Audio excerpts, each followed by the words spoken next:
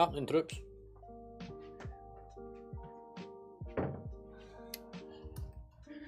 I was just grabbing something to eat because, as always, I haven't had any dinner yet.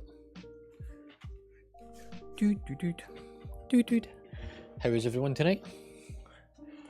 I've not logged into Discord properly yet. And before I get started, I'm going to go and check the auction house, see if there's any good deals that we've managed to sell. There's snacks tonight. Some cereal bars. Yes, I know MDT's not running. I don't need to worry about it. 300 auctions expired. You hear it all ticking away in the background whilst I talk about my big brain moments and what's planned for up and coming events and stuff. So the guild tonight is doing, as you can probably guess from the title, Glory of Castle Nathria. I still need to work out what's involved in this. I've not had the chance to look at.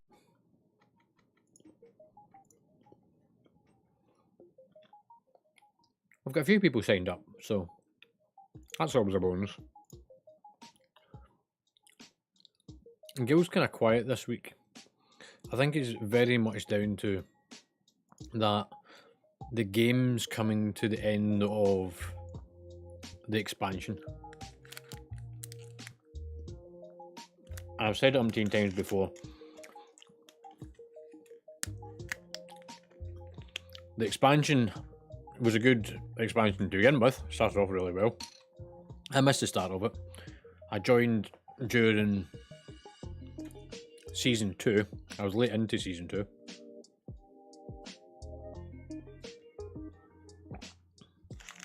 I then started doing Season 3. But I was a bit slow at the uptake because I had to change characters.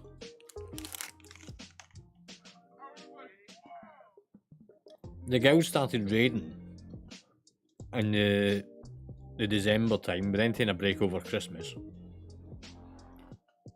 We done all of Season 3. I've done fairly well in Season 3. With a good raid team for the most part.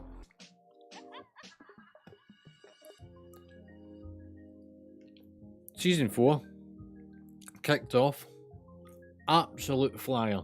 First 3 weeks, every boss, unfated, downed on normal. We were in the top 10 on the realm. Really happy with that. Gets to week 4. I don't know what y'all think, but I think that's pretty. It suddenly becomes quieter. It suddenly becomes less people around doing stuff. This trend continued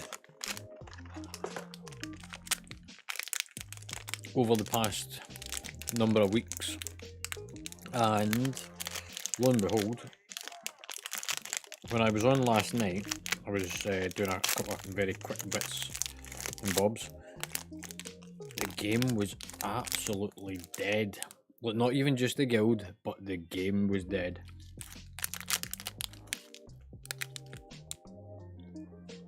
There was nobody standing about in Ogrimmar. Oribus was empty. All the places you would expect to find people. No one. Desolate Badlands.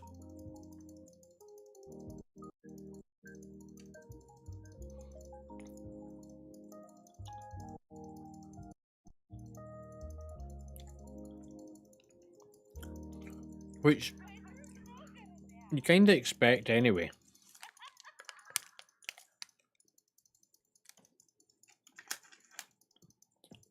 Kind of pre-expansion. Now I know a lot of the folk in the guild, they're taking a bit of time off. A couple of folks on holiday. Some's away visiting family, friends, working, all the rest of it. It's always going to happen. But to see nobody in the game, it really kind of hits you just how much this season is now in every rear view mirror. Now, me and a couple of other folk in the guild, we've been levelling alts. And we've leveled quite a few. I've got them to 50. And I've got all mine started, so I've got my warrior, my priest, and my warlock all at least 10 or above.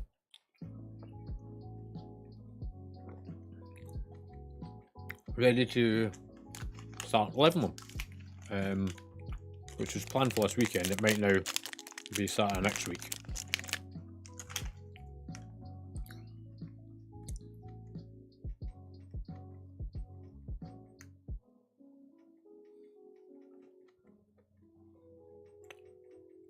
But yeah, the game just seems to have taken that downwards turn.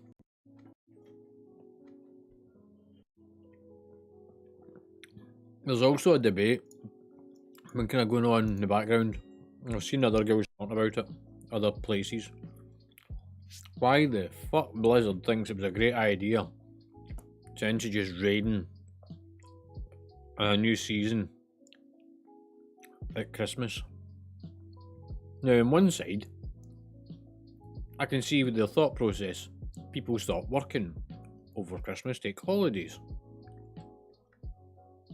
For those that don't have family and friends to go and visit, they come and play WoW.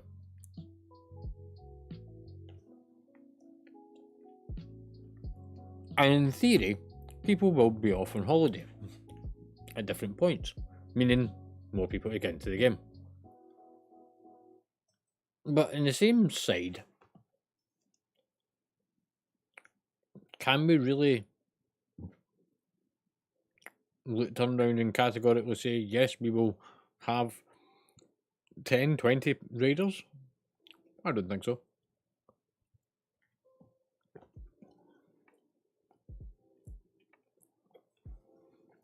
Now, I do reckon that the game is busier over the holiday period. There's no doubt about it. It's cold outside, people want to be indoors, game gets busier. But I don't think there's enough people to justify running events. Especially major events like a brand new season.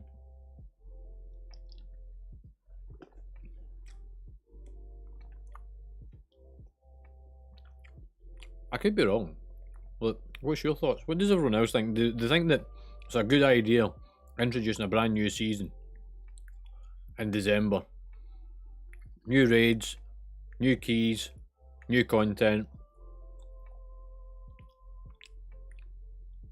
Or do you think it's a bit much?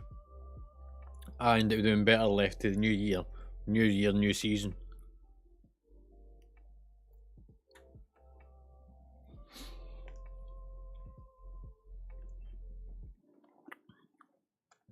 At the same time, look, people are sick of the current season. Nobody likes the dungeons. Nobody likes the content because it's old content just been reused. There's nothing new here. In terms of mythic dungeons, there was no new mythic dungeons added at all. So there's nothing changed in them.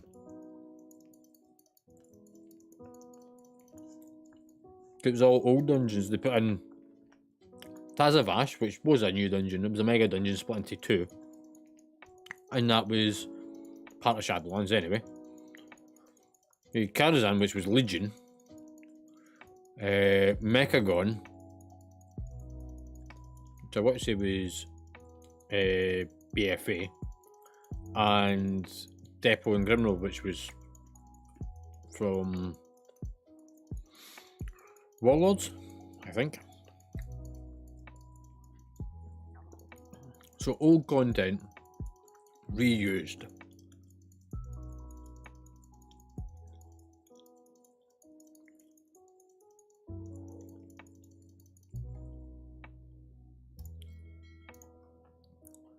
And we're just about finished with the auction house.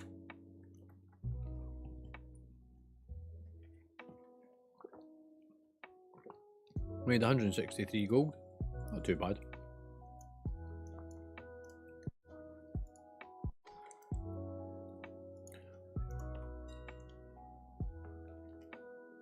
And we do have stuff in our bags that would normally sell.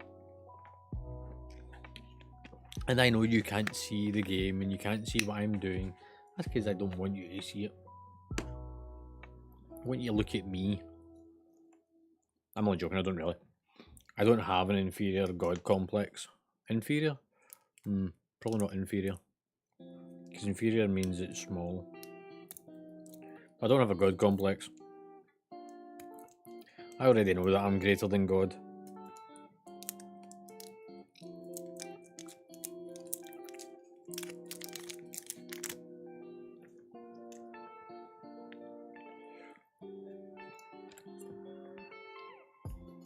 I probably should advertise and give what we're doing tonight.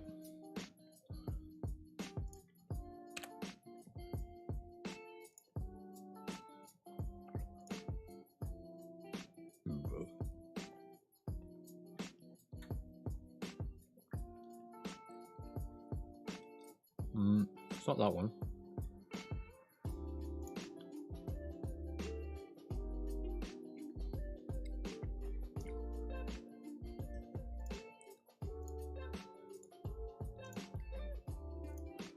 That one there.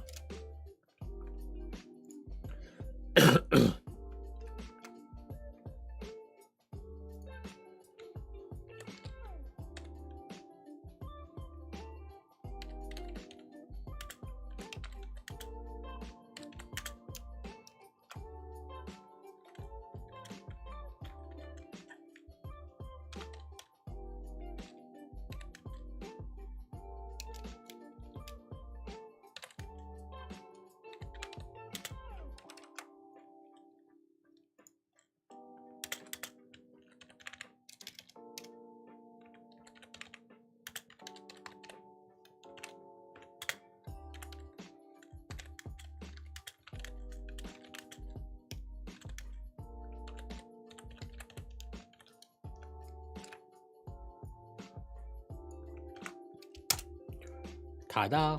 Right, there we go. Let everyone know that we're doing it.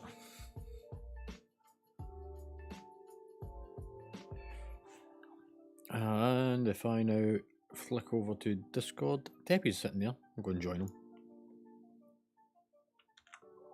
You're right, pal. What's happening?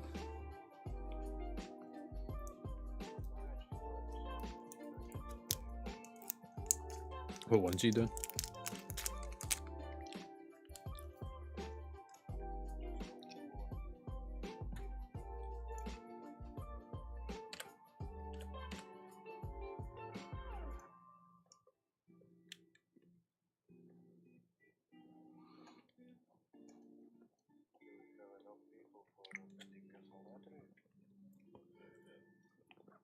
We're not doing it in Mythic, we're just doing it in normal.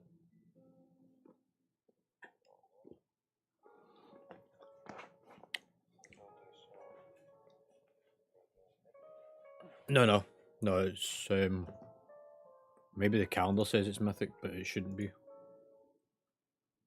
Yeah, it is down as Mythic, it's just I didn't change it. We already tried on Mythic one week. That was entertaining.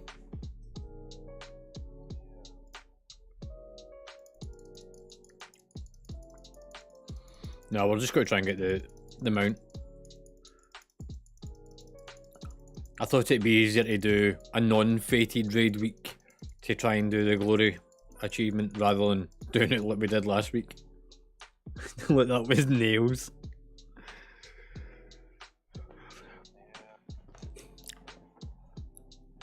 It was entertaining, it was fun, just pretty fucking difficult.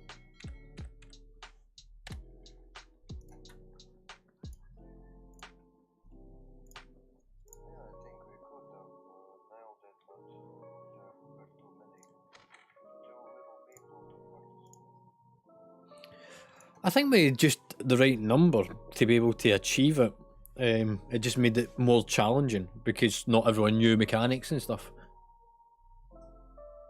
So you'll try to do mechanics on top of doing achievements.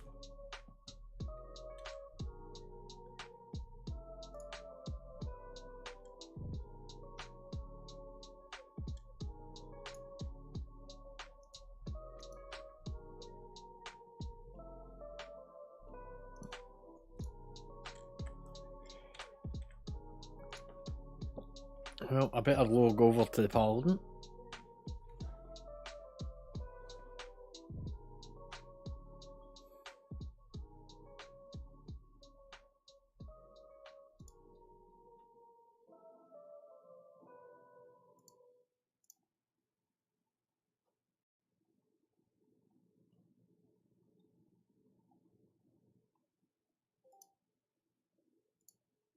Hey.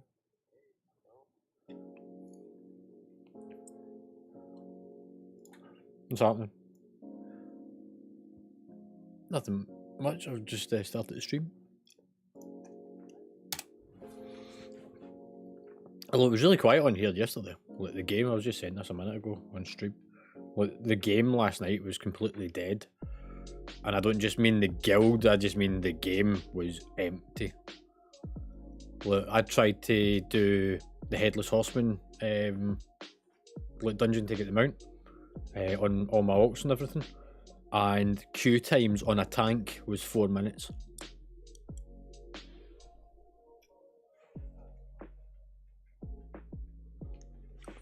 For a tank, that's quite a while.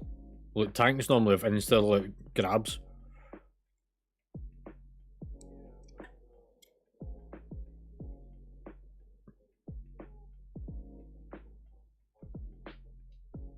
Yeah, but that's because there's shitloads of DPS.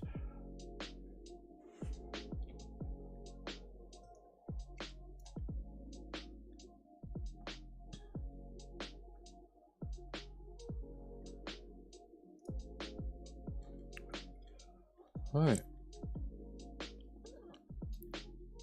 I'll do that, and I can do that.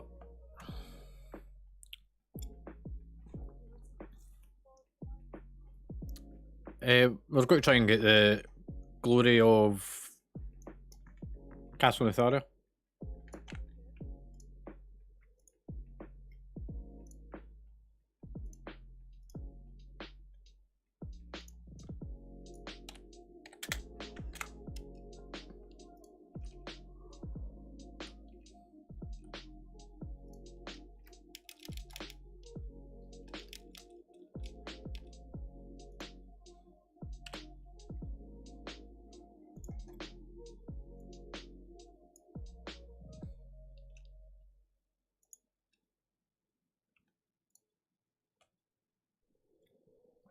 You really are bored, mate, aren't you? I say you really are bored, like doing really old shitty dungeons.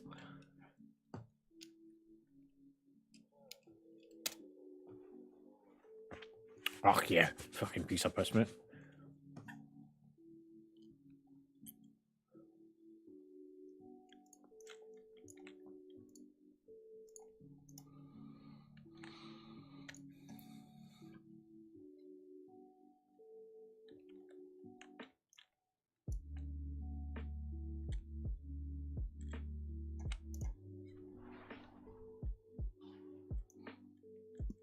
Well, I'll start making my way out to Castle Nathria.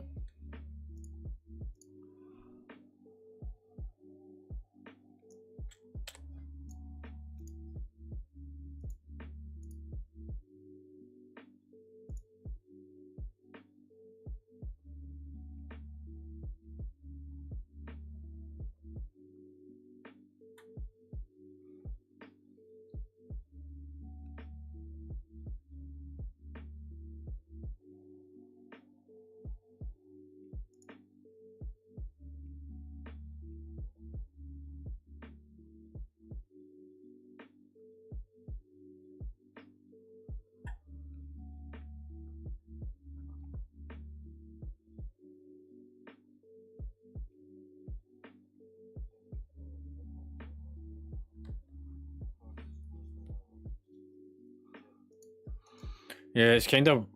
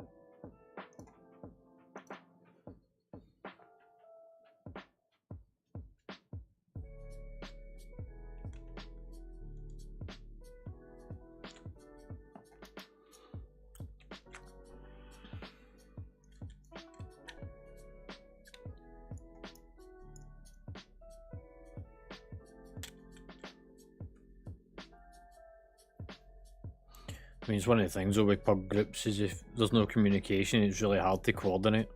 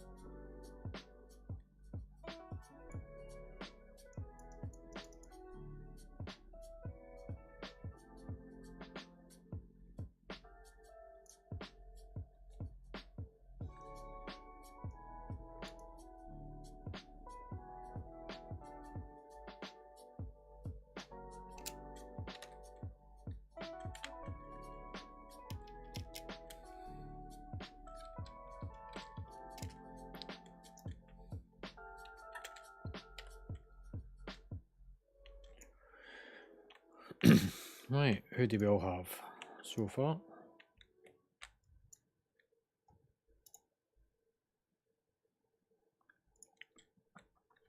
No, mate, Florist already stood next to me.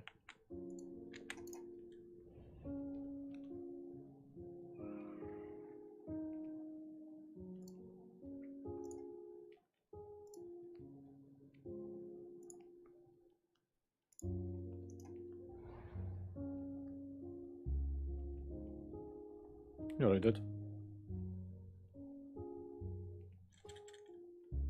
What happened to the egg picture?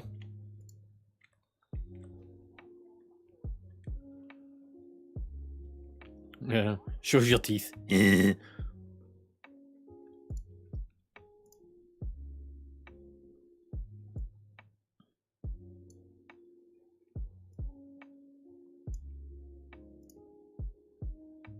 I think it is.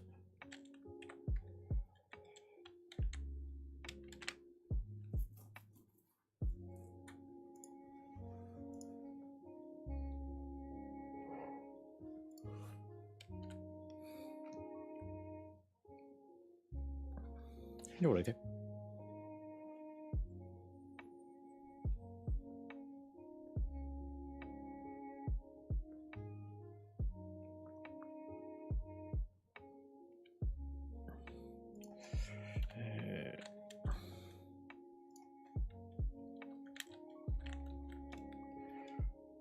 I had to think about this. What to do.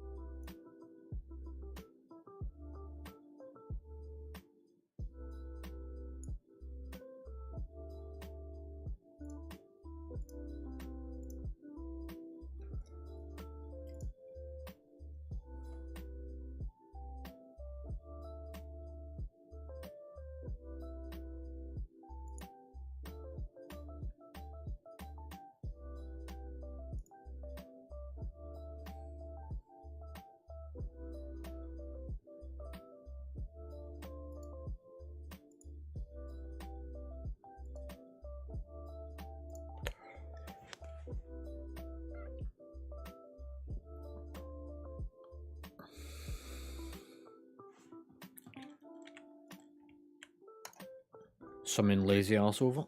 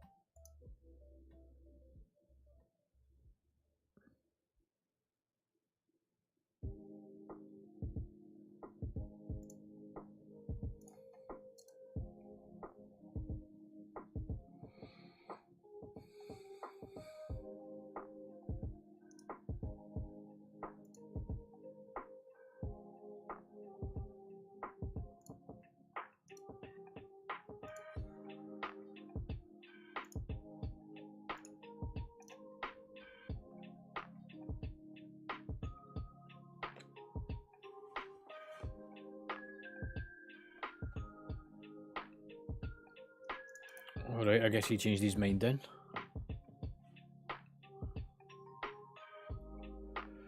The mage, look, he'd whispered me a minute ago asking for me to add him to Discord to invite him, so I gave him the links.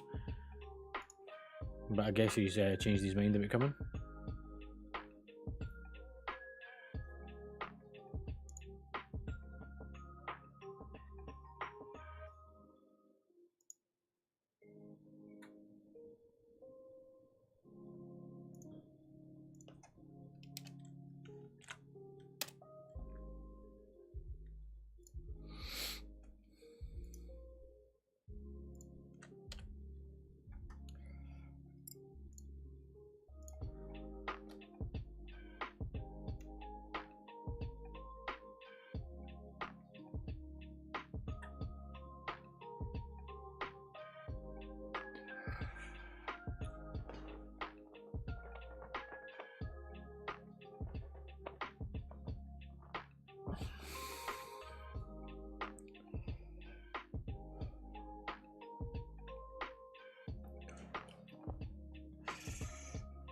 Right, probably the easiest way to manage this is if no you tank.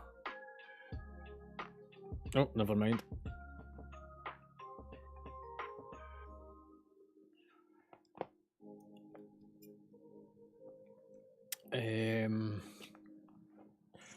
Tepe, I'm going to have to get you to heal.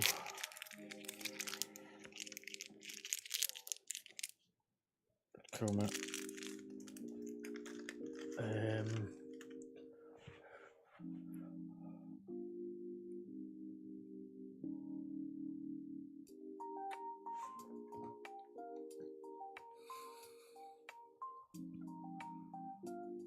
Depending how we get on, you know, you might need to heal as well. I mean, killing things shouldn't really be too difficult for us. It's more coordination for the achievement part that's the difficult part, which means that we sometimes need a bit more time.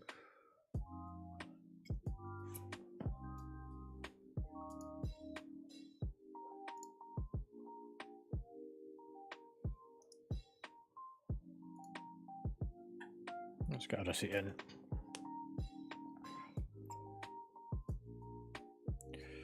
Frosty, you coming on? Cool. That'll give us 9.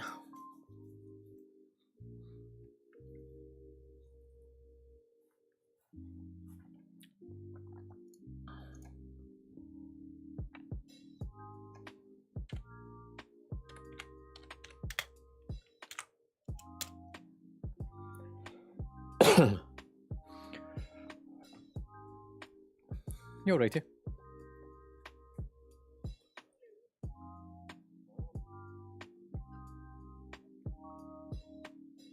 Don't be shy, nobody else is.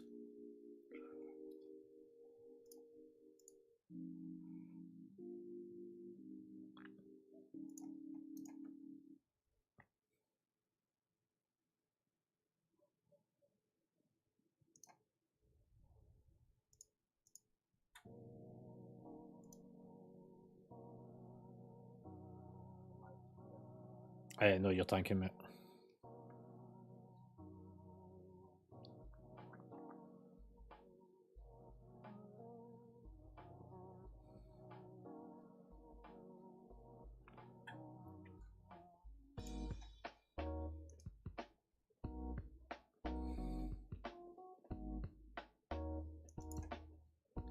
Right. I think most of us are here. In fact, we're all here. Is there anyone particularly that we would want to take?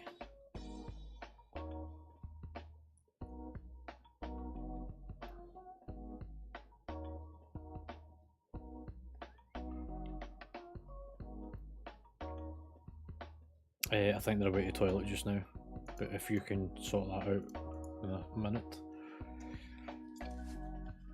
Right, and let's do the normal roll thing of who's signed up firstly. So when your name's called out, move to Castle Black. So first up, Stress, McFlorist,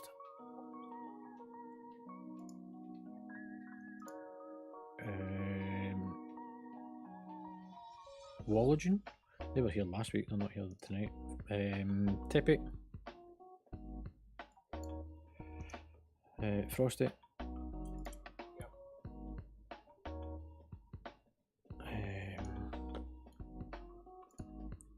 Right, that's the only ones that signed up in there.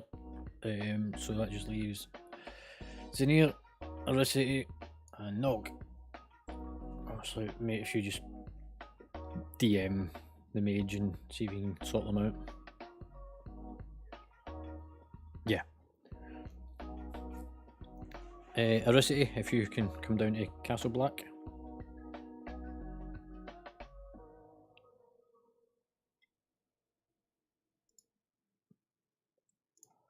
Yes, I know it's set to heroic, it's because it automatically does it.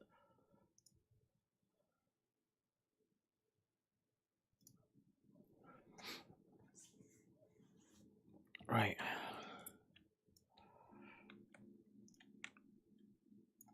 Zinir, you've got the add-on, haven't you? Yep. Cool, so that means I don't need to enable it whenever I walk in here.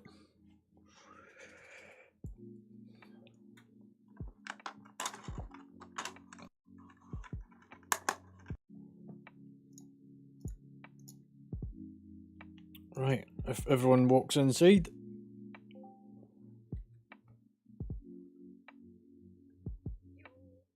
Whoever drops in there. Hi.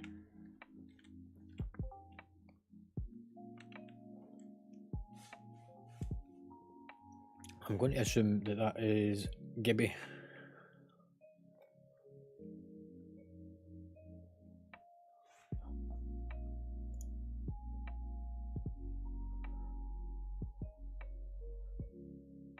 I think just setting up push to talk.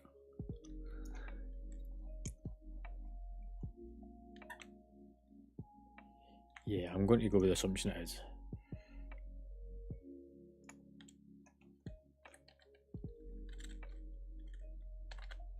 There's a plan to be able to fix this. Yeah, that's fine, mate.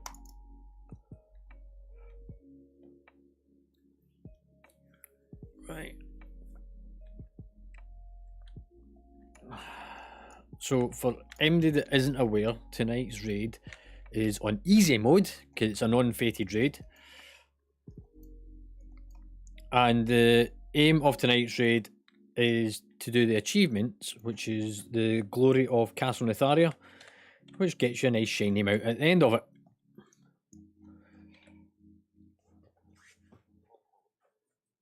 There won't be a hopefully. We're going to do it, or we'll get most of it done. If we don't, we can then skip to the end of it in 2 weeks' time. We can't do it next week because next week it's a fated raid.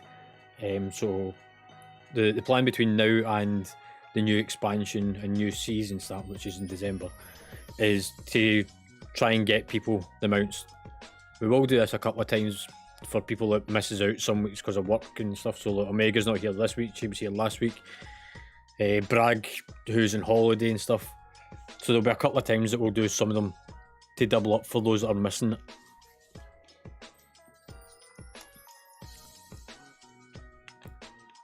But where we've done like one half on 1 week, when we come back the second time, we'll do the back half if we need to.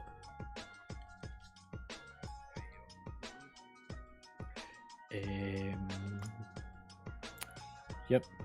So for those that don't know me, which is very few of you, I'm the guild leader. However, tonight is going to be a combination of me doing tactics and Zinir telling us the stuff for the achievement.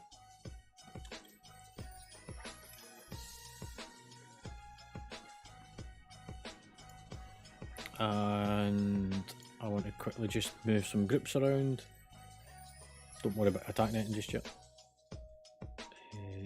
Tape you're in there. That's a melee, that's a melee, that's a range. Range. He doesn't exist anymore. Right, that's the group's taken care of. Let's clear out some trash.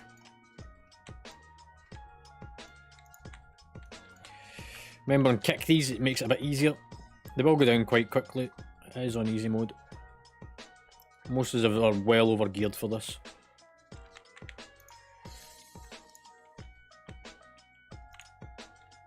just come back, let them line of sight behind the pillar. We group them both together.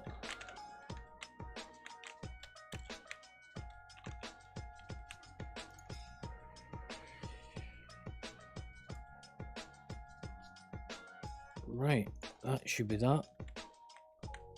Now, where I'm stood is to do with the achievement.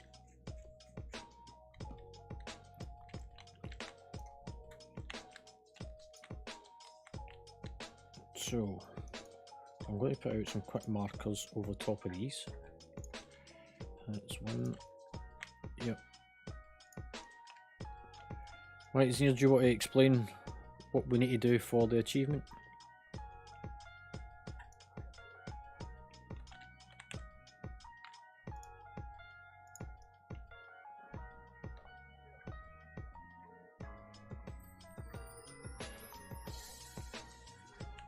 Yeah, it's cool. It's not reading aloud to me just now.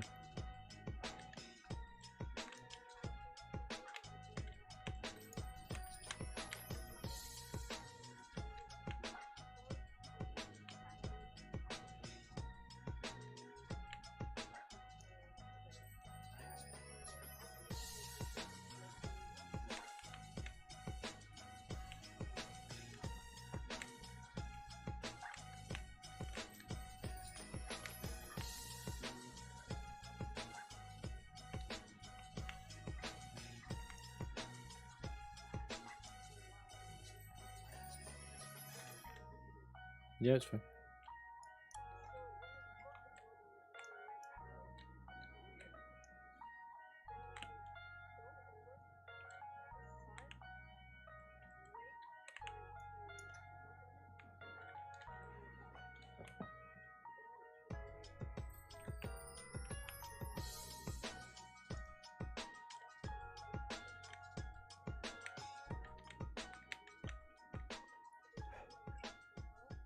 Yeah, I'm just trying to see if I can spot them for here without triggering the boss.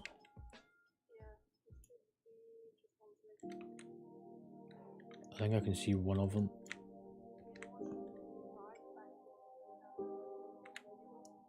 Yeah, I can see one. So there's one over there. And I think the other one, what colour have we not used? Yellow.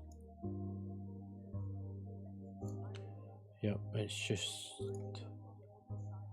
Yep.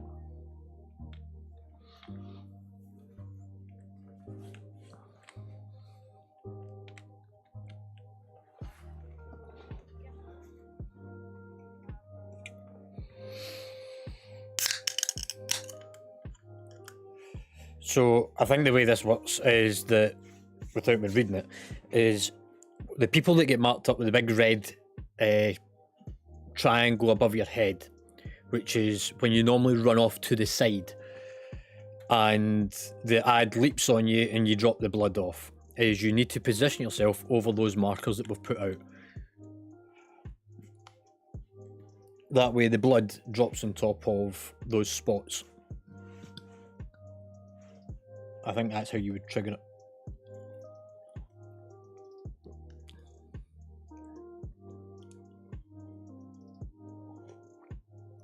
And there'll be 6 things that you need to kill. Now, you might actually kill them just by leaping on them.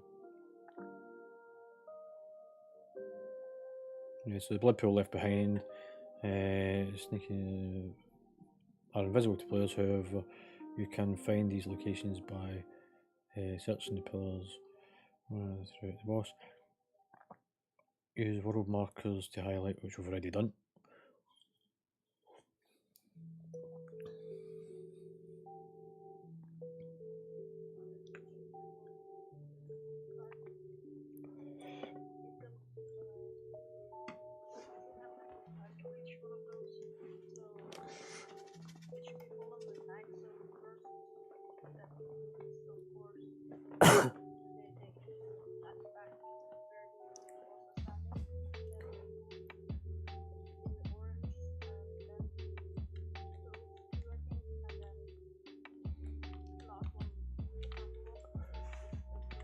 Yep. Right. From a quick tactical point for anybody that hasn't done this fight before, there's sort of 2 phases to the fight. The first phase is got a couple of mechanics. One is you'll get the marker above your head. That's when you get the blood pool that will drop on you, so you need to go and stand at the side. Go and stand on one of those markers. Firstly, that's the priority. The second thing is he does a front cone effect, however that might only be on heroic. And then the second part, or the next part, is you need to line of sight. Line of sighting means hide behind the pillar. Don't run about, don't move out, because you'll put blood all over the floor. We need this fight to be clean, because we're going to make it last longer than it should. And that is so that we can coordinate to make sure we get the achievement. So when you hear me shouting line of sight, make sure that there is a big pillar in front of you between the boss. So when you look through towards the boss, you should see a big pillar. That means no standing at the sides, trying to cast an extra couple of spells. This isn't about trying to kill the boss. This is about surviving till we get the achievement, and then we'll nuke the boss. The boss will be easy to kill. The second part is what's known as the intermission. The boss comes into the centre. If you are anywhere close to him, when you click on him, you see the big circle, he will one-shot and kill you. During the intermission phase, use the pillars, hide behind them, line of sight, and avoid the ping pong balls.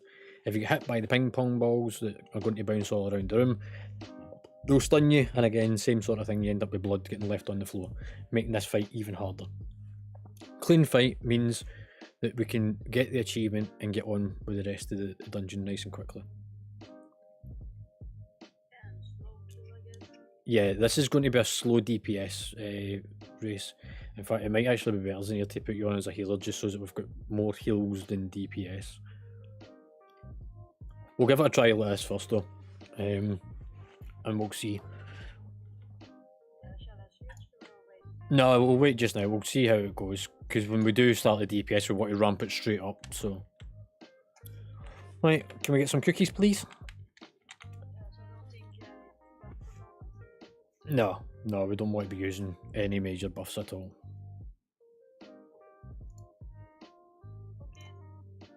Cheers. Yeah.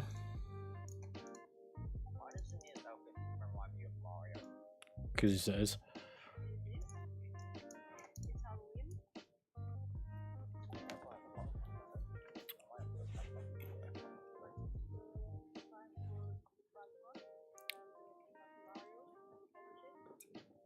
Right. Has MD got any questions about what you need to do? Because it's important that folk understand what we're trying to achieve. Otherwise, we need to wipe it, reset it, and do it all over again.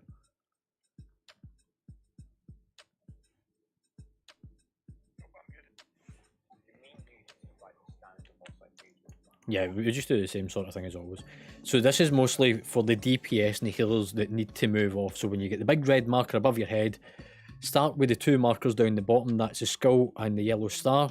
Once they're done, move towards the orange one. We get blood on it, and we just keep peeling back until we've done the full room. Like Janelle said, we're going to work our way anti-clockwise. So skull first, then the yellow, then the orange, then the blue, then the green, and we'll finish with the purple. Once all 6 of them's done, we're going to then focus kill the boss. The add-on that we're using that Zanier's currently got active will tell us when we have achieved the goal that we need for it, and we can just focus the boss fight then. At which point we'll use Bloodlust and finish off the fight.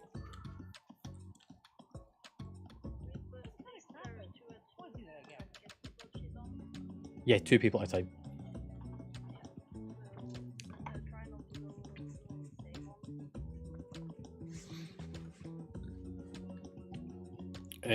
We're going to, yeah, we'll go down the left side first.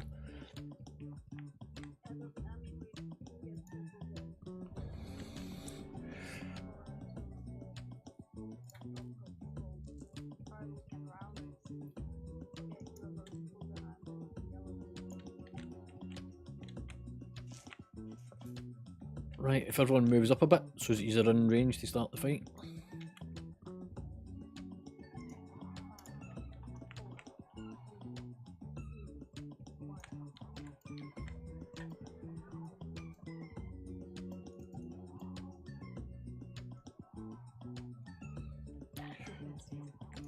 Tank swap. So put yourselves over towards the skull. So the two of the markers. So one is go to skull. So the one with the orange go to skull. Now that should hopefully allow us to be able to do the first part. Stop DPSing.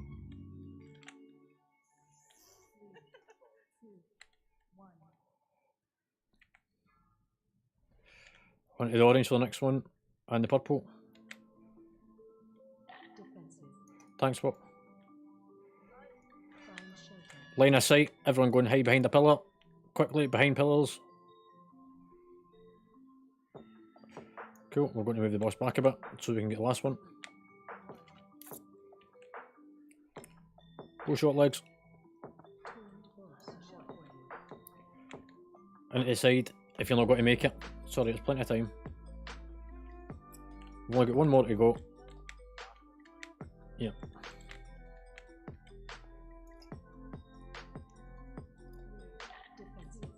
Thanks, what? Nog. Just go and place yourself next to it. He's not me on top yet.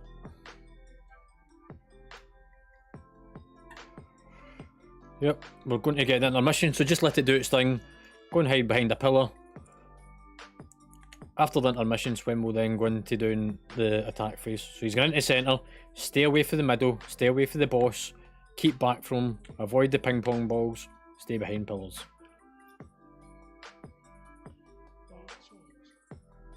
So he's about to start patrolling the second after the ping pong balls.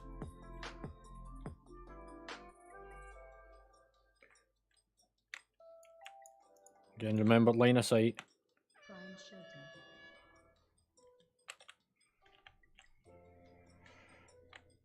And again. Line of sight, otherwise he's got to jump on you. Every time you hit ping pong balls, it drops more blood.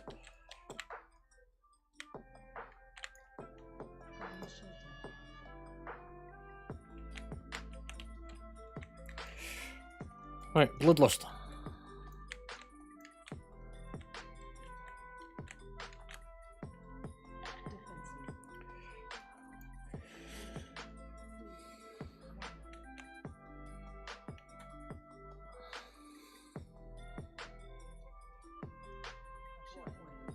Yeah, don't worry about that, it's dead. See, nice and easy when you coordinate it.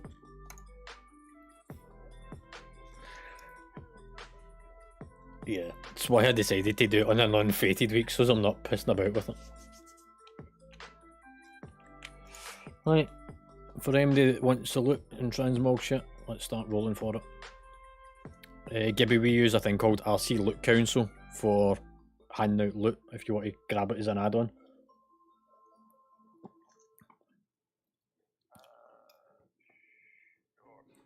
It is linked in Discord under guild add-ons, so it's number 5 on the list.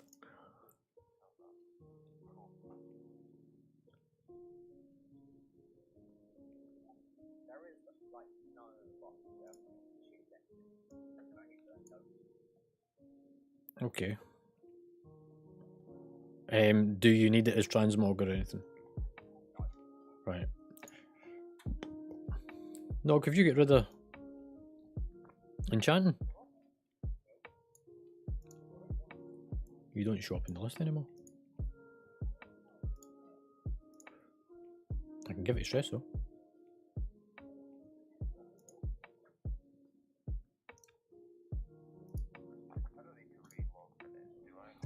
Yeah, you'll need to relog for it to come up. Just do a reload a UI though. You don't need to really log out the game.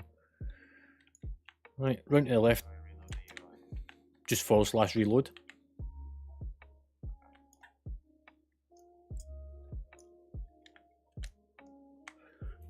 Right, let's clear out some more trash.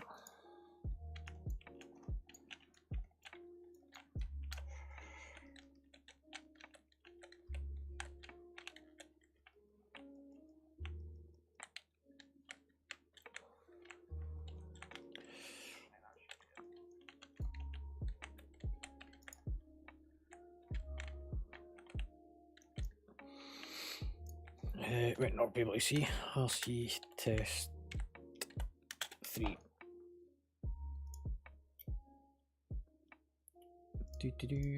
Yep. Just can all hit pass. That was just a test.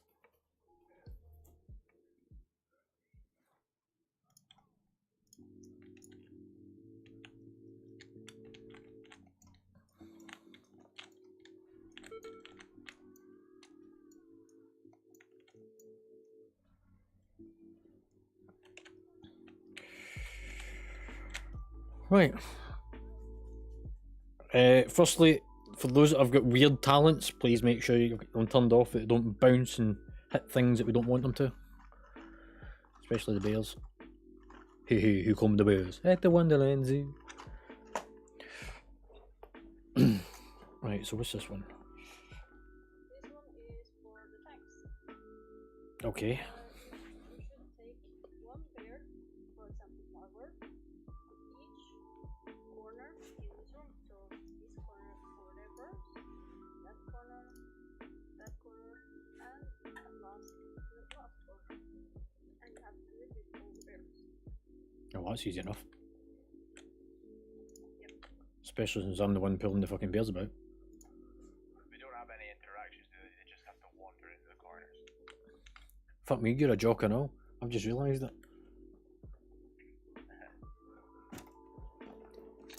So I think that's what I got out of the video and Oh, cool. Well, if that's the case, that's easy. Wait to just have a quick look.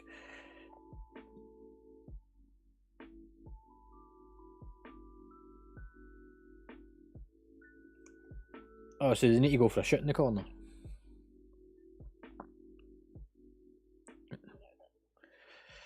For this achievement, you have to walk each of the hounds around the corner of the room where it is located. Achievement track will track where each corner is completed. However, you can also look at the ground to see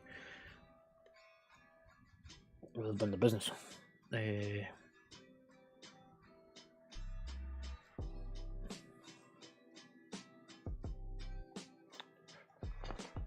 Well, that should be pretty simple. In terms of the rest of the fight, again, this is a very much a slow DPS thing, where we want to keep the hounds alive.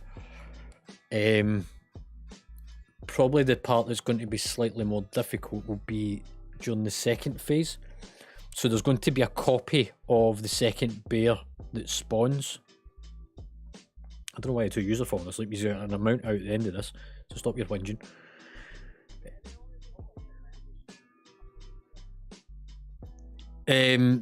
So the second bear spawns a copy. We need it CC'd, so Nog, you're up first, and then Stress, you're back up.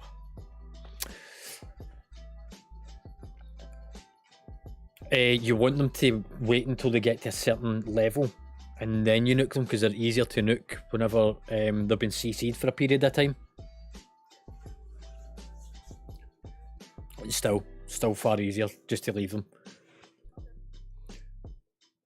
For the most part, what we'll do is keep everyone focused on Skull, and I'll walk the dogs. So I'll do the first bear first, all the way around the room.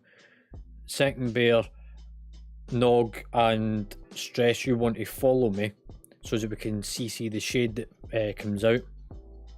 Teppy, you'll need to heal the... In fact, it's actually, I can heal the one that comes out for me. I can do that myself.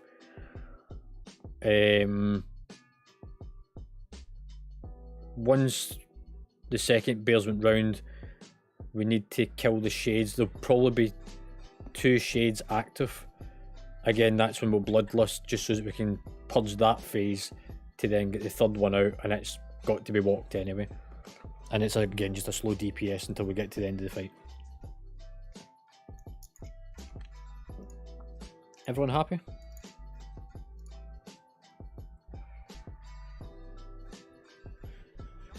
So Frosty, you're doing the usual. Skull on top of Skull, you stand still. Rest of the mechanics, the first bear will leap onto a group You're all going to stack on top of Teppy. So that when he leaps out, he absorbs the damage and you absorb it as a group.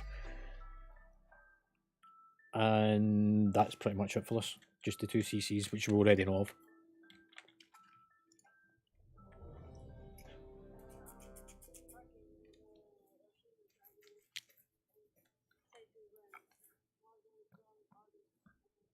Yep. Yeah.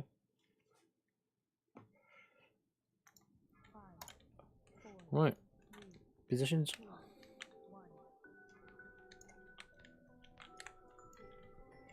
Right, so I'll start going round.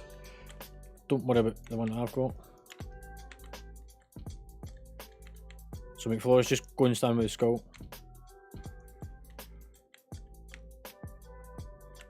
Has he done the first one?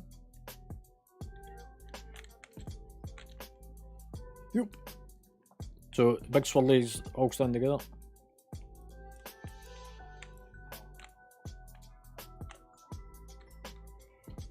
Nog, take your pet off.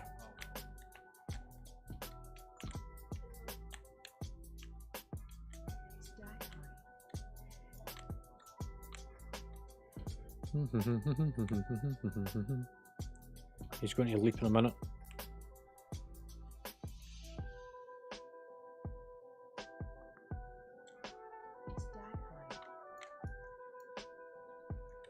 Is he not for doing it?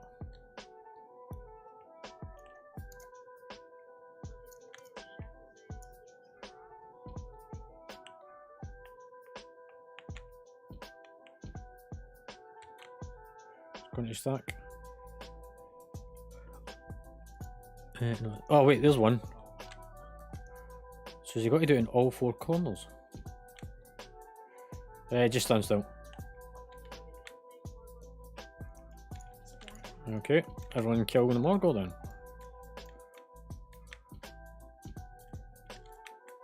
Thanks, mate.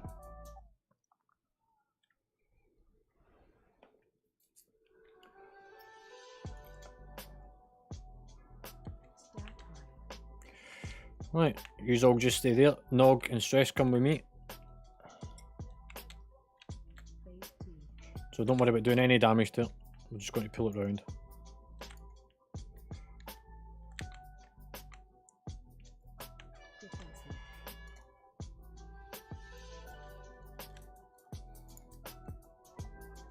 That's done. Right, get ready to do that CC. CC it. Nobody touch it now.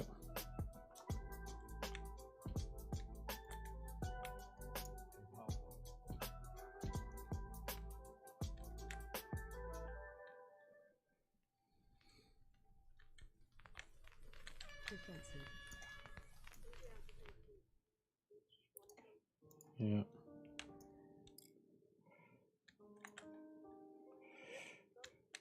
Right, go and kill the shade first. Everyone go and kill the green triangle. Bust it. Bloodlust. And now kill Vargas. So the bear.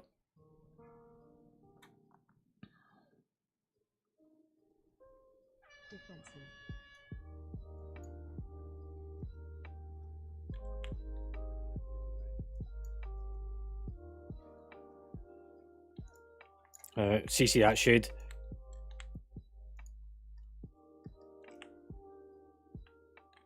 No, don't attack it. Just somebody CC it.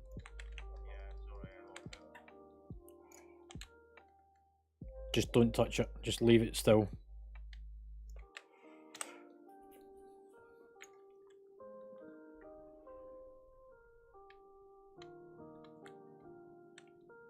I'm going to go anti-clockwise on this one, or clockwise. Try not to put the swirls too close to the edges because I need in there.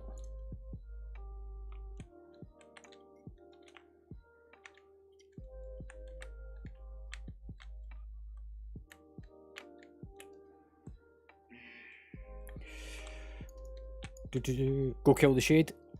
Everyone go and kill the thing that's CC'd. Just nuke it.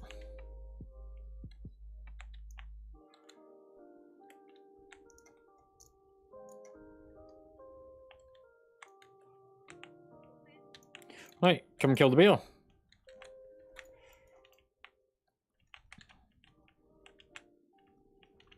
I need to keep this moving anyway so that it doesn't build up its armor.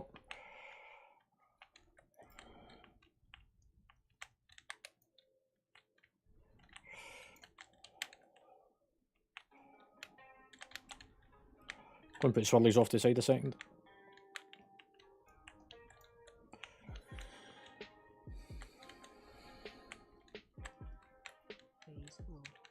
And go for the boss.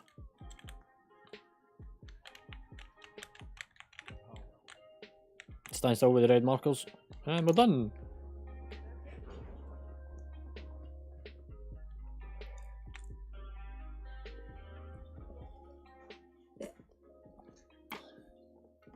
And well, nobody can wear transmog of next.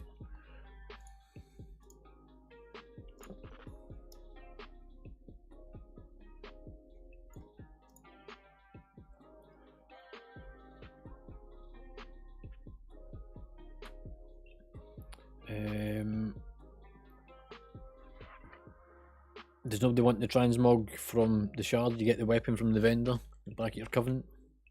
Can go to a hunter, a mage, or a druid. Go for a mage, I can take it. I don't know what else wants it. Hang on, we'll re-announce it very quickly.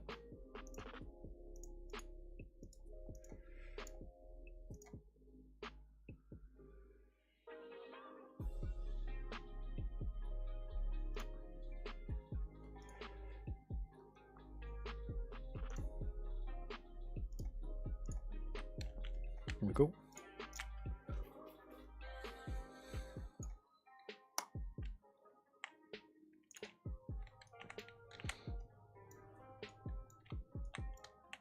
Try not to stand the green shit.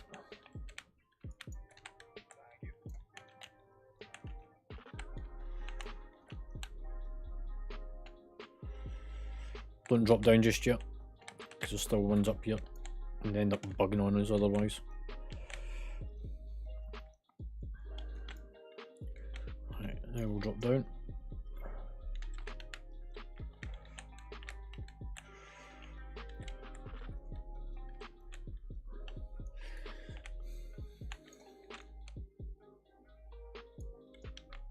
Yeah, we don't need the other ones.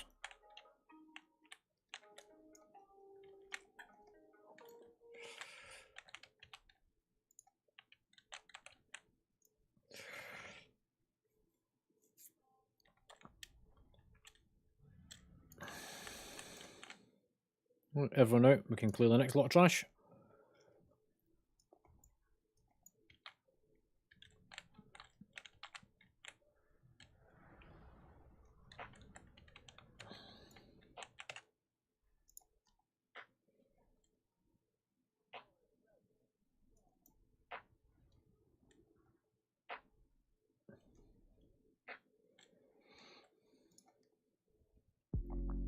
Now, what happened to you?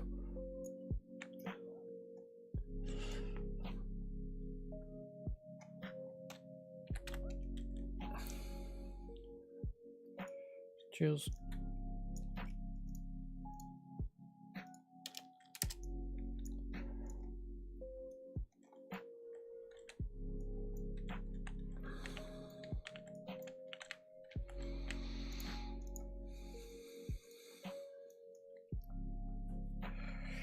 Right, quickly on the tactical side of this one, we're going to split these into a couple of groups.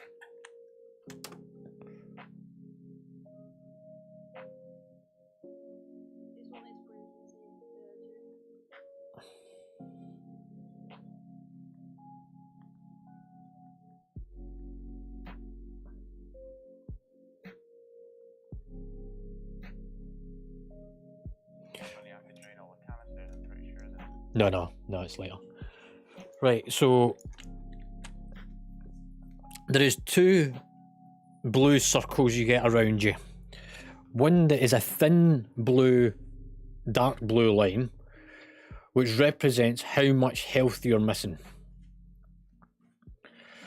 And the other one is a light blue, thick circle around you, which you want to stack together with other people that don't have a light blue, thick circle around them. That way you absorb energy or health from each other, you leech health from each other, so you pull as a group. Essentially, there is going to be 3 people that get the marker on them, which we're going to split into tanks and healers, melee and range. So if you are a tank or a healer with the swirly on you, you come and stand on me.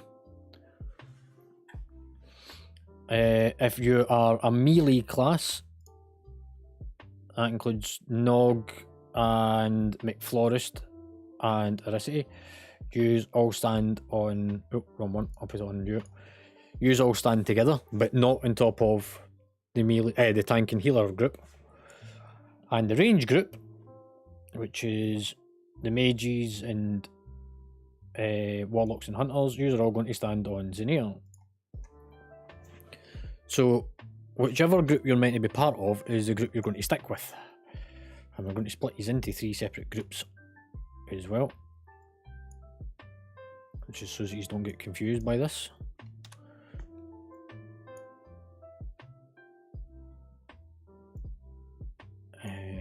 Put you there, put you there, put you there. The reason for this again is so that we can make the fight last longer and control it. So group 1, group 2 and group 3. So group 1 will all stack on one big thick light blue circle. If however 2 tanks or a tank and a healer's got it, then one of these will go into the melee class. And same way, if there's 2 people in the melee group got it, one of these going to join the tank group or the whatever other group. So find a group that doesn't have it. There'll be one group that doesn't. Work it out quickly and go and join them. Oh, did they not move her?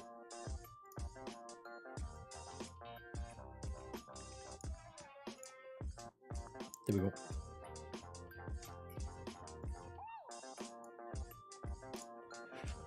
So there's your 3 groups. So the only mechanics you get with this is run away from the boss, stand away from the groups because there's going to be a cone effect that goes shooting through you. Light blue circle which represents, dark blue circle which represents missing health, healer job. Light blue circle, leech health off of other players. Also the dark blue circle spread out for each other on. That's it. Zenir, your part?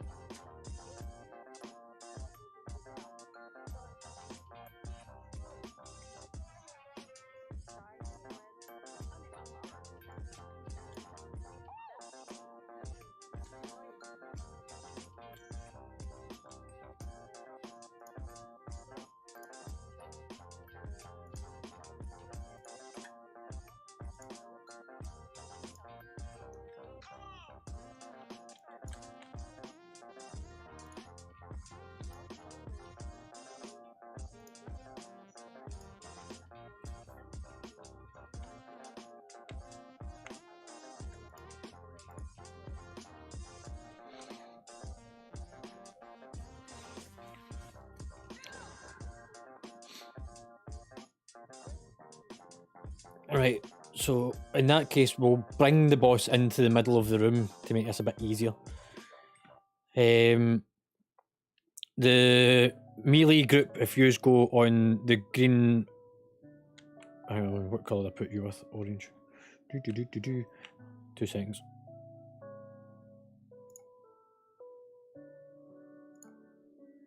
So the melee group will go on the orange side.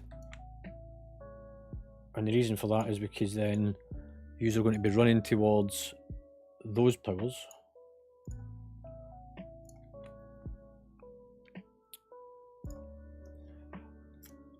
don't worry about that one. And then the range group, yous will be on the opposite side. That we use already lined up with those ones.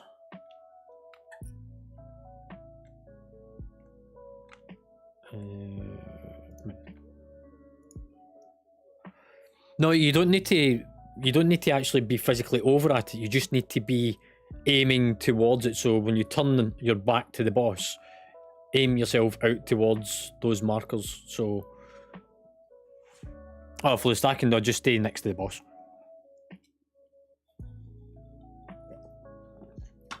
Right. It's not overly complicated, I promise. So, tanks healers are at the opposite side of the boss. We'll bring it up into the middle, just so that the ranges and everything have got the ability to move quickly to the direction you're on.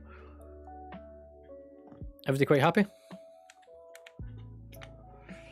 In fact, if everyone just goes and stands in front of one of those anima powers just now, apart from tanks and healers, you don't need to be right out at them, just in front of it. You can stay there for the first part of the fight, because we're going to be doing nothing anyway.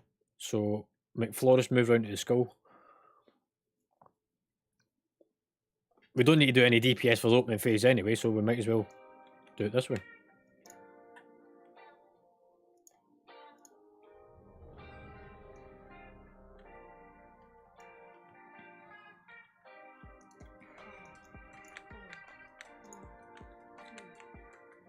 Don't run in, just stay where you are. McFlorist, go back to where you were.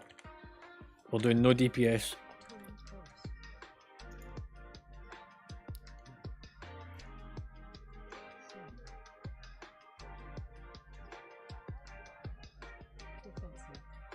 Yeah. So just stay over at your markers.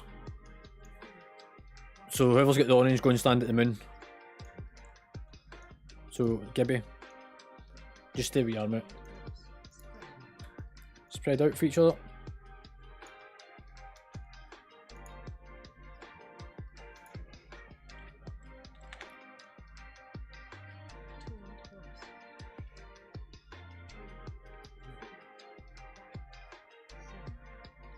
So, we want to start.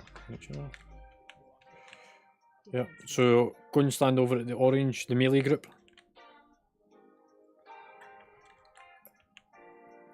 Range group, go and stand at the moon.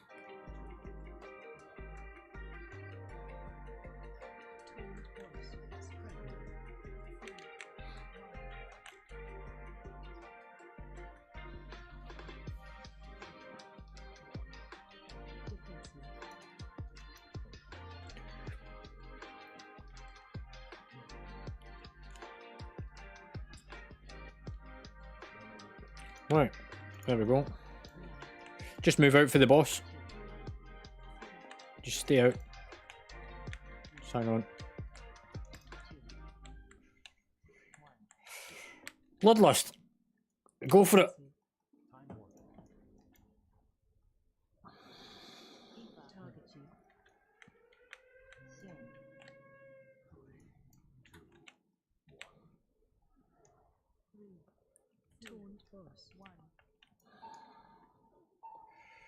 So the folk with swirls stacked together with your group that you're meant to be with.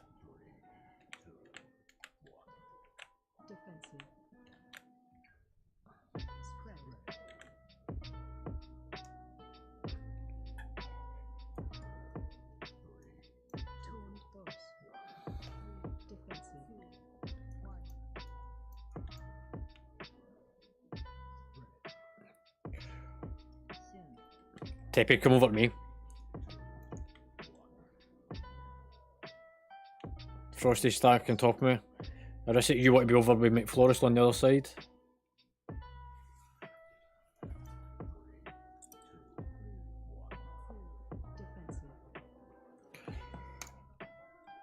I see Dead Hunter.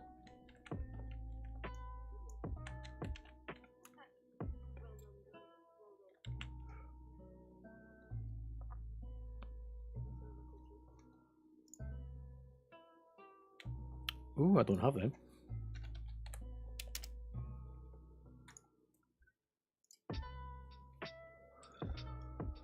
If you need to add in a note to roll for something, you put the note in first on the little bit of paper on the far side for why you would like it, and then hit the button that corresponds to the reason.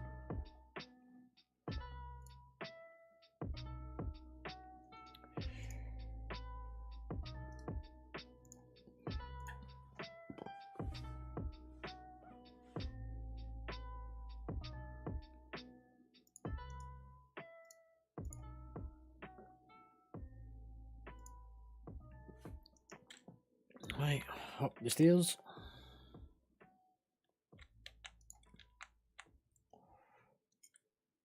Just about. I think that actually gives me the set.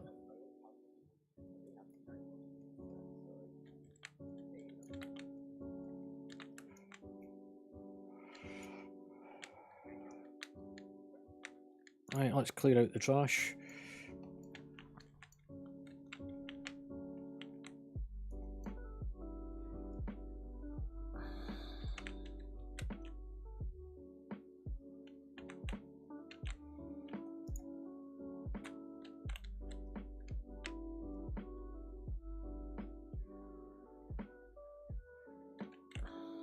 Somebody grab the violets about to hit the ground. Oh, too late.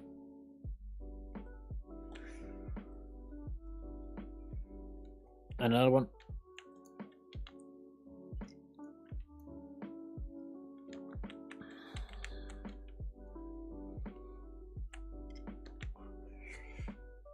Come stack in, Gib. Come in, come in. Don't run out, come in. It spawns an ad.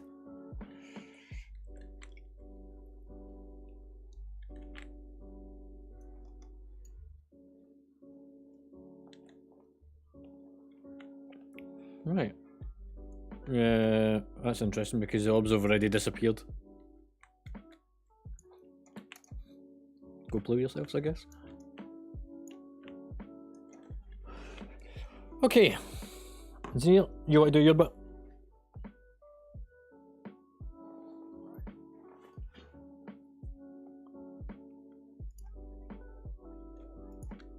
Why? Yeah, it seems to have bugged. Like, you shouldn't have. There we go.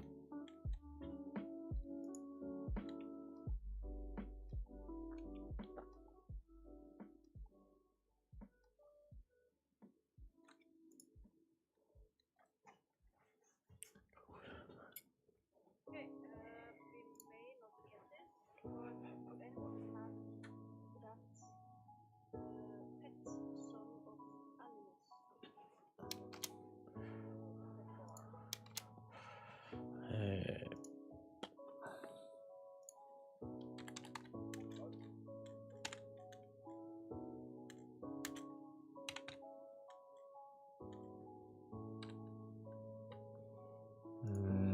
I don't have it. Comes from Throne of Thunder.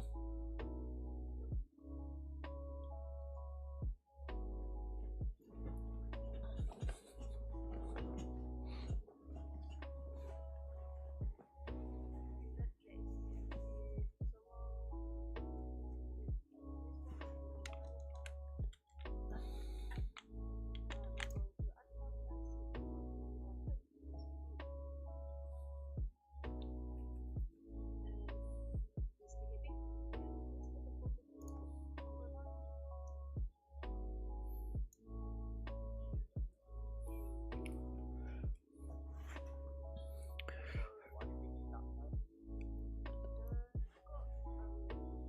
Yeah, you'll find out in a couple of minutes.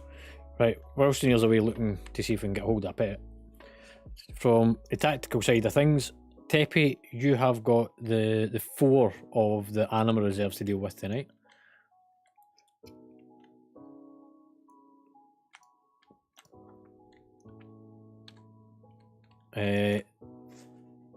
So you need to look at when the animal pools have built up on them in order to drain them and not obviously rush it. Bear in mind you can only click it whenever it's active, so if it's got the swirly over it, you can't use it.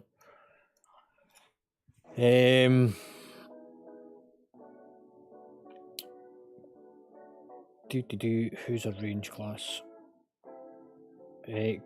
Gibby. See the swirly that appeared on the floor with the vials are about to smash onto the ground? If you can grab the vial whilst it's in mid-air so that it doesn't hit the ground, so you do stand the swirly, the little ones. And if only you do it, because if more than one person soaks it, as far as I remember, it actually still smashes. One person does it, it's fine. So if you're not part of that, don't try and click on it. Random all over the floor. That's why we pick a ranged player, because then you can stand slightly further back and then you can blink in if it's close.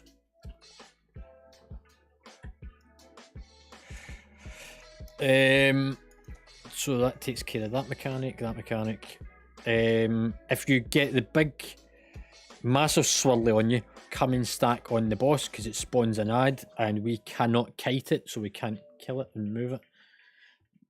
And the last one is where you get the lines connecting 3 people, which need to pass through orbs that are on the platform. So if you get a big line connecting you to 2 other players, look for an orb. Each of you go and stand behind one of those orbs so that the line cuts through the orb, destroys the orbs, and then we get rid of the mechanic. And I believe that's all of it. There's probably one other little shitty one, which is a whole pile of little shitty trashy ads, I think. Cool, so yeah.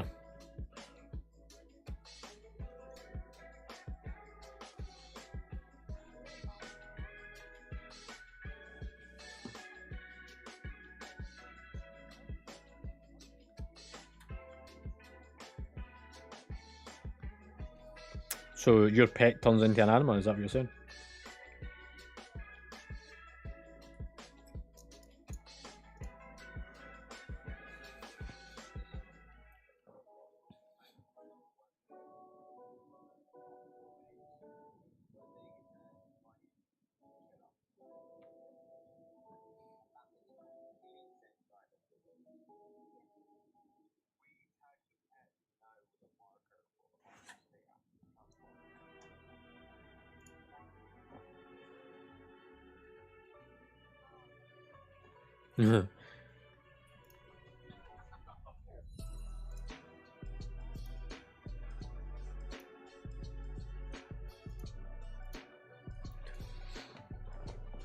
So all we need to do then is survive the mechanics for 4 minutes and then nuke him, nuke the boss.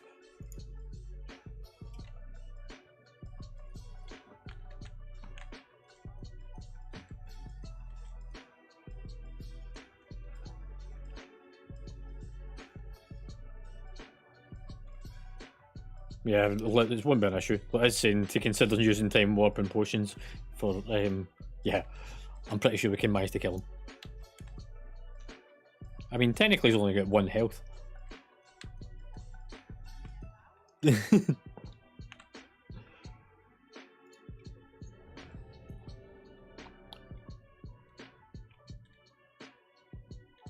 Right, so very much a case of Tep, you're probably better starting on the left side. Oh, you're putting that out. So you'll be able to drain probably pillars 2, 3 and 4 to begin with, and then you'll be able to do 1 slightly later on into it.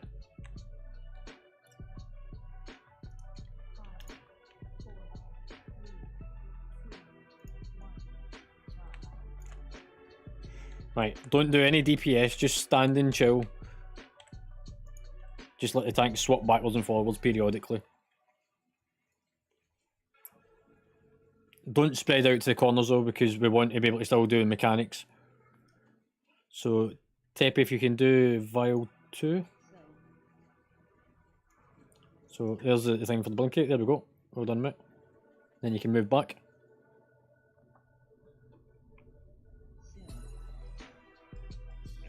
So, folks going to get the beam going through them, go and cut the orb. There we go, that's that one. And then if you go and do chamber 3. So Tepe, if you do the 3rd one. No, that's the 2nd. You need to probably tank swap with me. come in so we can get rid of the ad.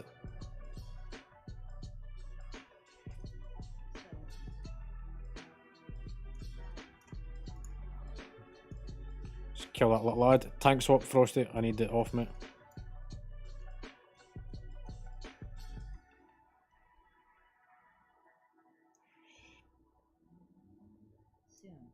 So Teppy, do the third anima.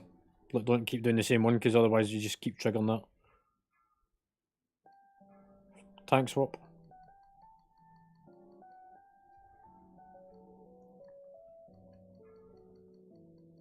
And do the fourth one.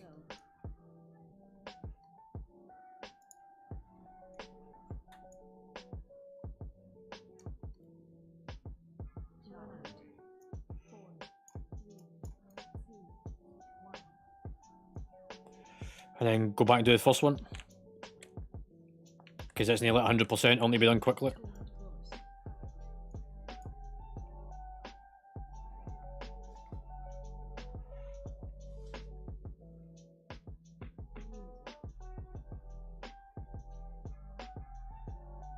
Come in.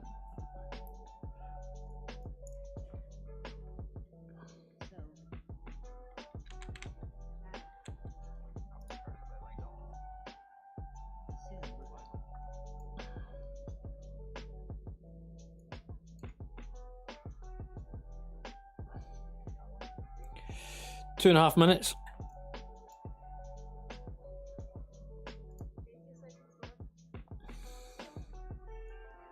Do the soak? Oh, hang on, I'll do it. I'll do it, mate, because it's already in shit. I can take it out.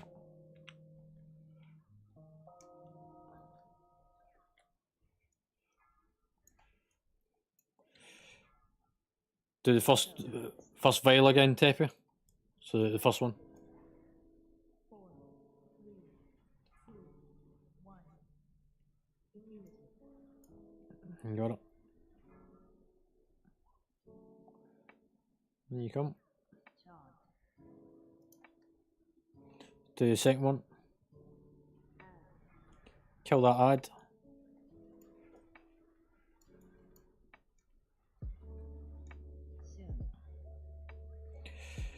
Lines.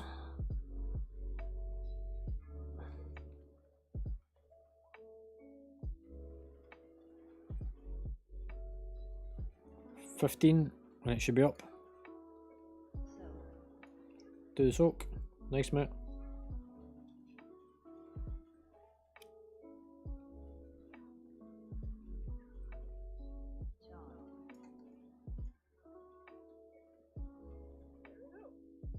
Right, go for the big guy in the middle of the room. Bloodlust.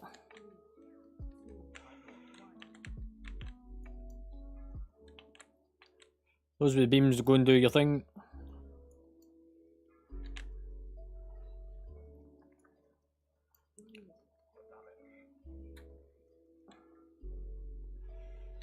Right, now the boss.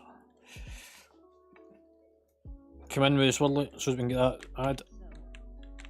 We still need to do the rest of the mechanics. Somebody in the swirly. Combat res. If we can. Yeah, we can. Warlock.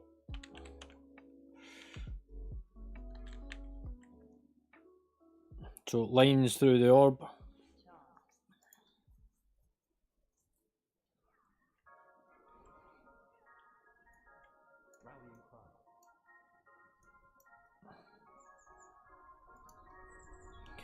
The third one needs to be drained. Yeah, nice and yeah.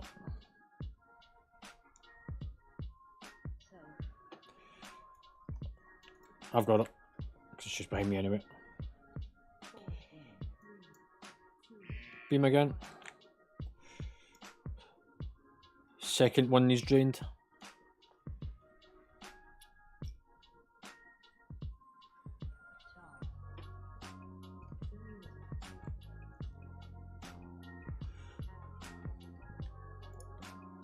Cool.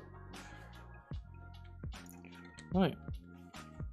We're out through the back, along to the right, and then we'll have a short break, because that's one full wing done.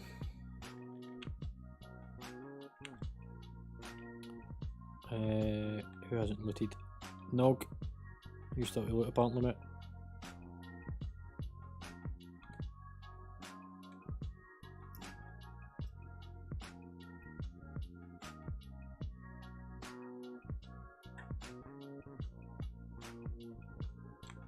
Okay.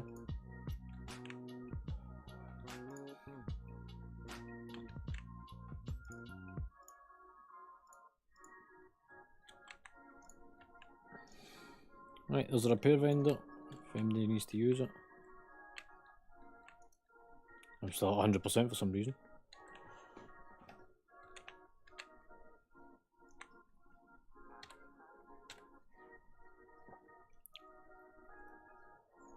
You should see me doing a key there, a night there. I'll fucking end up soloing the bosses on a 15.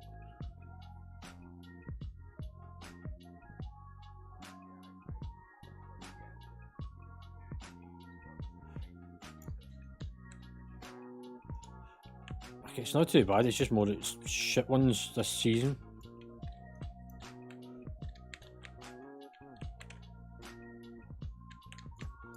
Yeah, I'll be able to just take out this corridor.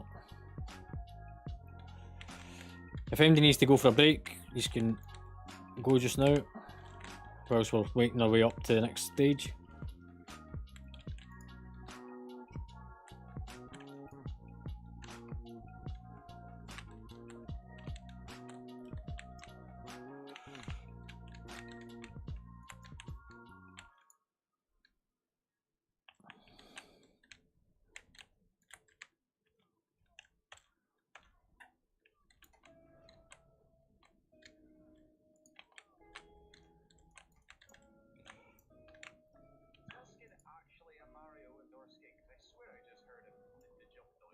Mm-hmm.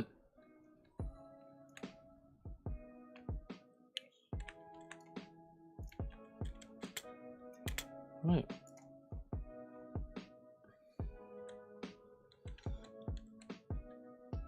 Hang on a second, because there's one of these stealths, I think.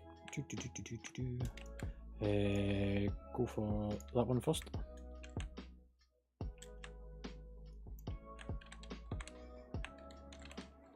Avoid the swirlies on the ground.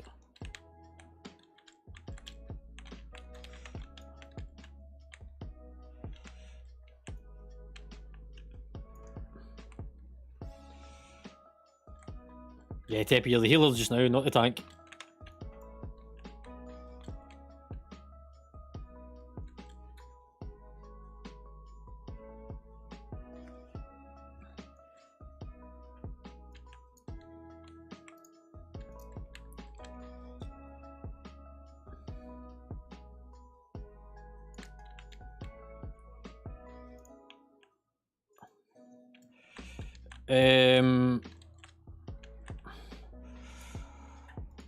We'll do Artificer next.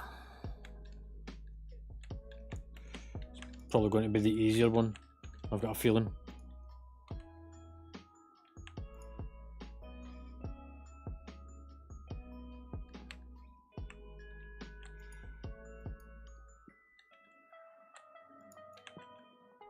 And depending how we are for time, we might even manage to go back and do some more SOD.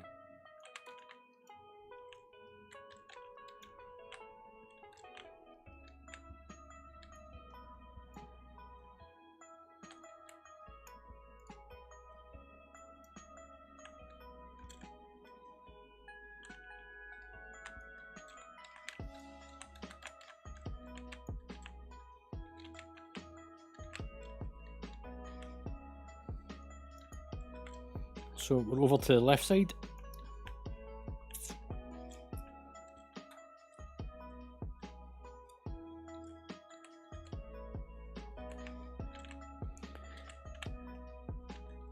And before I forget to mention it, Discord's starting to get updated gradually and changed for the new season.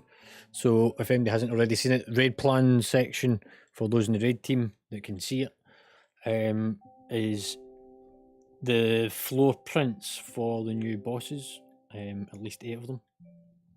There's no tactics currently in it, they will not go in until next year.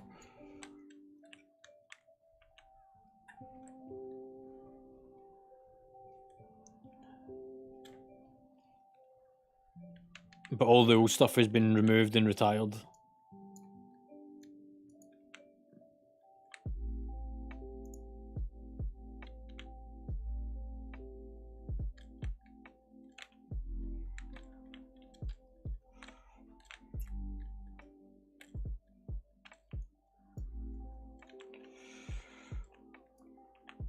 Right, if you see any seeds under your feet on this little bit, don't stand on them. They explode, they kill you.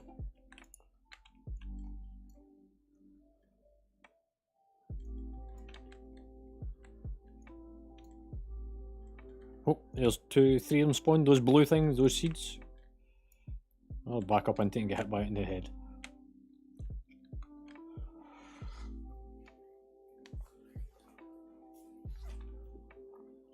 Right. Does MD need to stop for a break, or are you quite happy to keep going just now?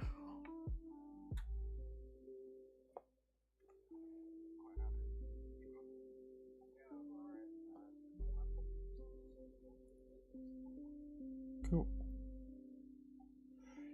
Right, Zinnia, you're up first.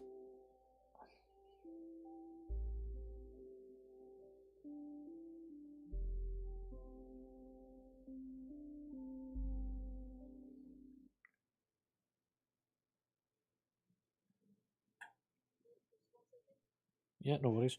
Whilst you're doing that, I'll explain tactics for this fight. Right, first phase. Kite adds away from self. This is done by putting portals at 2 sides of the platform. One that goes at yellow, and one that goes as close as we can get it all the way over at orange. If you are targeted by a copy of yourself, run away from it. Move towards a portal, wait until the ad is close, step on the portal, and make the ad walk all the way across the platform. Nice and easy. Don't worry about doing DPS to the boss again, this is purely mechanics driven. Second phase, exploding seeds.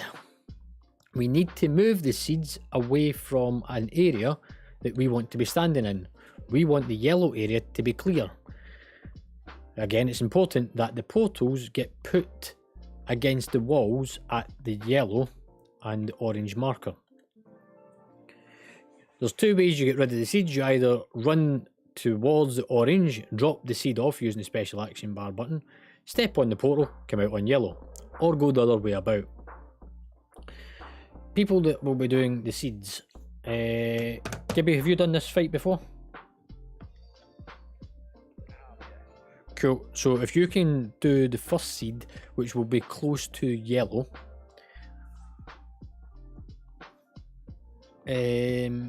Zinir, can you take the one that's at the door? Because you can gate yourself across the room. And the last one will be Nog. You'll do the one at where the bosses stood, because you can use your speedy runny thing.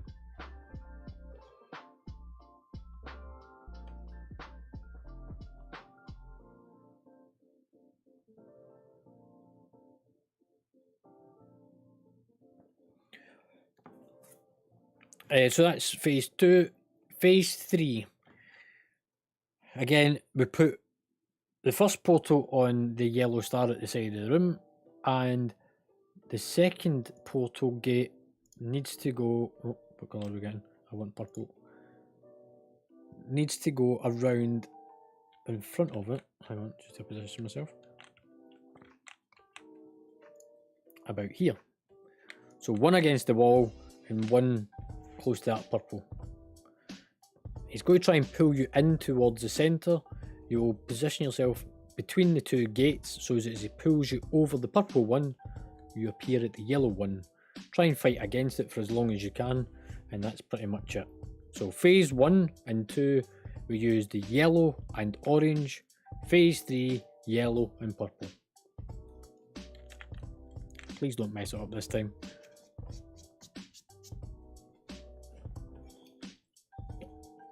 Zinir, your part.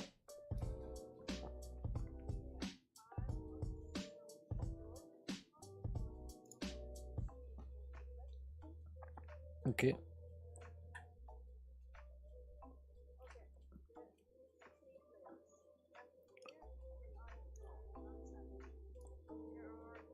Where's Mario?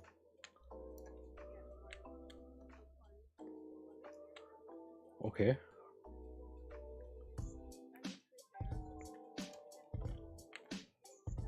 Yeah, seen.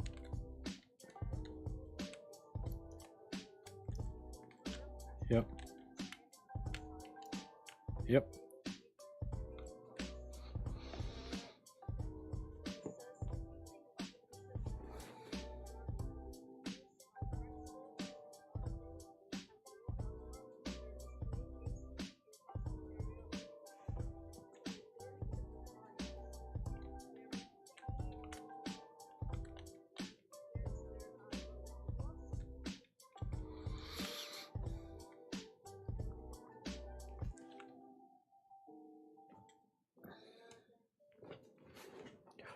Because it will be on his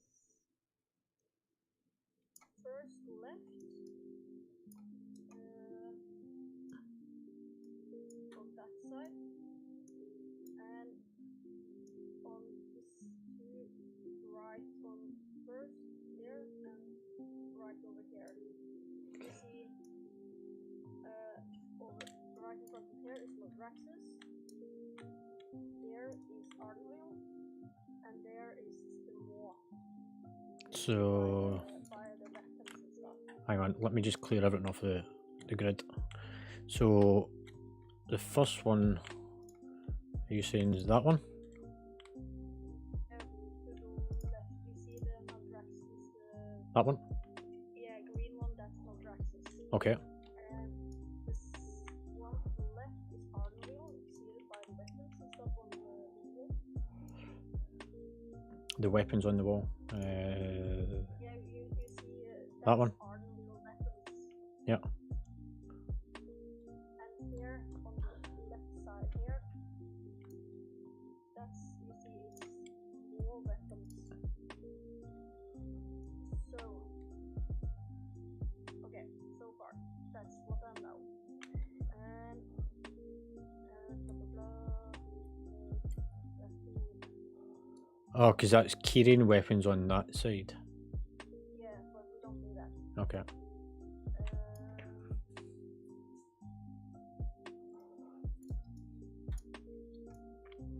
So in the beginning of the fight, 3 players have to enact with 3 anima glimmers to become a 2 anima activity. So that's the one behind us we saw Alpha. Yeah. Showed you.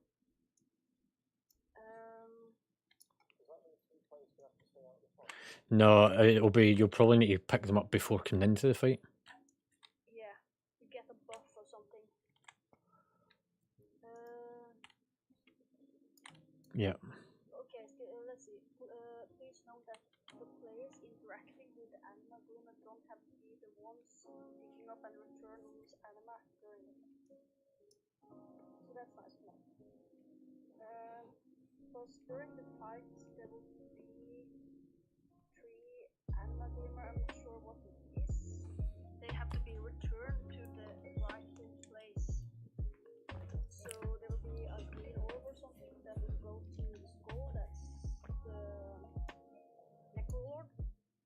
And there will be one you have to return to the moon, and so same with the Maw at the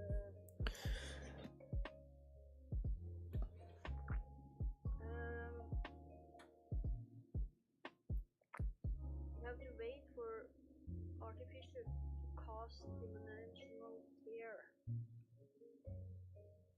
and have 2 players place one wormhole at loose anima in the middle of the room.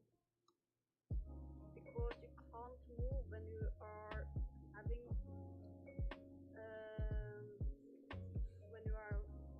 the orb or something.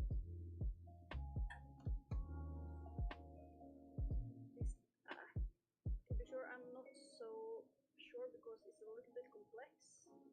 Yeah, hang on, give me a second. So for this achievement, you have to pick up loose anima in the middle of the room in each phase of the fight and return it to a display case by using the ability. Before the fight, assign 3 players. Hang on, because my text just jumped.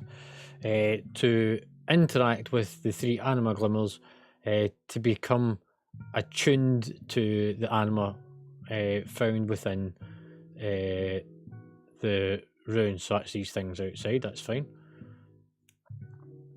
That and that. Cool, I'll look at it in a second. This is done in the room before the TTS, so please note that the players that interact, why does my text always jump? Interact with the anima do not have to be the ones picking up and returning the loose anima during the fight. Wait for Artificer to cast that tier and has the 2 marked players placed on. Oh, why does it always jump?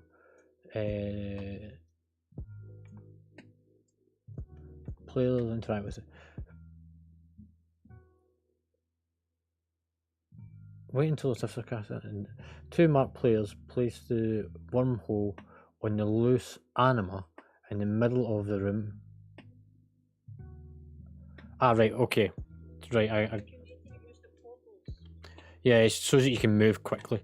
So that means that during phase 1, that kind of changes how we're going to do it then. So you'll need to put the portal over next to Skull and in the middle of the room during phase 1. Yeah, because I don't think you can achieve this achievement in phase 2 or 3. No. In phase 1. Yeah. So essentially what we're going to do then during phase 1 is put 1 marker in the centre of the room. That's where 1 portal will go, and the other portals will go to the Skull, the moon, and the purple. Sorry, the blue. So 1 goes to the middle, and the second person that gets marked up works their way around from 1 to the other once we complete 1. We'll start with Skull, and we just keep the fight in phase 1. So that's the kiting phase. So 1 player will be running about the room, returning the anima. Everyone else just don't get hit by your own things. Don't worry about the boss. Yeah, but I think the one that gets the orb or something gets stunned and can't be moved. So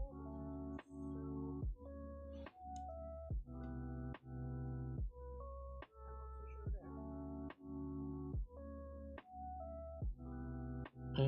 No, I don't think. Hang on, till I finish reading. Probably why we have to use the portals to shift the seeded anima, because they're ruined and they can't move, so the only way they'll be able to move to deposit is Someone blocking the portal orb. Yeah, if I had the orb and can't move, someone has to come speed, block the portal where I'm standing, and then I will automatically be teleported to the skull person. Yeah.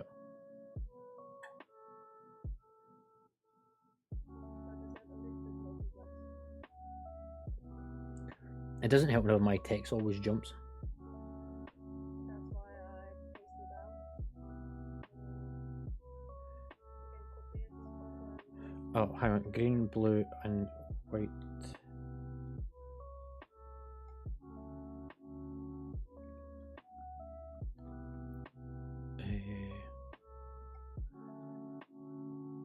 Marked by green, blue, and white circles on the ground. The player guessing the teleportation in the middle of the room can pick up the loose anima and wait for the second portal before display case. Doing this achievement, the way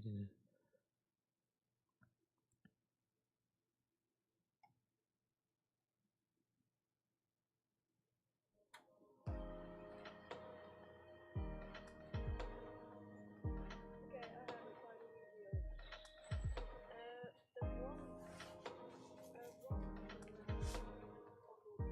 for example, four. And the second one that has portal close near the door, and the second 4, the portal lands on the floor. Click on the orb, and then you get teleported to the skull.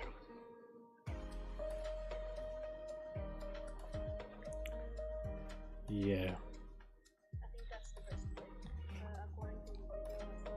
How long does your gate for re-teleporting you last?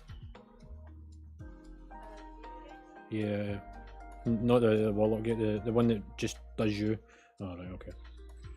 No, that is 30 seconds. Because I think you could probably get away with doing all three of them yourself. I can try, of course. We'll try that way first. We'll try doing you as the person going between the three.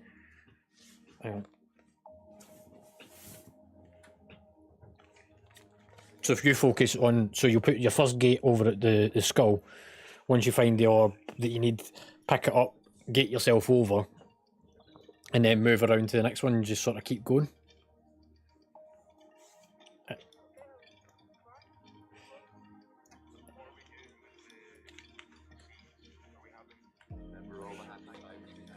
So the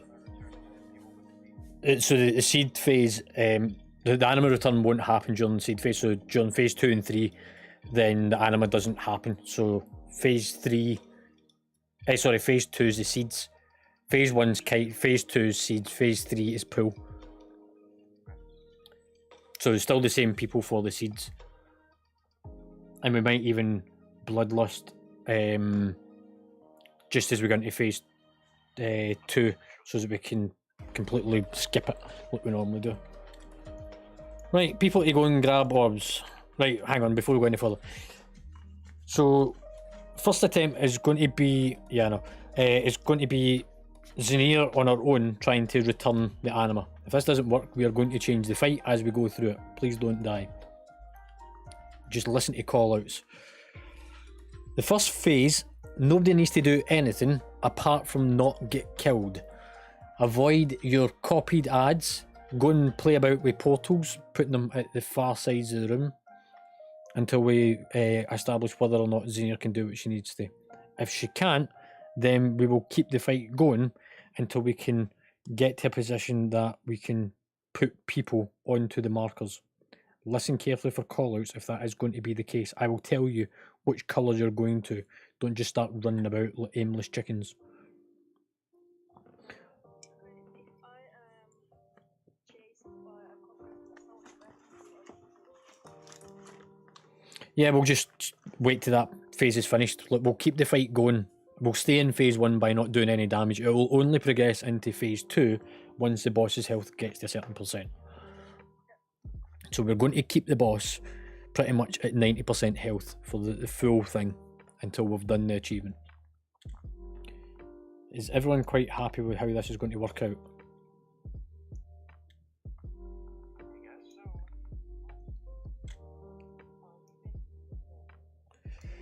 The portal will appear on random players. If it appears on you and someone else, you position yourself at the opposite ends of the room. At which point you just need to look at what player has got what and don't run to the same side. So I'll put the markers back out for the portals. No, yeah, there'll be something above you. One of these will go to the yellow side and one will go to the orange side.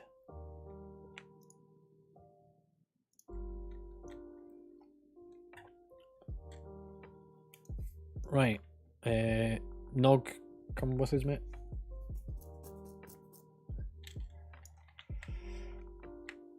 If you go and grab the Velm round at the left.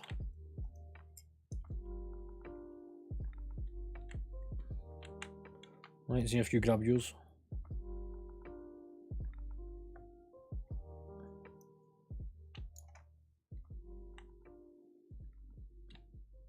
Right, that's us got the powers. Yeah, it came up in chat saying that I picked up one, Nog picked up one, you picked up one. So Alpha is Maw, Dog is Maldraxxus, and Zenir is Archwheel.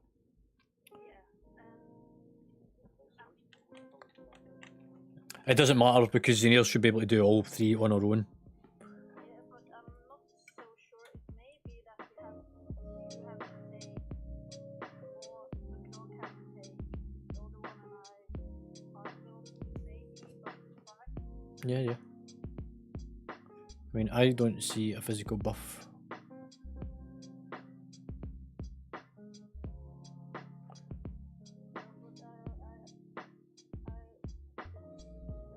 Next to the arcane intelligence and devotion aura, I see anima affluence of the anima of arcane.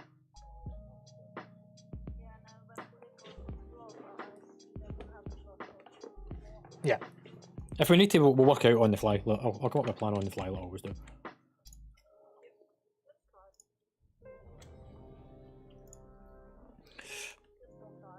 So, the important thing for everyone else just now is simply to keep yourself from one side of the room to the other and don't get hit by ads. Don't worry about the boss, he doesn't do anything important to use. Just practice the portal system, play about with them, and avoid the copied ads that come out from you. Let Zinnia do her bit first, and if that's not going to work, then we'll change it up.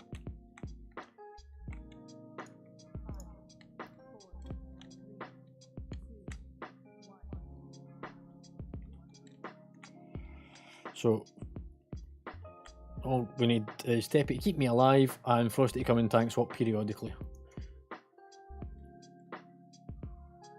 Don't hit it, Frosty, just leave it. Right, so there's the portals. So Teppy go to one side, one of these go to the other side.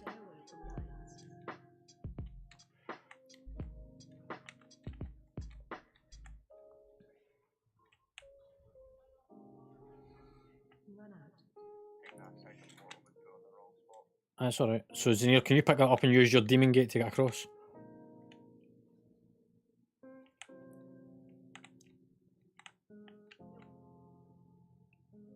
Okie dokie.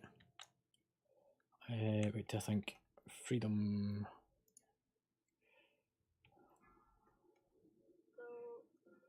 Stay away from lines. Stress on that place. Next time. Yeah. Sorry, just hang on, I've got it.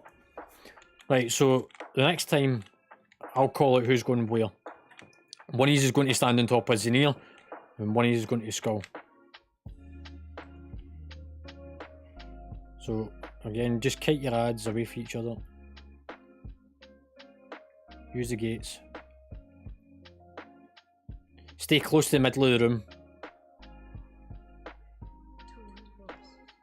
Frosty, move out a wee bit. So, yeah, and all over the purple. Stay on it. You got it? Okay, so now we're going to do the same thing again, except we're going to put one over onto the moon.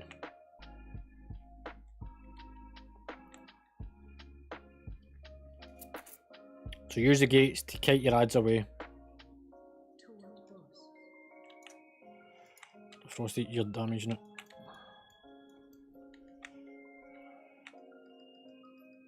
Stay away from lines.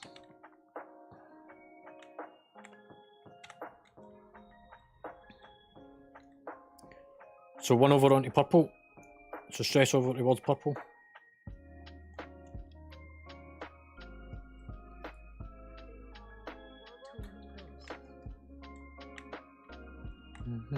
I'll maybe appear after the next one.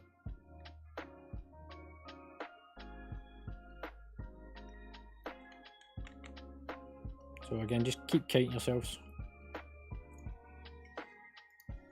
Stay away from lines. Stay out the beams.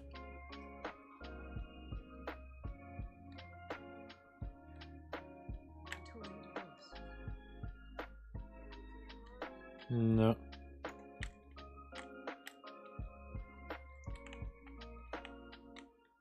Anybody else see an orb on the ground?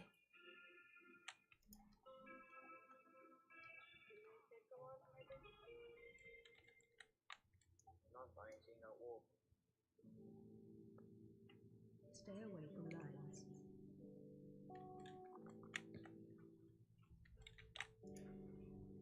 Torn boss. Might be a case of all three if you have to grab and then just stay rooted in mid until we can swap the teleporters.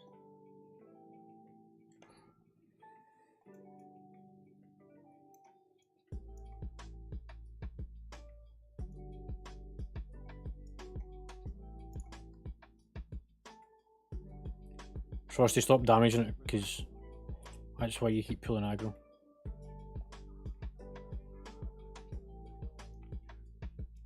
Run out. Right, taunt it now, pal. Just straight taunt. Stay away from lines. Don't need damage, just taunt. Nope, or else it is good.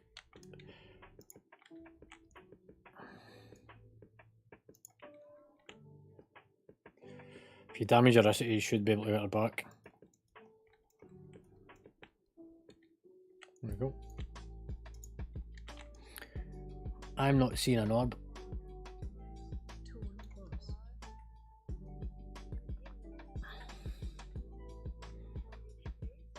Maybe. Right, we'll push it into the next phase, but we won't take it to the end. So just slow DPS it now. Run out.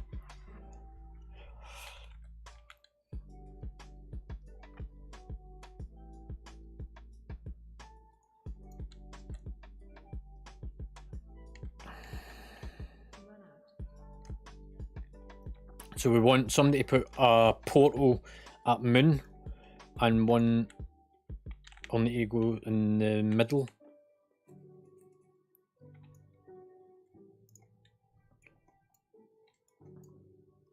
Stay away from lines. Right, do a bit of DPS just to be knock into the next stage to see if we can get another orb up. Torn close.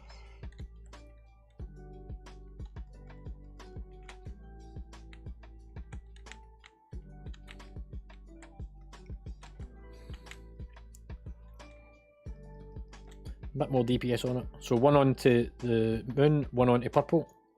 Aricity stand at purple. Stay away from lines. Roughly about 70.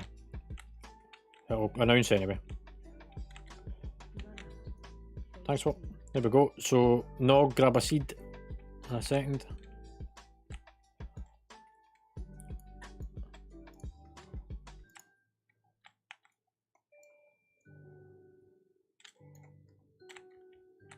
Right, so the seeds will pop up in a second.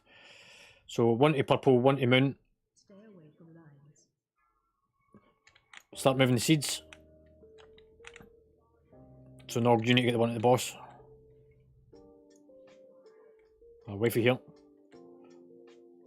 Right, just dump them. No! The fuck brought that over.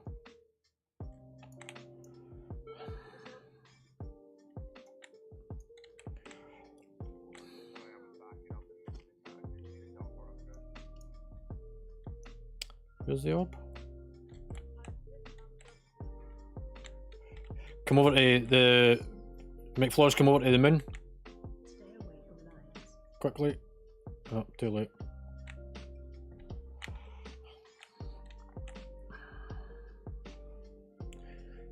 So you need to do one in every phase. Right, let's just wipe it out. This just needs people to pay attention during the second phase. Run out. Stay away from lines.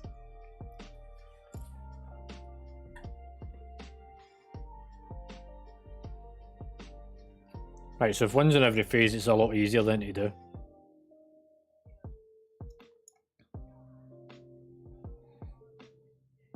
Torn close. I'm going to just clear all these.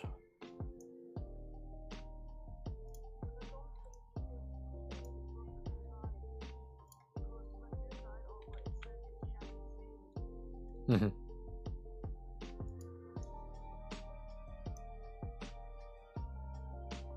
Right, so if Tepe does the run back as usual.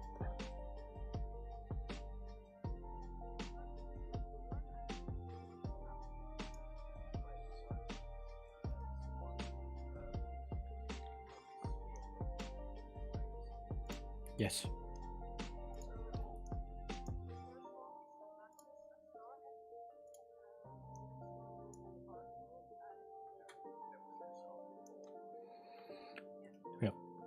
Right, so the easy way to do this then is Zinnia's got a purple marker on her so that you can find her at all times.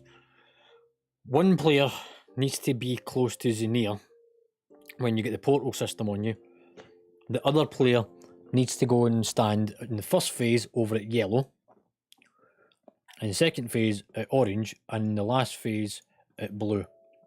So there'll be one portal that sort of moves around the outer edge, which one of you will need to do, and the second player, whoever's closest to Zinnia, which has got the purple marker on her, stands on top of her so that she portals straight across.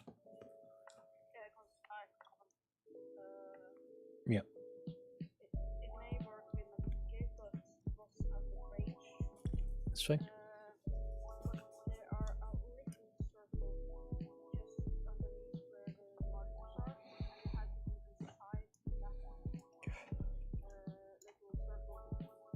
circle. During the second phase, we need to move the seed that the boss is stood at along with the seed that is close to yellow. So only 2 seeds that need to be moved. The rest of the seeds can stay in place. You just need to make sure that you're close to that orange marker on the side wall. Does that make sense to people? Yeah, I've got yellow seed. I'm just moving it like to the side, away from yellow. So yeah, all you need to do is take it out towards the door. So you take the yellow seed towards door. Nog, you're the same. You'll take the one that's sort of where the boss is towards door as well. And then you should be able to hopefully disengage straight back towards us. Because the gates will be somewhere randomly placed at that point, so we can't really use the gates. In fact, actually, Nog, you're not doing it, because I need you to stay alive for a definite.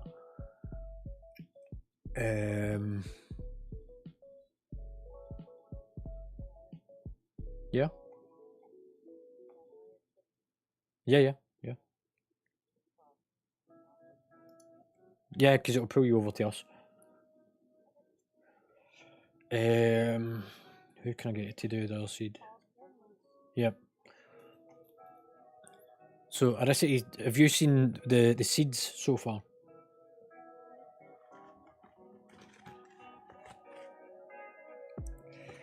Basically, there's big blue seeds appear during phase 2. In fact, Teppy, you can do a seed, can't you? Because you can roll about.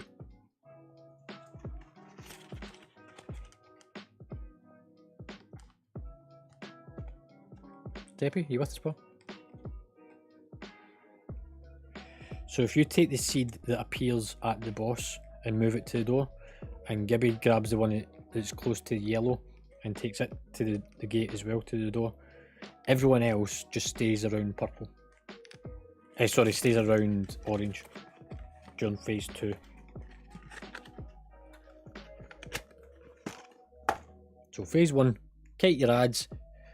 One gate goes to yellow, the other one goes on top of the little purple Mario. Phase 2, seeds need to be moved, and then we can get the power after the seeds have been moved. Once it's in, we'll Bloodlust to push out a phase 2.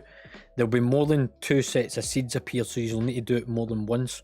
So you'll have it on the first opening phase, and then there'll be a later phase for it as well, before we go out of phase 2. So there's going to be more than one time that seeds need to be moved. For phase 3, you're going to get pulled in towards the middle. One of the gates needs to go into blue, and one will go straight on top of Zinnia, so that she can grab it, and then it's just stay alive to the end. Nog, Zinnia and me are the 3 that must stay alive. And then we can put the gates wherever we want after that.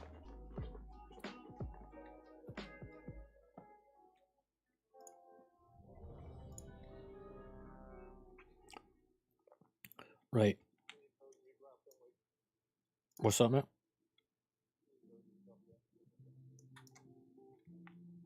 Yeah, we will do in a second. Also, we're going to do buffs and stuff, because I'm going to put down. Oh, put a feast down. So if everyone can use buffs and stuff, the reason for that is because when we do start DPSing, we want to punch through as hard as we can. So eat the food.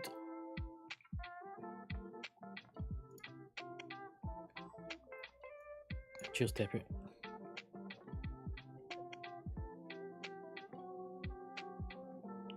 And then grab your flasks. Where's stress?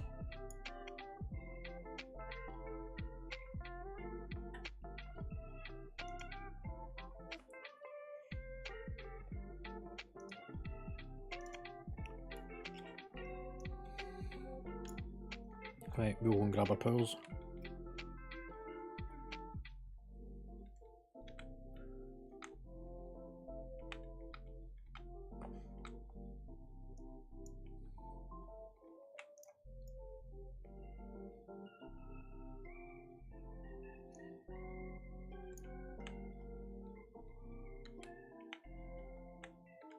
That's all 3 pearls now picked up, isn't it?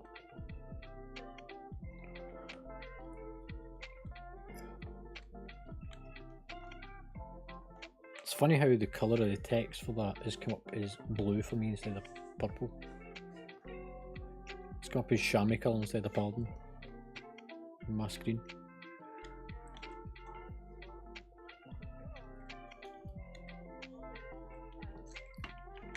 Yeah, it's like a pinky purple for paladin. Right.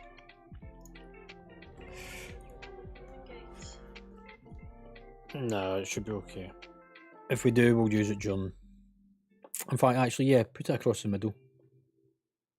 Just Yeah, from the boss to back here, not some for the seeds. yeah. So from roughly where you are to sort of halfway in between the orange and yellow. So it's just slightly out the way. Yep. So that means that. Maybe not quite as far round as that, like from where we are, so from the gate, from the doorway to that area, so like from where I'm stood just now, so round this side. So it means that if Teppy needs to get back, or whoever's going back can get catapulted straight up to us. So that's your return method for both Gibby and Teppy. So you bring your seeds over to the door and then use a demon gate to get back to the safe side.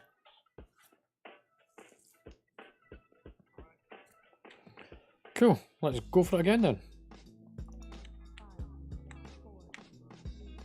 Who hasn't? Oh, yeah, Gibby, if you grab flash out the cauldron and then you can use it. You can also pick up a spear. Same with Avricity. You can grab one out of it, use it, and then pick up a spear. It means you'll have an extra one. Here we go. Good call, man. Right, last ready check.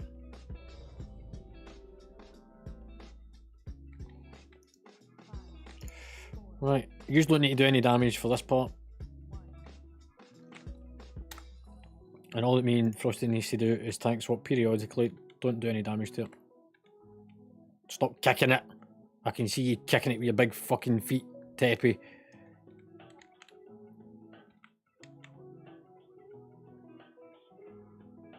Yeah, you don't need much. Stay away from lions.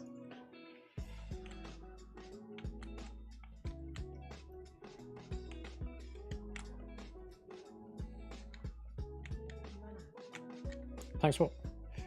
Right, so the first one will go on top of Zinir and over to yellow. Yeah, it's only just appeared. Oops, wrong player. So the next set of gates, one on the purple, one on the yellow. There we go, nicely. Stay away from lions.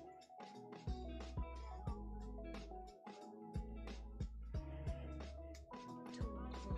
Right, now we can start taking the boss's health down, get it down to 70%. Just avoid getting hit by your own kitey things. So if you get marked up with big eyeballs, run away. Kite them away.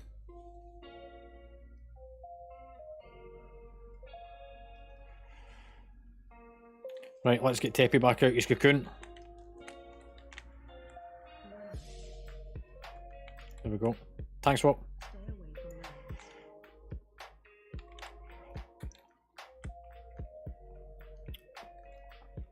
Right, we're about to transition.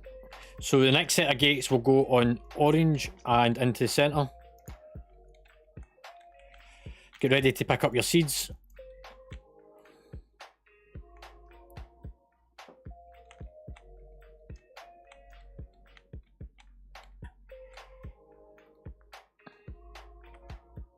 Right, stop doing damage to the boss again. Stay away from lines. Seeds.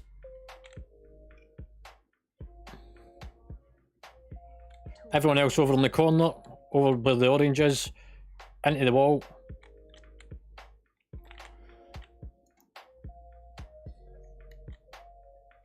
Everyone in, everyone in.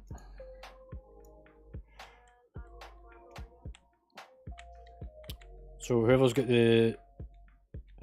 Where is it? You got it? So one on top of the purple, the other one on orange. Thanks, Swap. Stay away from lines.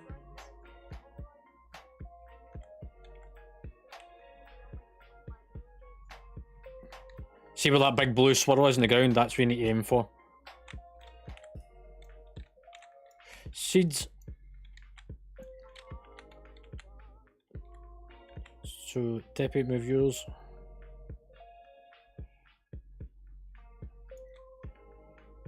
Everyone over at the corner.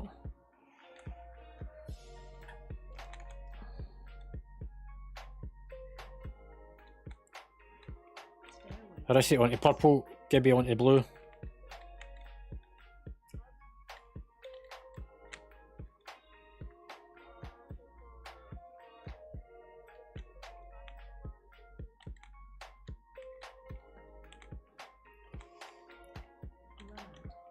Thanks, Swap. Seeds again.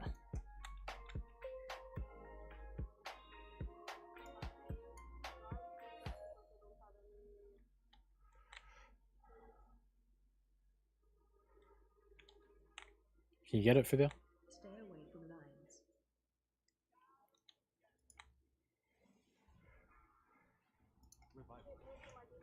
Yeah, Arisi, come to this blue thing. See where I am? No, round here. Where did it go? Oh, it's not out far enough. Right, we'll need to do the seeds again. Stop damaging the boss now.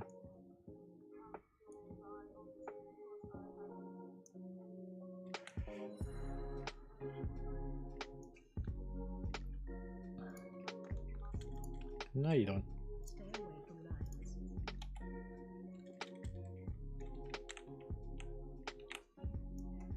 Run out. Thanks, Swap.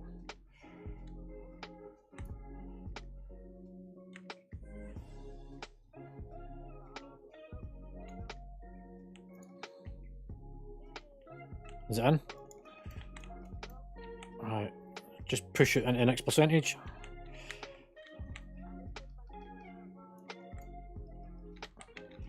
Gates. So somebody do the seeds, just so that we can get into the next part. Thanks, Swap. Stay away from lines.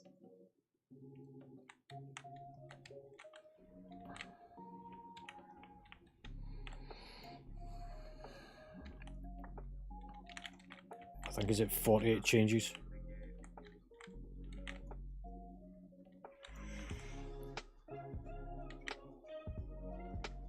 Just damage the boss, get into the next phase.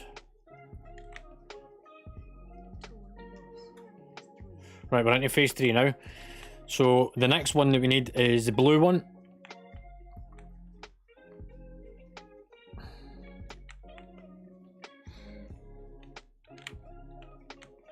So just watch for Zinnia.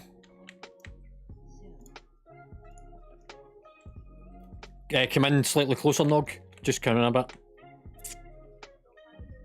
Yeah, there's got to be a pull phase. So get yourself against the wall, keep out.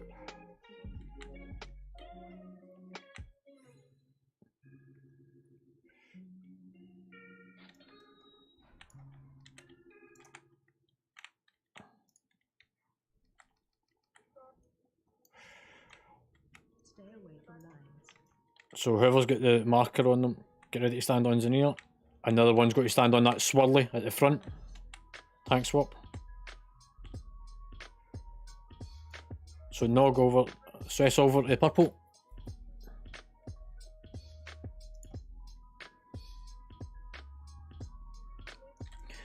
Bloodlust. Go for the boss.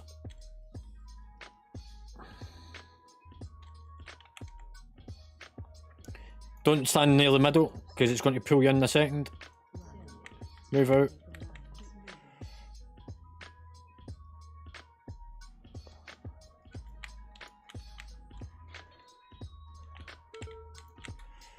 Your pod save your ass stress.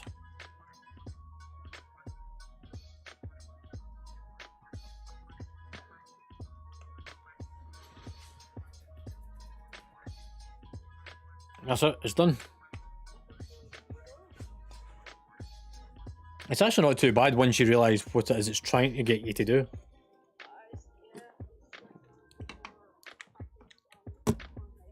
Yeah. Use 2 up. Right, quickly look.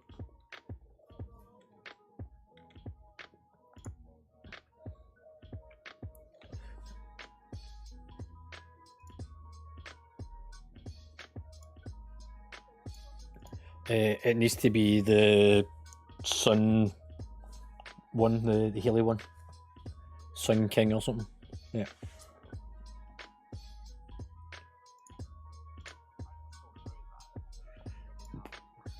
Yeah.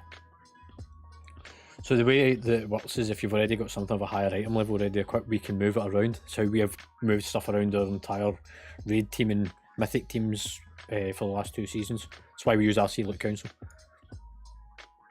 It's a bit like having the old Master Loot system without having Master Loot. So if you need it, then just put a note in Y. If you don't, just hit pass.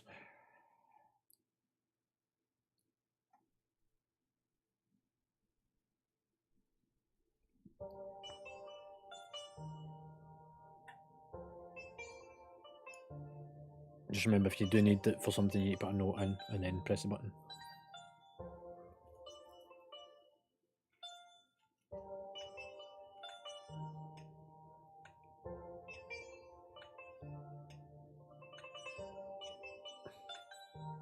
Do you see the buttons, Gibby? Ah, there we go. Cool.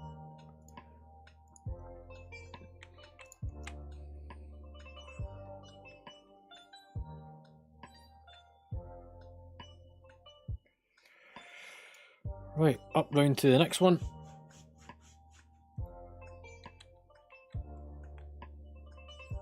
If you get attacked by a stealthy ad, you need to let us know. We're not going down the stairs, we're round to the left. So there's that stealthy ad. Let's fucking get rid of it before it kills Tepe. So stick together as a group.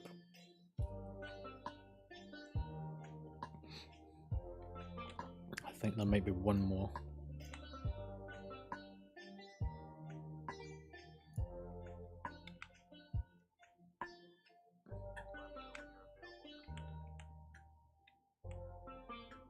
Get them. Nog, that's on you, mate.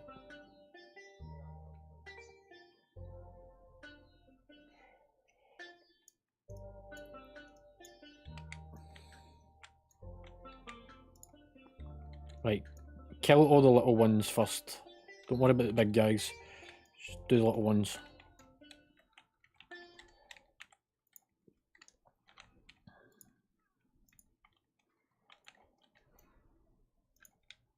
And stay out the swirl.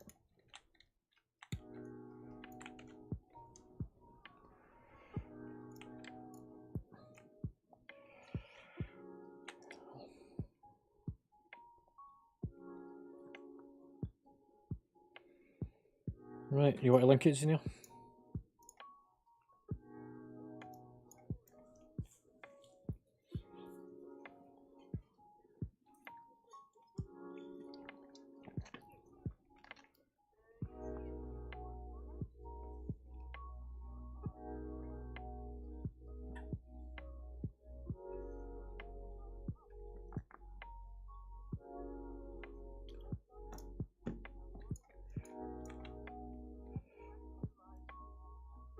What is it? The bouncing bundles?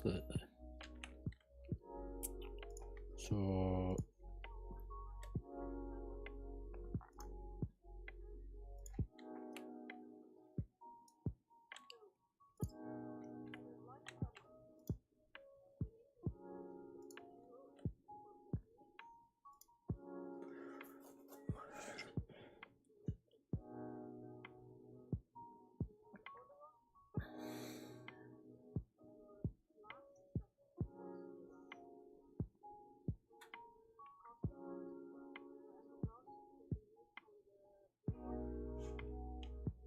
okay.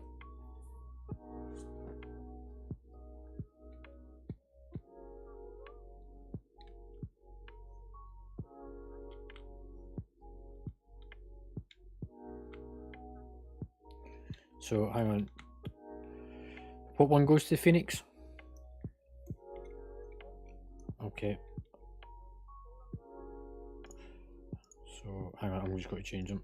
So Phoenix is that one. And was it the one at the back of the room as well? The one over here. So that's Phoenix and Phoenix. And boss. And boss. Okay. So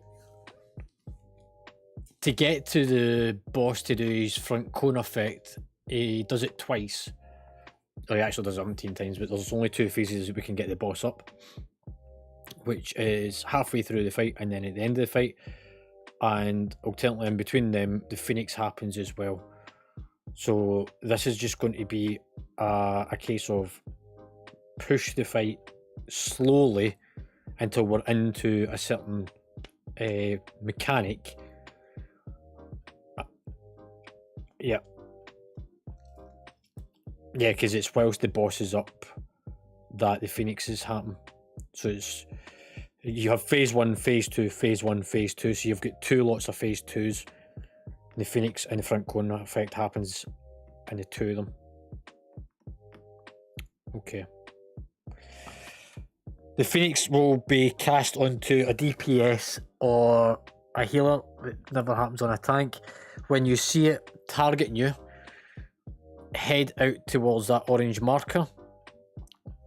If it switches, so everyone actually head towards the orange one first. That way we can get these all together. Don't kill the Phoenix, let it go over to its thing.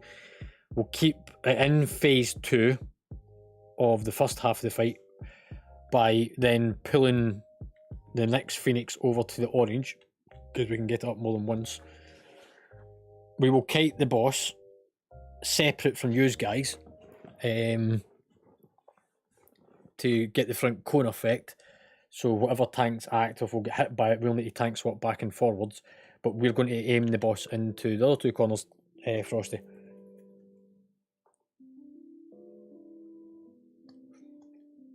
Everyone happy? So short version is we're going to push the first part of the fight just gradually into phase 2. We will stop DPSing, hold the fight in phase 2, do the mechanics. Once we're complete during the first section of phase 2, we'll then push the fight into phase 3. We'll keep bloodless for the last phase 2, which is essentially like phase 4. Finish the fight off in that. We still need to heal the fucking thing in the top of the platform. Teppy, you'll need to sort of run about and pick up the anima orbs on the ground, heal stuff up, and I'll try and help you with it. For the rest, Just 1 second. The reborn Phoenix need to be to die and get what's called lava funnel under it. It must be under the bracer. yeah, so it's got to die on top here. Yeah. Yeah. You may we are over many of us are over here, but you may die because of damage. As long as you kite it out towards it, you should have enough space behind it. So by kiting the Phoenix, you want to be heading into this back corner. and you want to kind of stay together so that you bring it in here, and then as soon as it's over it, is just bust it down. So as soon as you can see that it's over the top of it, just kill it. And then we'll do the same on the other one. And I'll play about with the boss for the other part. Traps as usual, so Nog you're on left, Stress you're on right. Use your tar traps, your freeze traps to stop the other ones getting in. And try and stay grouped together. Kick these ads at the start so that we get them on top of us as well. So there will be a bit of DPS at the beginning just to push into phase 2. And then we stop DPSing for phase 2.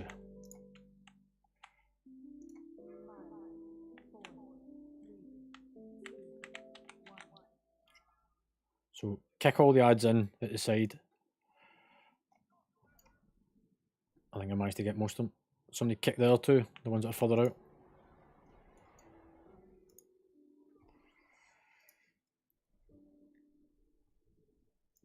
Thanks, pal. One ad at the back.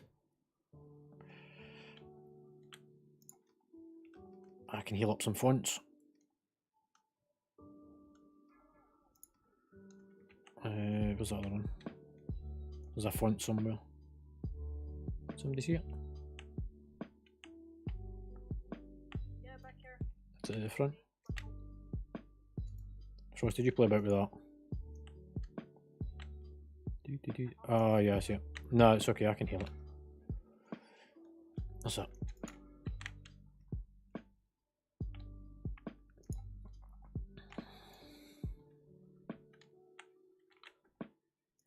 So, Tepe, you need to heal the boss up.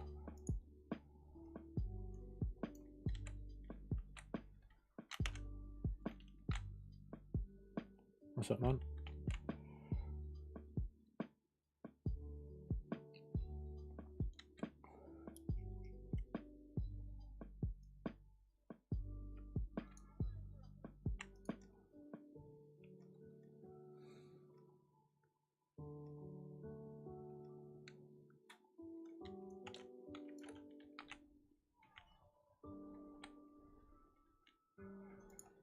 I'll do the fonts.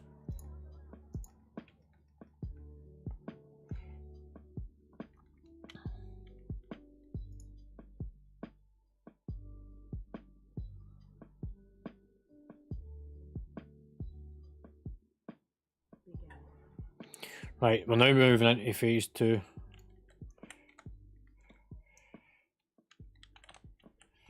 So, kite the Phoenix over to the side.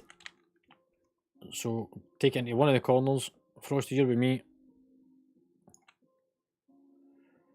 Don't do any damage to anything, just keep kiting that out to the orange.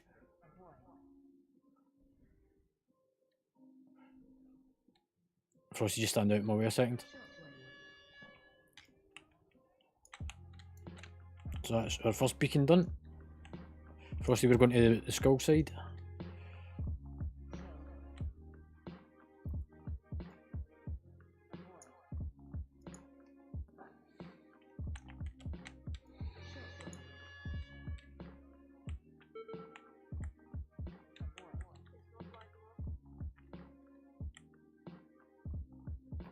Hang on, I might be able to do it this way.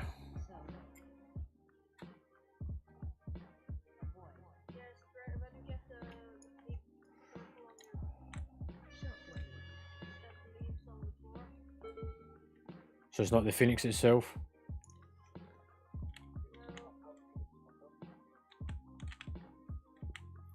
Hang on, because we might be able to do it this way.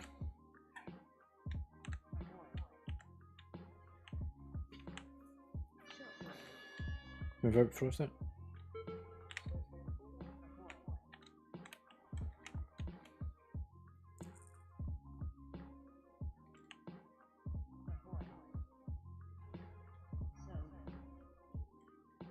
Is it the soak?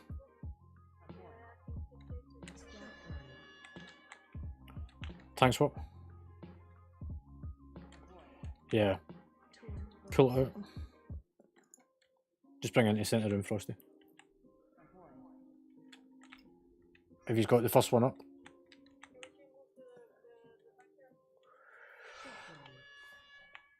Right, so if he's got the big circle around you, go into the orange corner.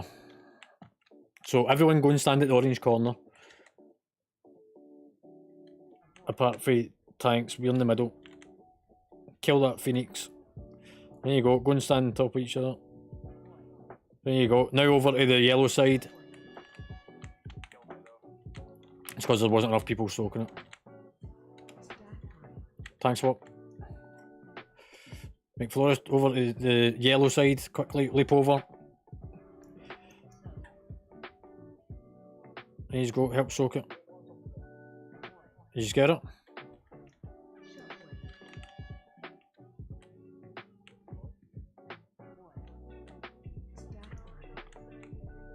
No, it's not lit. I can see it's not lit. So over to yellow. Yellow.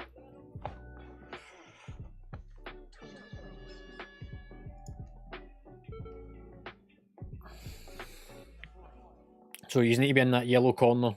You're just going to have to take the damage that comes with it for a second. I think the Emperor one is for, yeah, the Emperor one's done. Right, finish off your Phoenix. Do this fucker in the middle as well.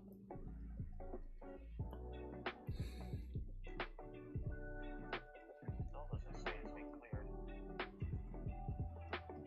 Yeah, it's in party chat. Or in raid chat.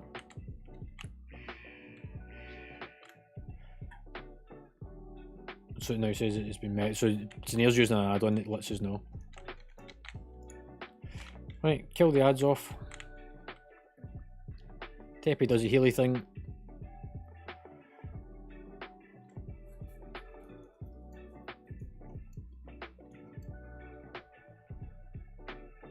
Go and do the ads that are about to go into the fonts. So put your traps out.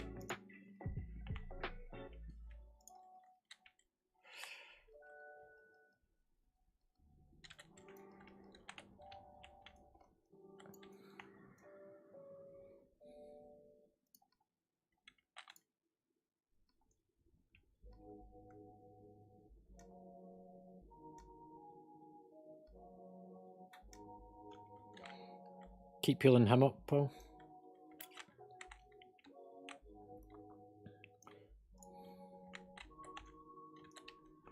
Kill off all the ads. Come stand close to the centre of the room, just to make the next part easy for us.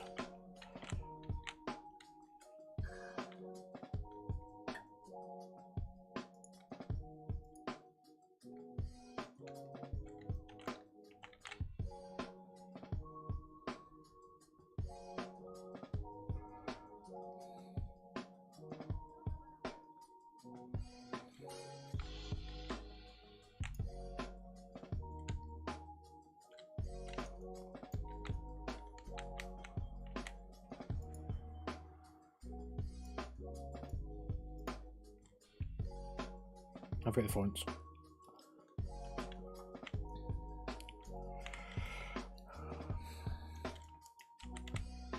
So as soon as the big ad appears, bloodlust, we can finish the fight.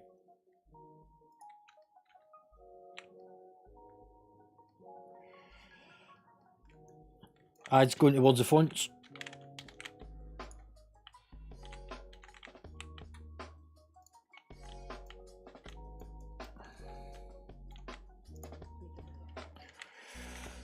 Wait for it to come onto the platform.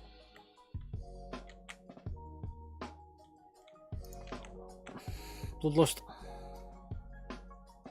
Just go for the big eye, don't worry about the Phoenix, just keep it away for you. Don't pull it through us.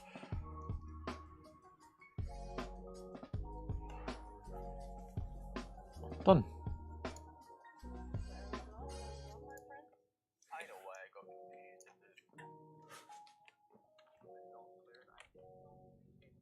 I tried the wrong one. I tried to tear the map out.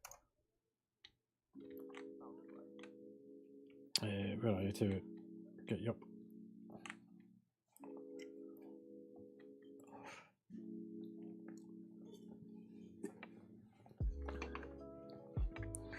Right, the next one's the dancing one.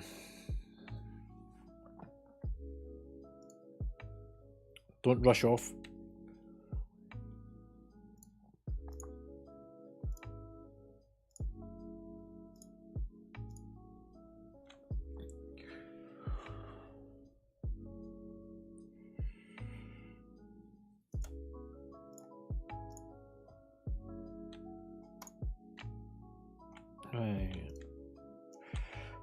Right, now we can head downstairs as a group. That way, if there's any stealthers, nobody gets ambushed.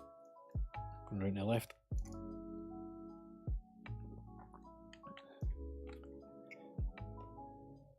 And we're going down the staircase and keep going down to get to the ground floor. So, no getting off halfway down like you normally do to switch sides, because we've done it.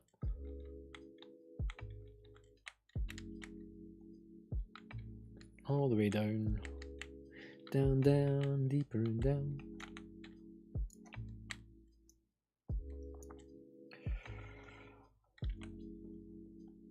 I'll see that in a second.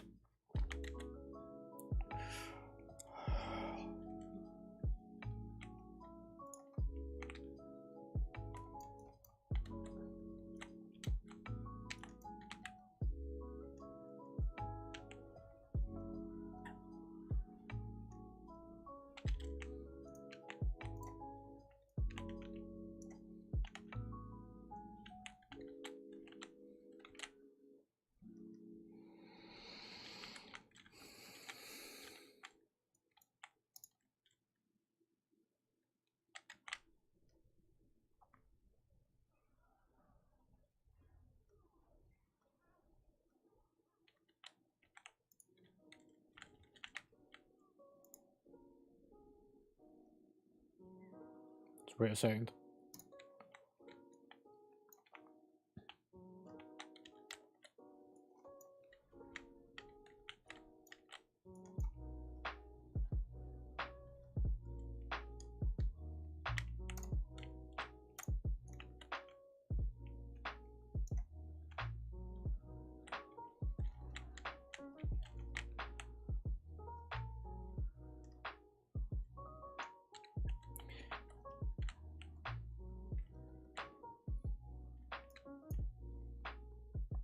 Was that touch of death for the win? Right. Oh. Somebody's got something to pass me.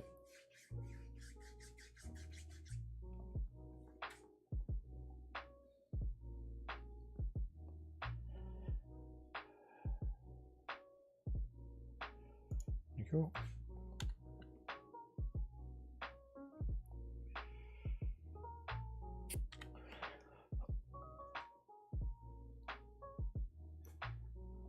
So what was this one? Every minute we will spawn around the side of the room. Simply click on it and steal a bottle of wine and throw it onto a random guest. Once 4 bottles of wine have been thrown, you can kill the boss and get the achievement. Okay, that's pretty simple at all. You doing the bottles of wine then?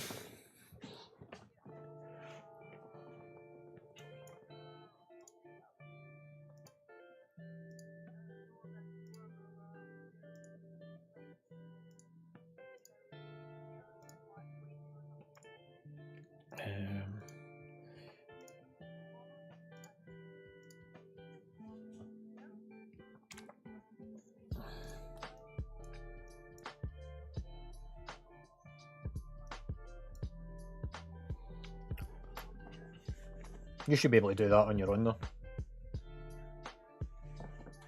Yeah. Right, for the rest of the fight, I can never remember the order is, but I have a funny feeling Niklaus has got to go first.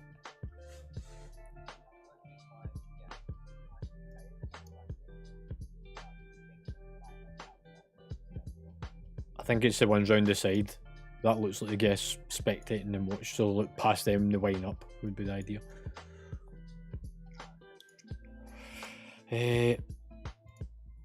I think it's Niklaus, Stravos, and Frida.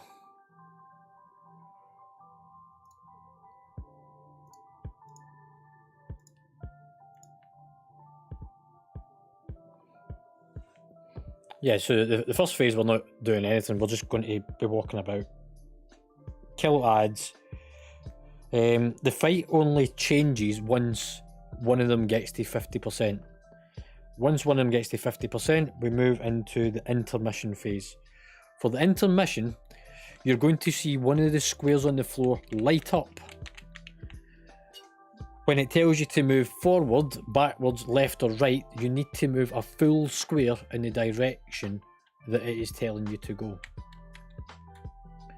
That's how you don't die. So you need to move one full square. So you find the square that's lit up to begin with, that you stand in before the fight, before the intermission starts, and if it says forwards, go forward one square. If it says backwards, go backwards one square. Same with left and right. And that's all there is to the intermission. You'll take very little damage, and you know you've done it right because it comes out with little confetti and balloons and bells and whistles, and it cheers at you, and you go, yay! And then we move on to the next part. Yeah, or you'll just see your health bar drop and you die because we'll not bring you back.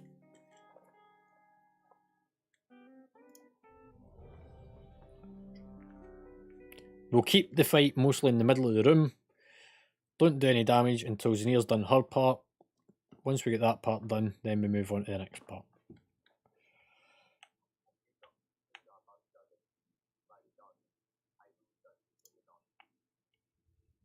Right.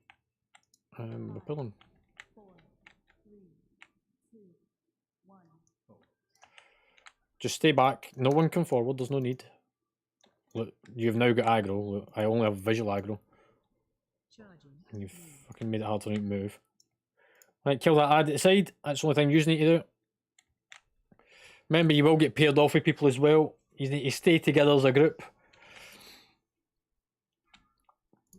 Do the kicks. So the two of you move together. Don't split up. Stay together. Charging. Move. Move together. Move together. Move. Don't stand on top of the red shit. You're going to get killed. There we go. There's one dead. Stack high. How you getting on, Zia?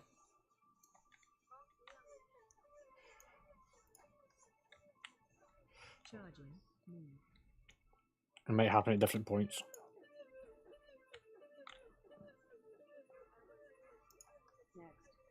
Okay, we're 1 minute in. Stack high. Oh, he's over there. Yeah, I see him. Right, the rest of you go for the skull. Get it down.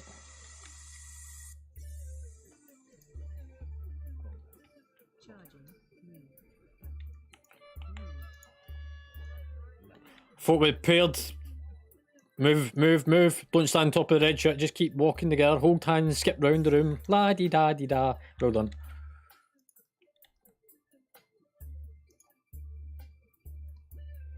We need some heals going on. Charging. Move. Stack high.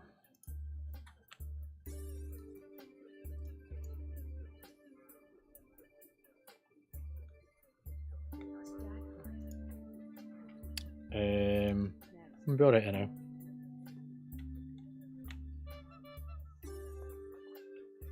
Charging. Move. Get the red one down.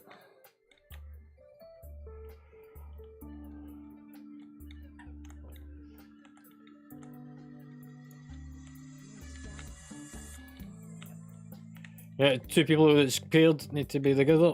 Or it's got to go ahead of blow. Charging. Is that two done?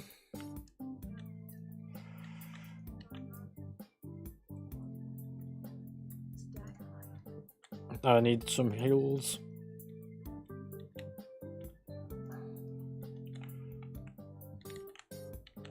Charging. Right, we need to move out of this phase. Go for Stravos, get the red one down there now. Get it to 50%. Okay, I've got 16 stacks. Kill the ad as well.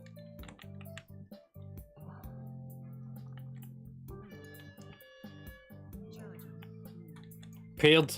Move together. Get out the red shit.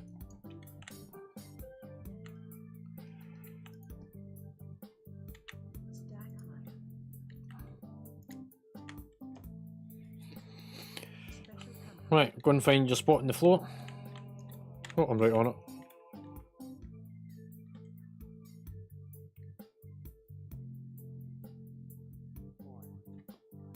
So to the right first. 3, To the left. 2, Right again. 1. Forward. Come back to the centre.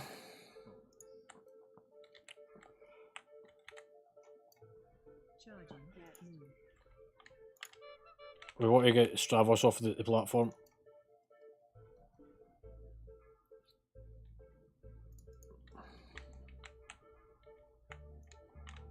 How many have you done in here so far? There's another one up.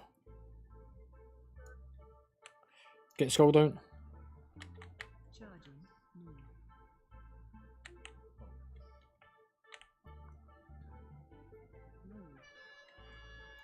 Move.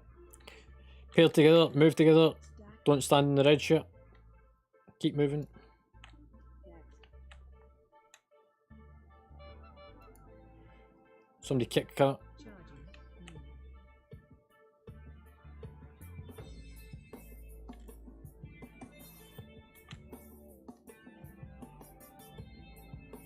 Stack higher.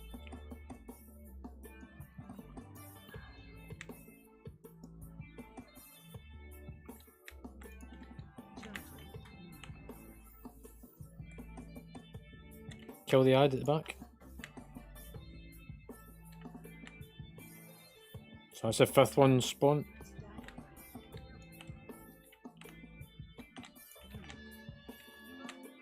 Right.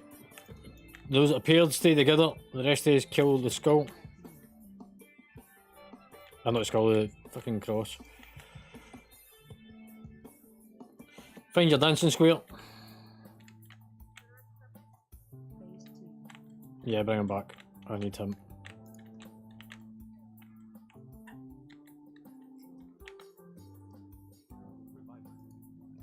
Kill the little lad. Go for the Klaus next. Stack higher. Do the ads at the side. So the one that's not got the marker on it is the one that you're wanting to kill.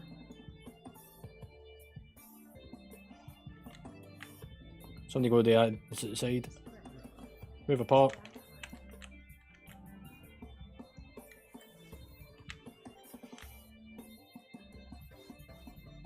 Stack higher. Special coming. Right, find your dancing square. Yeah. I'll leave it just now. Backwards. 3, Right. 2, Left. 1. Right.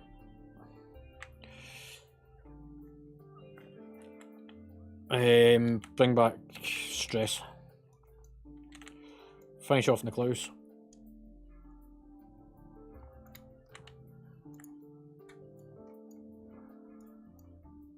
Do the ads. Next.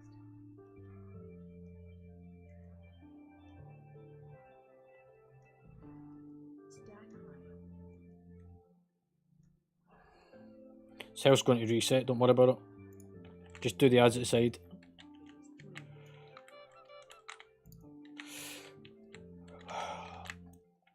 Do the ads. Bloodlust. It will go into a dancing phase, but we want to push this into it so we can skip the other mechanic. Spread. Spread out. Special coming. There we go. Find your dancing square.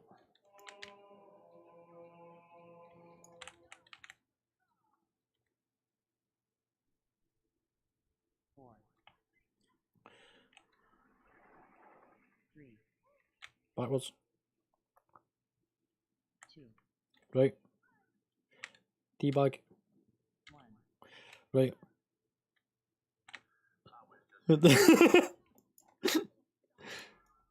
Well, you were sat there. Yep.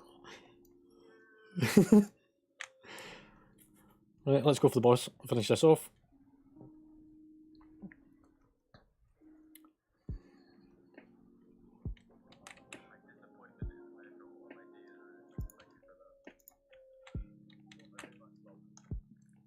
I don't know, I thought it was good coordination. I managed to do it whilst dancing. Yeah. Welcome to Shenanigans Central.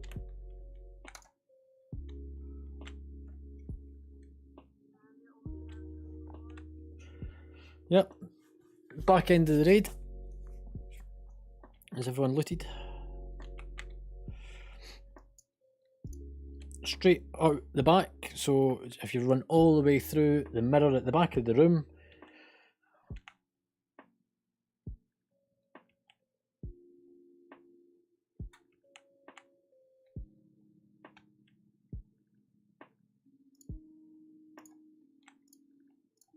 and then if you need to repair, there's a repair vendor out the back.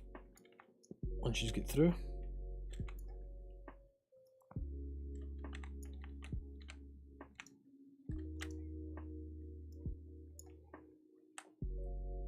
I don't think I need these.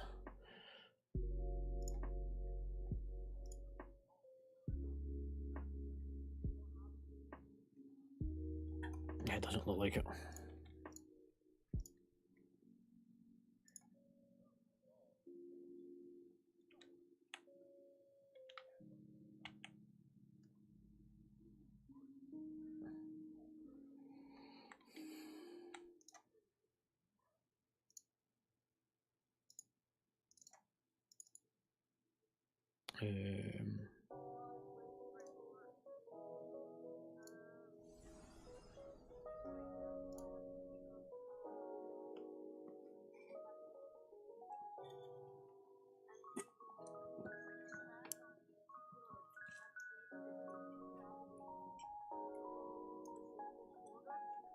Okay.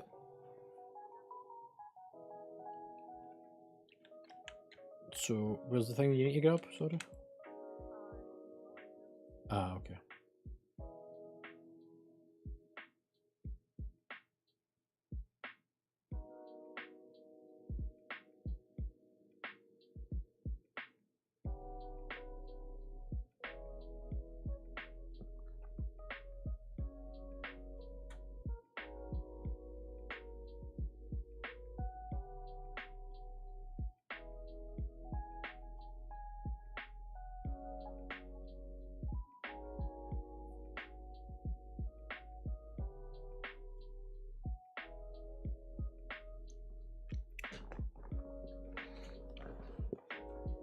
Yeah, no worries, mate.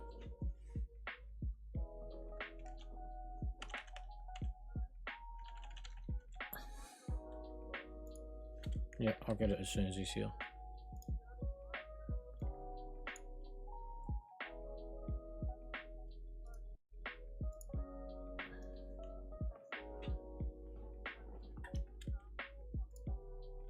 Yeah, I see him.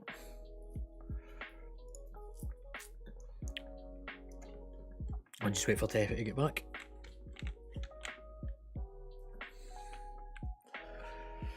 Right, fight mechanics for this is very easy. You will be paired off with someone with chains. You need to stay close to the person with chains. If you don't, you will kill your partner. Stay out the brown shit. Move back for the boss whenever he stomps the ground. When the big brown swirly appears around the boss, move outside of it. And stay out the little brown swirlies which land on the floor.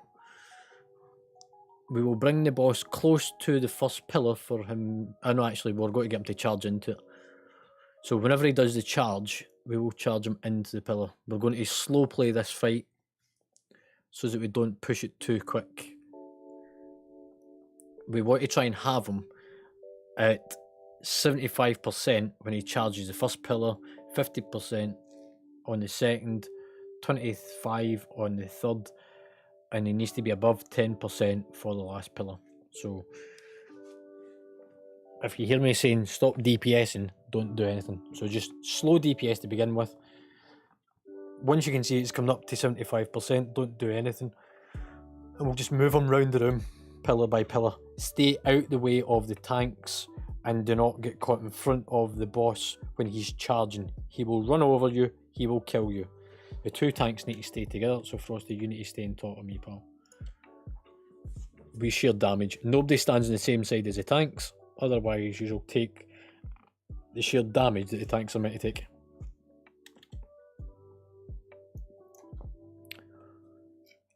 Tepe, you back, pal? Cool, do a ready check. Yeah, everyone just stay within melee range of the boss. Just park yourselves under his backside and walk backwards away from him when he does the big brown circle. Don't get caught in his shit, literally, because you'll be under his arse. Right. We'll keep Bloodlust again to the end of the fight, just so that once we've got the achievement we can just push it. Everyone down the right hand side. We actually, no, cancel that. Yeah, no, if you stay back at the door, I'm going to bring the boss down here to this side. No, if you just go down to the first door that you came in. Frosty, if you come and put yourself over to here, all of you want to be kind of grouped together so that when you get chains on you, you don't have the issue of killing each other. So stand in one group, which will be on Nog.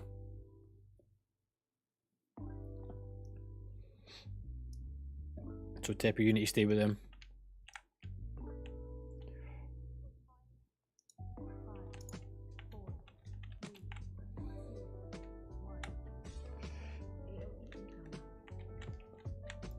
Hurry up, Fatty. Let's go down this side of the room.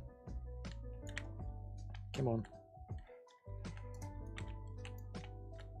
Right, me and Frosty can now stand together. So those that we change, just stay together, stand top of each other.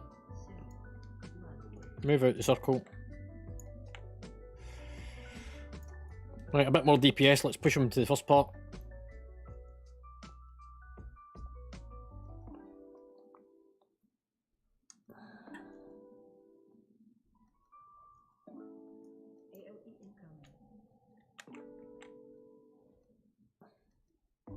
Right, he's going to charge just shortly. He's at 80% range. Move out the circle. Stay away from the front of the boss. He's going to attack one of us. Frosty behind that first pillar where the moon's on top of it.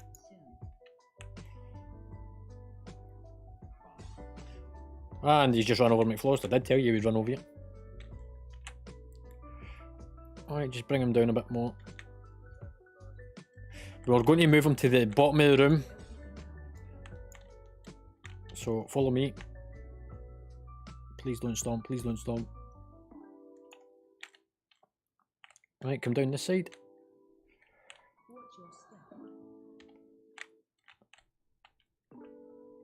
So you need to stay together because the chains and everything, so get out your pods and stuff.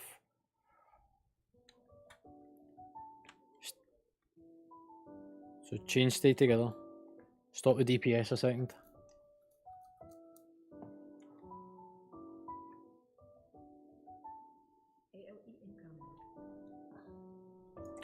Right, slow DPS. Move out the circle. Stay away from the front of the boss, he's going to charge in a second. Frosty, move out the way, pal.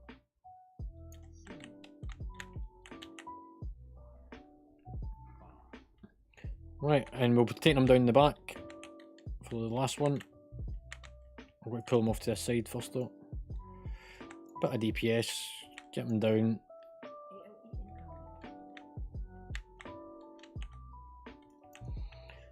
So Frosty, come to my side, the rest of you stay behind him.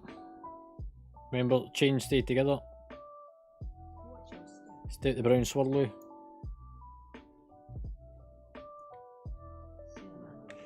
Out the swirl.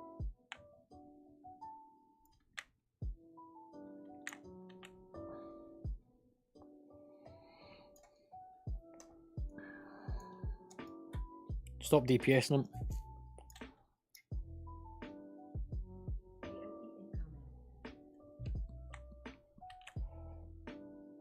Just stay together with your chains. Out the circle. He's got to charge in a second, to stay away from him. Frosty out the way, pal. Nobody in front of him.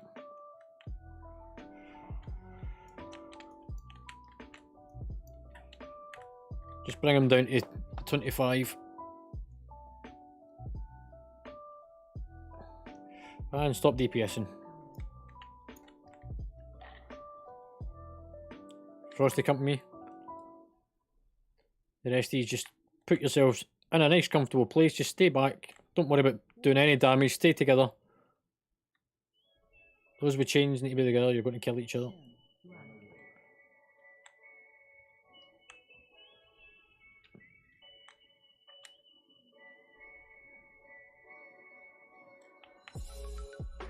You don't need to be under them just now. Just deal with the mechanic of the change and you'll be fine.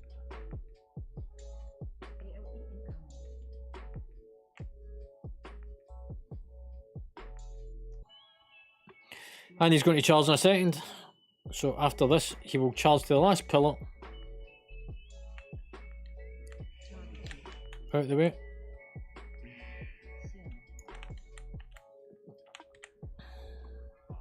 Bloodlust. And go for the boss.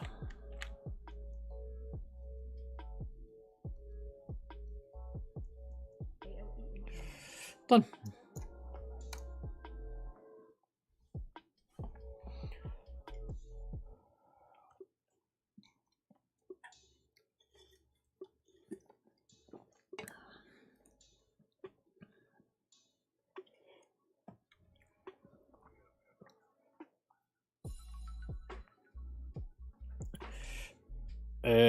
I think if we lose people, we can't do the last two bosses. For numbers. I could be wrong. I know, but that's only for guild achievements, isn't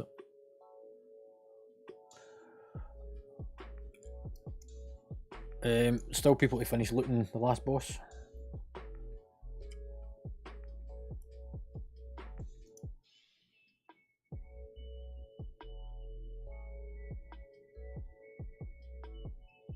So I think McFlorist and Stress Shoes have still to loot.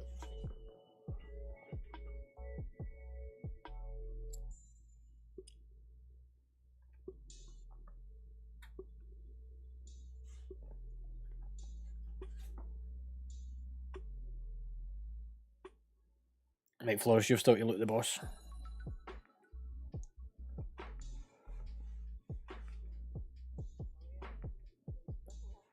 It says you've still to loot the last boss. Yeah, you've still to loot it.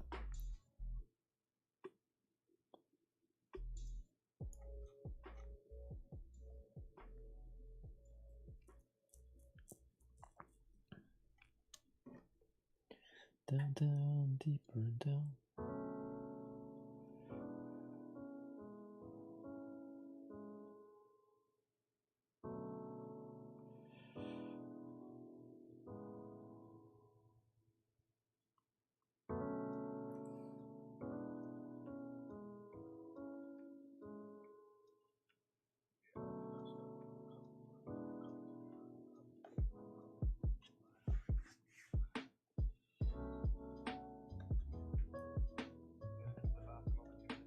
Cool. I mean, it's just a normal raid night, Stress, except for the fact that you're getting a mount once we finish.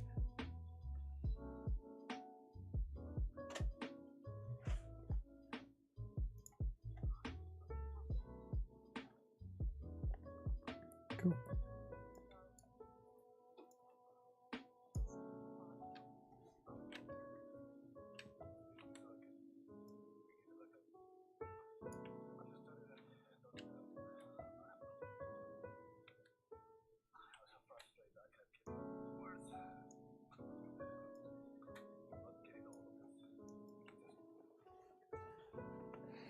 Yeah, for most of this fight, there's not a lot to do because we need to achieve certain mechanics.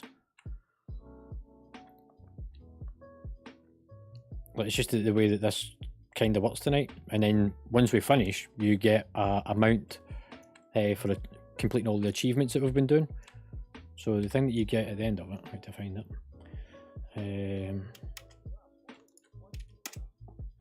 it. Glory of Nathria Raider, which gives you the mount, which is the bat, I think.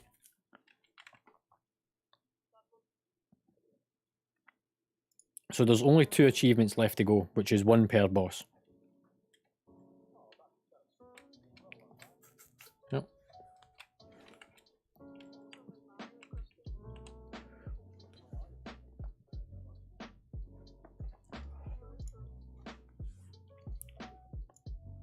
So yeah, there's literally 2 fights left to go, 2 achievements, and you get a free mount out of it.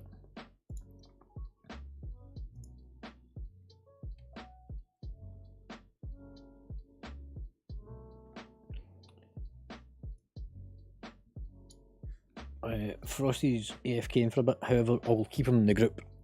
I think I can probably solo tank this one.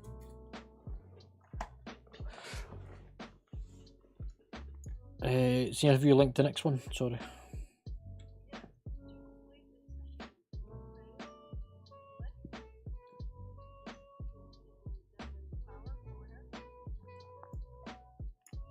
Whereabouts are you? Oh yeah, it's seen.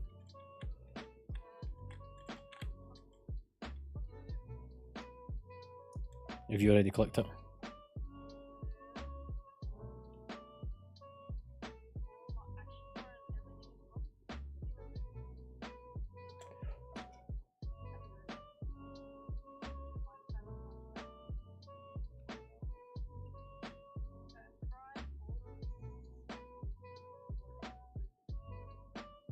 Oh, it's to hide your UI so you can take pictures.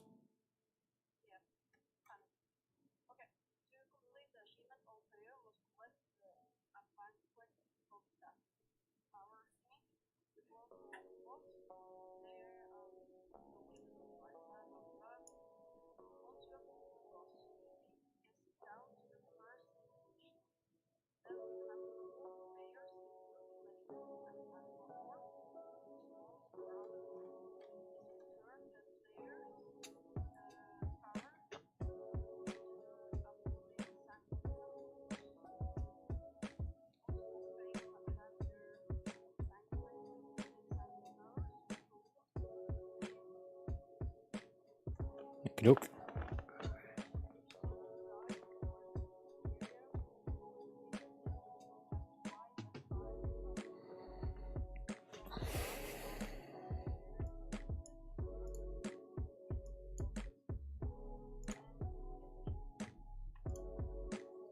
So it can all be done during the phase of the anima. It's actually not too bad.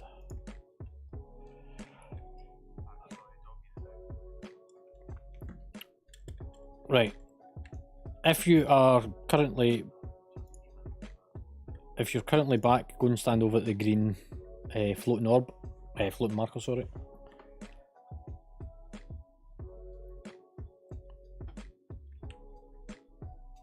So Frosty's AFK'd. He's about to do his chores. Yep. Frosty.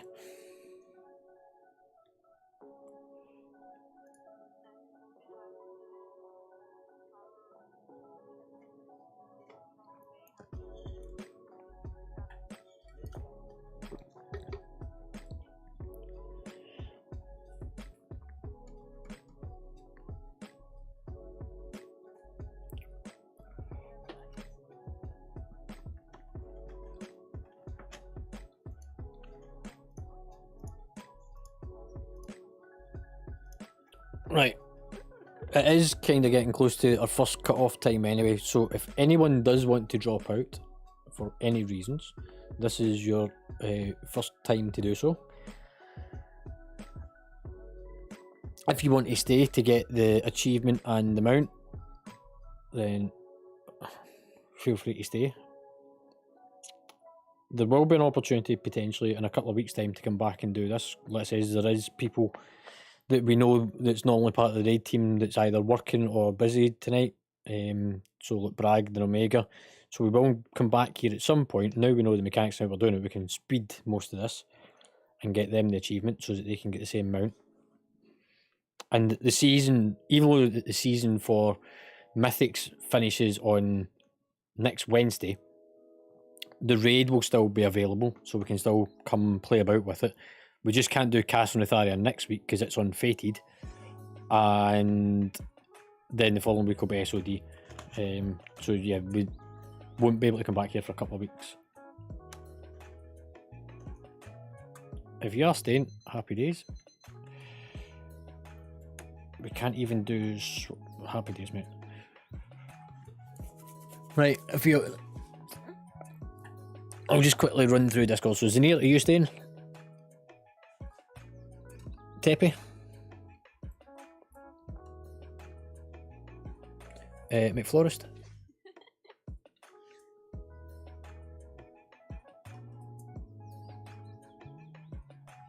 Yeah, it's literally 2 bosses and you get a mount at the end of it. Ericity?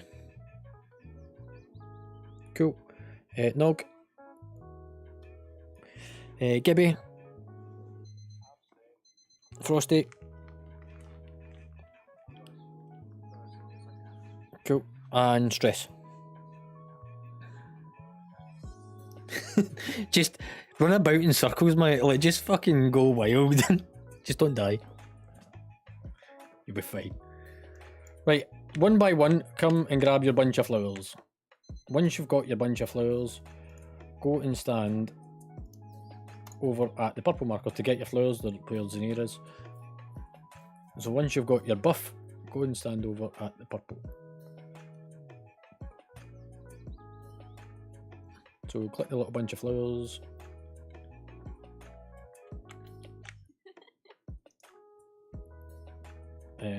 Tepe. Right, hopefully everyone has got the bunch of flowers.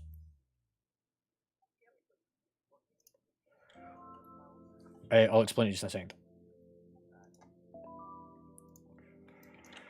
Right, so for the mechanics of this boss, there is anima that gets thrown onto the floor. That anima would normally be taken to the guy that's chained up at the back.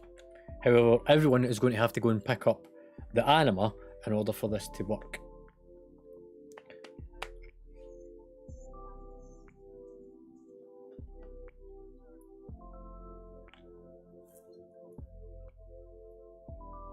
So I will call out who's to go and pick up the anima one by one, so that we know that you've all got it before returning it to the boss at the back. The anima is big red blobs on the floor. And as long as we do that part, the rest of the fight, which is the lethal parts, we should be okay to push through it. We shouldn't have to worry about people dying, because once we've got the achievement, the criteria, it doesn't matter who stays alive. But we're going to aim for everyone staying alive.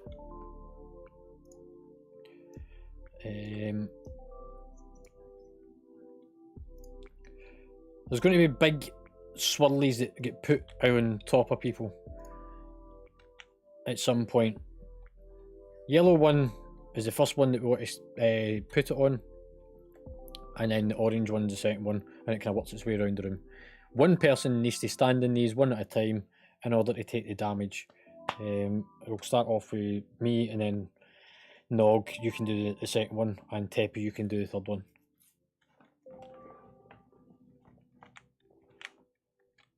Cool. Everyone step in. We're going to trigger the fight. There's going to be waves of ads before the fight begins.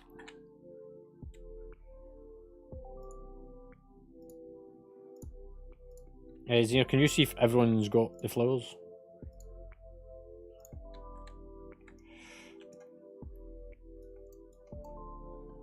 Right, just clear the ads off the platform, nice and quick.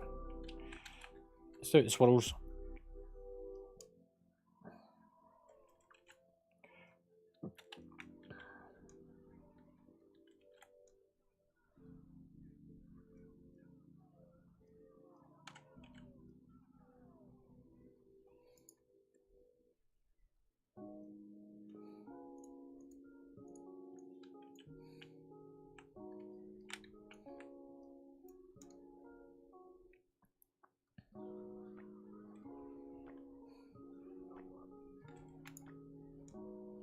I get killed off ages ago. It's the wrong time of year for bees.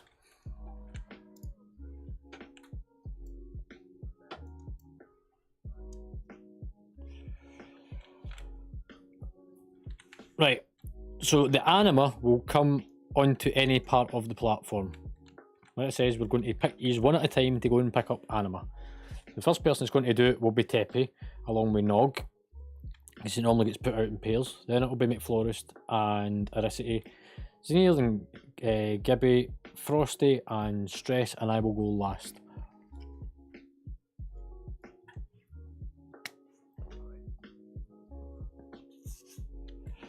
You need to keep a hold of it until it goes to, what did you say, Zenir? How many stacks? So,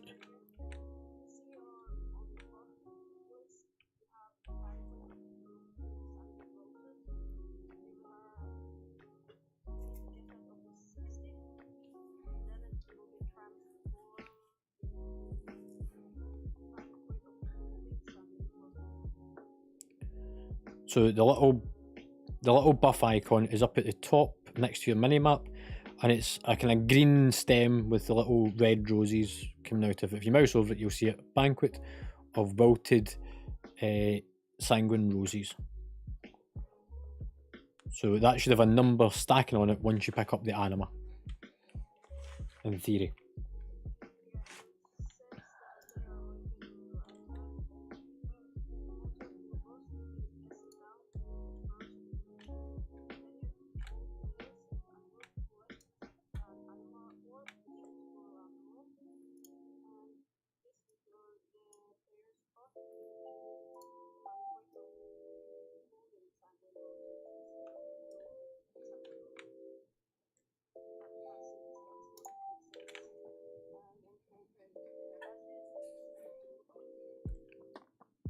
Right, the first one we take down to the first stage is the one on the right. The other one's going to fuck off, so we can do that nice and easily. Is everyone happy and content?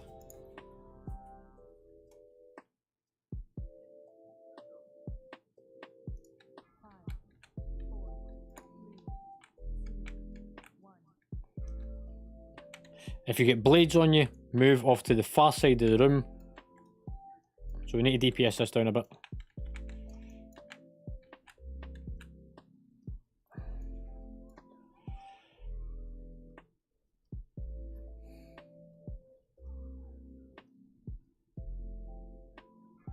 Two with blades run off to the far side of the room.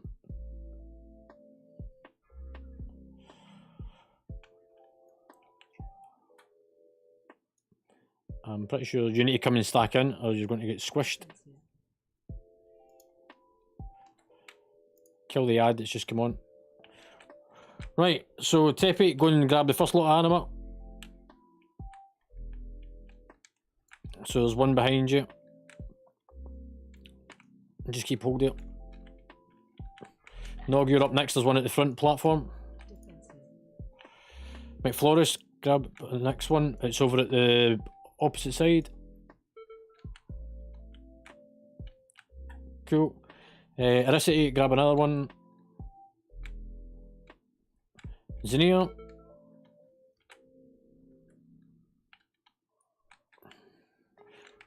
Gibby, you're going to be up next. You got one? Stress, come and get the one just next to me. Happy days. Just stay away for the blades a second. Everyone stay away for those two that's get marked up. Frosty, go and grab the one that's behind us. And that just leaves me. Hey, I've got one. Right, let's kill it.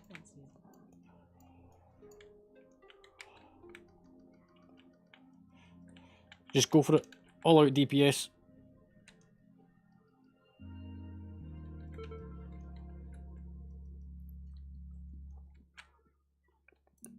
Keep the blades away from each other. If you're not targeted by the blades, stay out the way of the folk that is.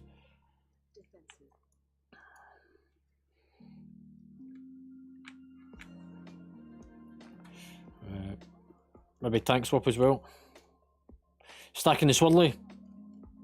Oh, too late. If you get that big swirly on you, come in and stack with everyone else. So stay close to the boss. Stay out the red shit. Blades move away. If you're not a blade, stay away for those that are. We need to run this anima back into the boss, by the way. That's what we're missing.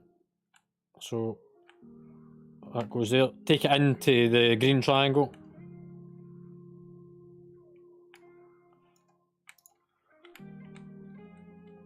So any anima you see, just return it to the triangle. Here we go.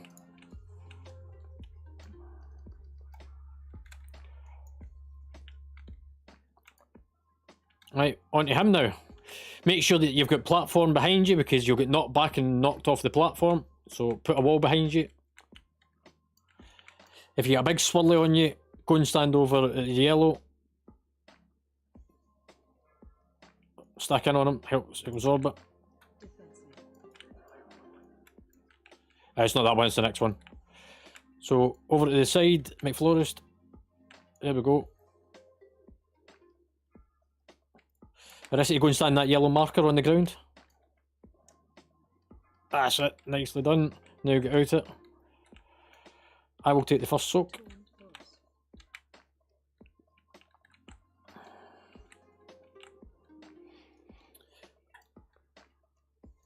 Run the Animan.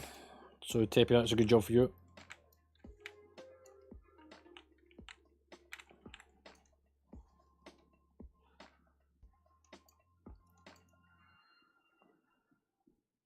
Stacking that swirly. Come close, come close, come close. Don't.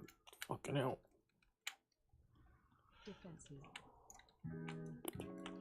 Try and not run out with it. I'll soak that.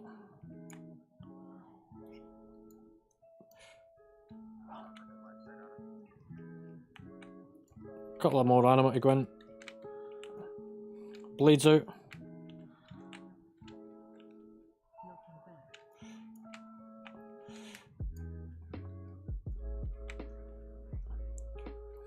Kill the skull.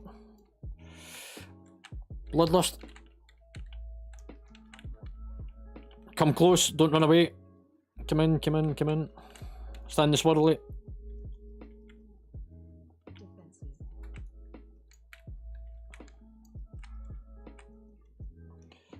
Blade out.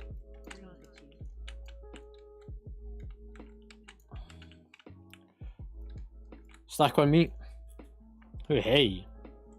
Easy.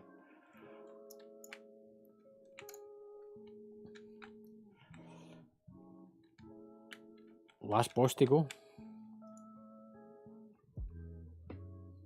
What was it? I didn't hear it.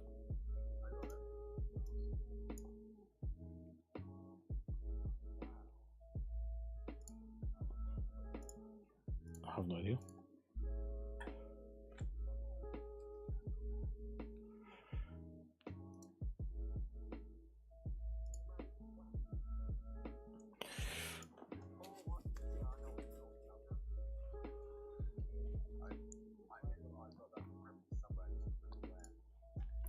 Right.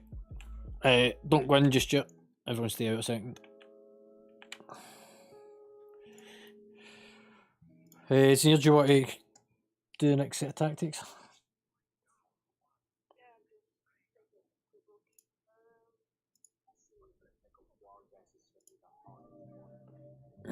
Probably not.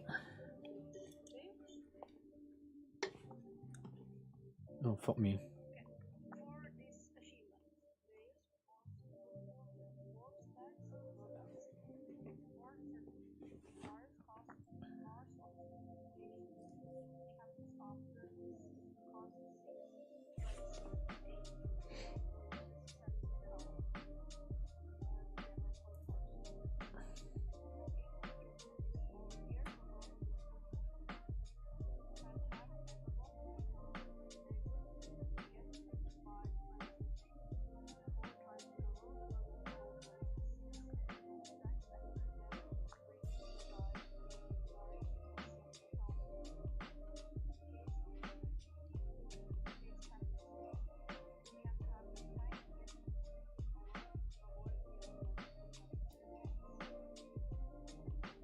So the short version is we just need everyone to have the buff taken off them.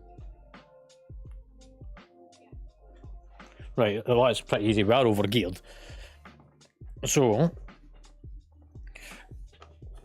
I'm going to explain the downstairs phase first, because it's the more complex part to this fight.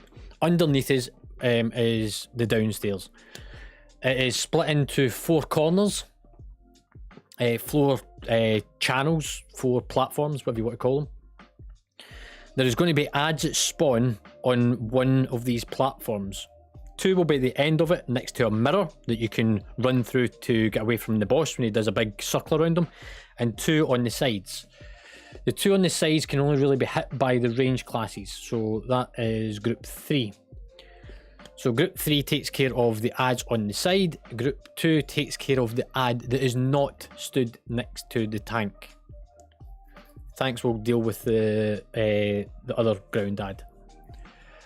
When the big circle comes up, run through the mirror to get away from the boss, and then we come back to the boss. There'll be a dancing phase, and then we bring him into the middle once we've got rid of a certain amount of percentage of his health, and it just becomes stay close to the middle, don't get knocked back, kill ads, avoid beams, avoid cone effects. Standard mechanics. I will call out those parts as we go through them. The important part is get the ads on the far platforms, the ones that we can't reach as melee classes, down nice and quickly, and it'll be nice and easy. For the first part, everyone is going to stand directly behind me and get hit by the cone that's going to push through it. So we're going to form a nice big conga line. Everybody conga, na na na. And you'll get hit by the red beam. A whole pile of ads will spawn. You deal with the ads. I will stay with the boss. We will move round the platform. We will go clockwise to the left. Same thing. Big beam goes through us. Just make sure you're stood behind me to remove the debuff off of everyone. We want all 4 debuffs removed by the second time that he's moved, which is to the left. We'll then push the boss to 70%, and then we run into the middle of the room. It'll be nice and easy because you don't have any stacks of debuffs on you, and then we can finish the fight off as normal. Everyone happy with that idea?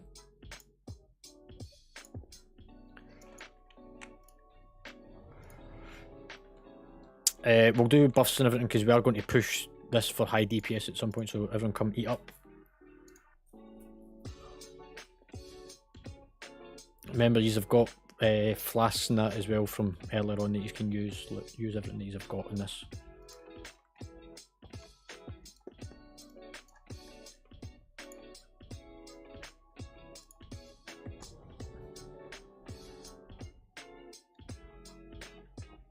You alright, mate? Alright, okay. Right, everyone come into the room.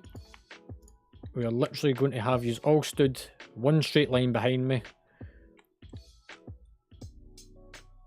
That includes you as well, Frosty.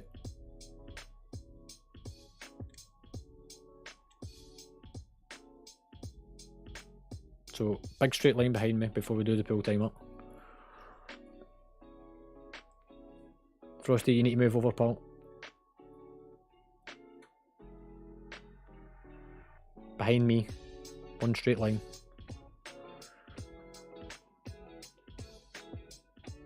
Frosty, please stop messing about. Look, I will just kick you. And no mount for you, so take your pick.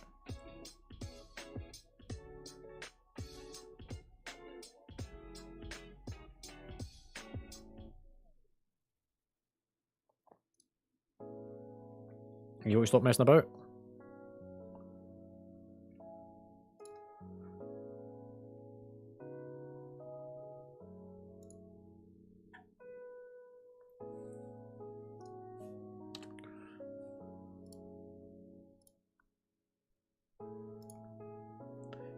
Stand behind.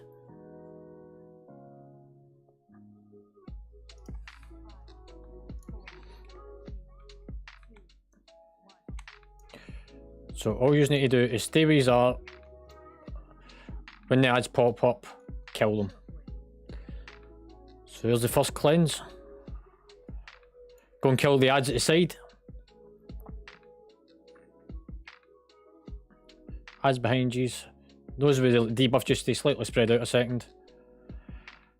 And then everyone come back in behind me. You've got to get moved in a minute. Behind me.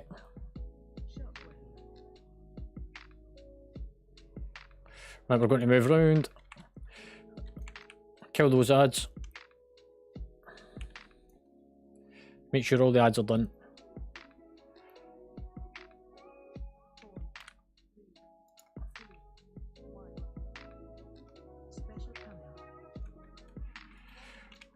Move round the room.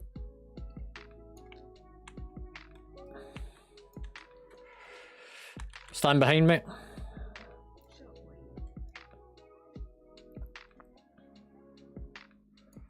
Kill ads.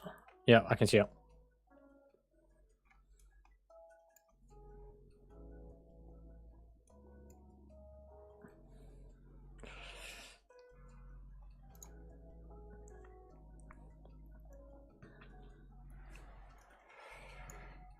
And behind me. Here we go. And go for it. Open up. Kill all the ads.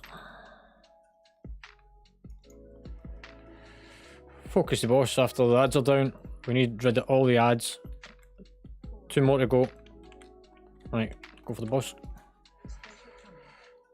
We're going to move around the room to the last position. And we're now going to move into the centre. So everyone in, we drop down, and then it's just a case of focusing for the last part.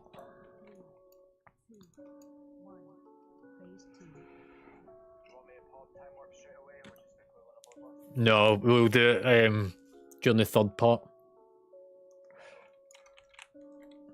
Right, right to see where's the first window. Right, here we go. So we'll go and do the ads on the sides. Melee group take the left one on the platform. Tanks take the one at the skull.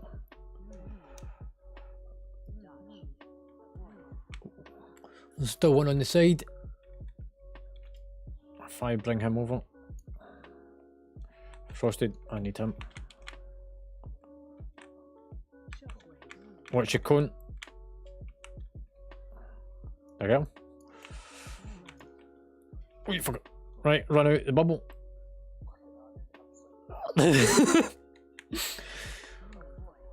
Yeah.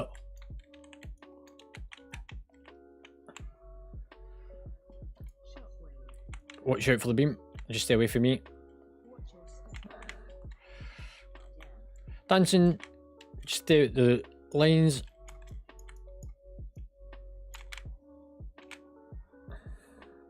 Any more ads up? Watch your beam.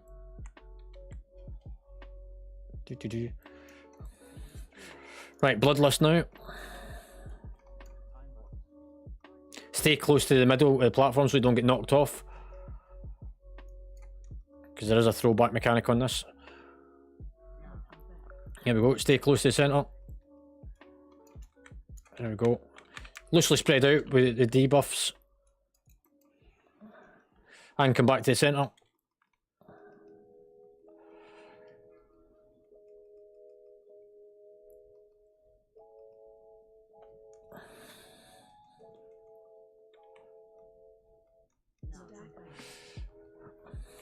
There we go. Everyone gets a mount.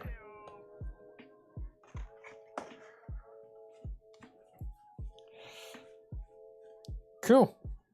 So that's this. You just need to wait for this to finish talking shit so that we can loot it, and then it's done. Whilst it's talking its nonsense, do some quick feedback. Stress, you're up first.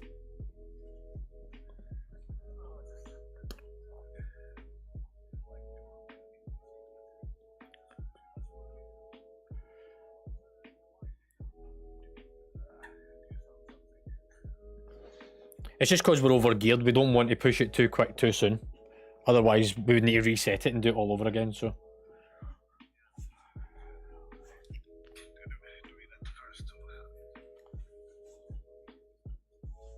Okay. Frosty.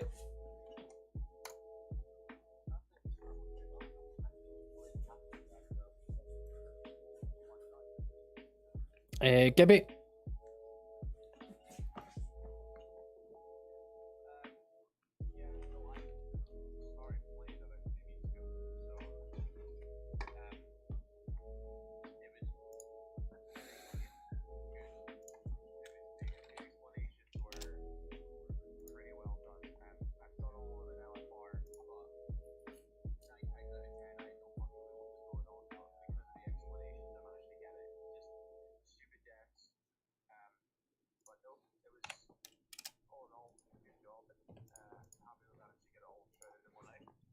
Cool.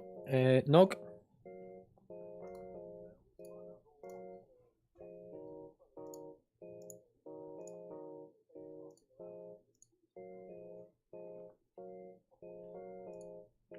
Yeah. Aricity.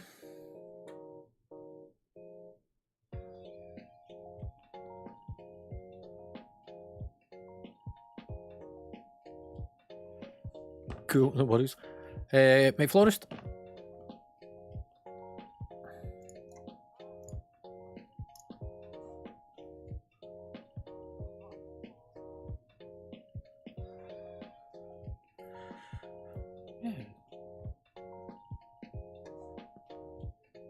Yep, and you get a nice shiny mount. Teppy.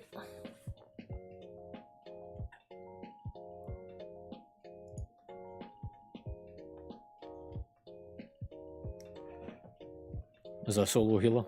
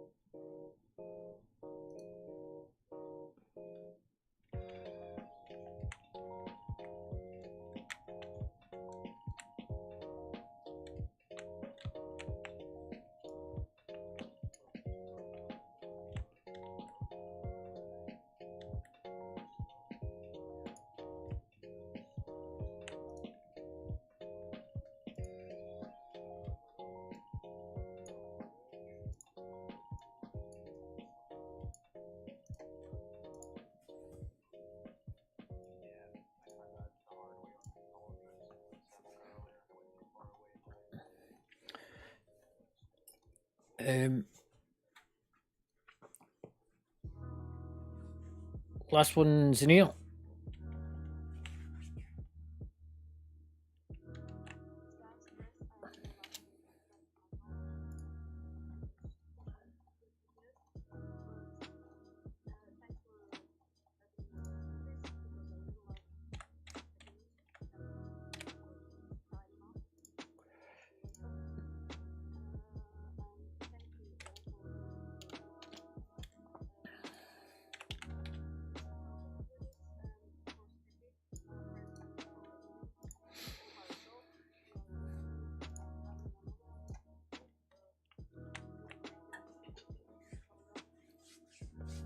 Right.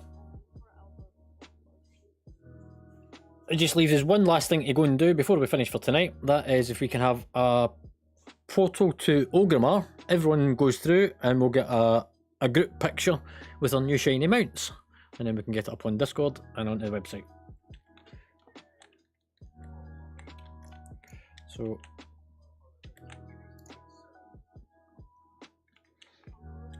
yeah, up on the rooftop is always. Yeah, we done it after doing the For the Horde achievement. Right, so we're out and straight up onto the top of the ramparts. And then if he's all form a nice straight line along this part. So if you just split yourselves kind of left and right of me. And you want to have the bat. It's called Ram something or other. It's the easy way to search him.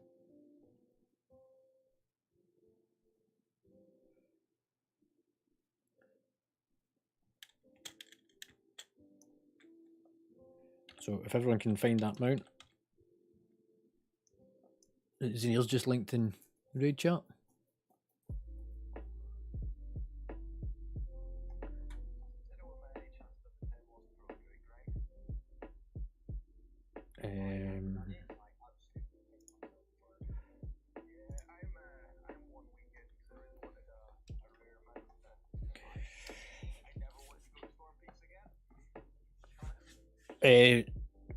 Just quickly, so McFlorist, if you press Shift and P, it'll bring up your journal. And you click on the Mount tab at the bottom left. And if you type in the top left in the search bar, RAMP, it should come up. And it'll be the only one that's in there. It starts with ramp. RAMP, ramp. So it's called Rampart.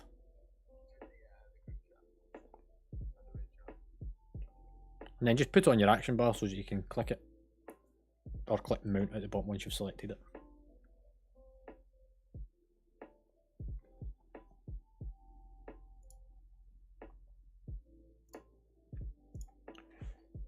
Alt Z, hide that. Right, can I even out who's standing where? So can we have some more on the right hand side of the banner? Yeah. Yeah, I was going to say, if we have 4 on either side of me.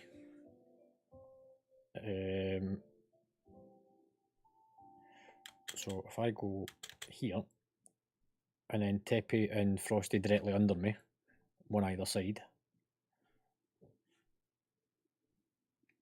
So Teppy, if you come up a bit, so you're just under where I am, just next to where Frosty is. And then the rest of these form a straight line along the bottom.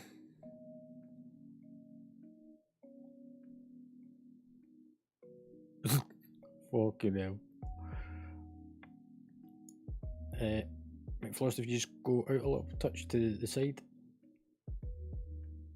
So Gib, if you squash up to your right 2 squares. And then everyone, hang on, I'll put a marker on the ground so you can straighten your cameras up so you're looking in the same direction as me. So you want to be all facing towards that. So that red marker that's on the ground. Can the bottom row all move to the right slightly? Because she's a bit imbalanced. So shuffle to the right, to the right. McFlorist, if you just move to right slightly.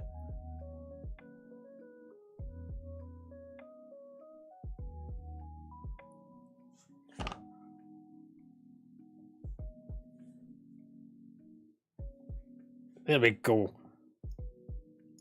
Right, wait till I just zoom in a little bit. And we hit the good old print screen.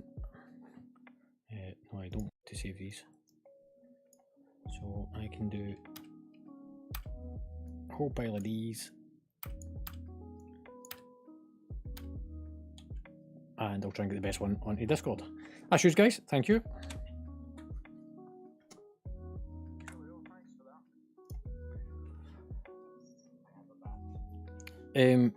So that you know, next week will be Sanctum of Domination. Same thing. We've already done 3 of the achievements in that, but if there's people that need it, we can quickly go through them, but we'll do it at the end. So for those that were here last week, we'll be skipping the first 3 bosses, going to the back end of the raid, do the back of it first, and then come back and do the ones that are still needed afterwards. And again, you'll get another shiny mount as well.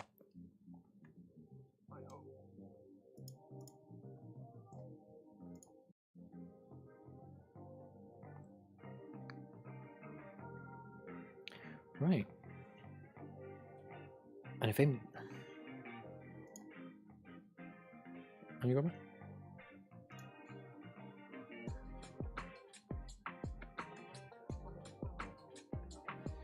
Oh, because you were on your druid, weren't you? Yeah, I remember now. It's fine, we'll work on it. We'll get it.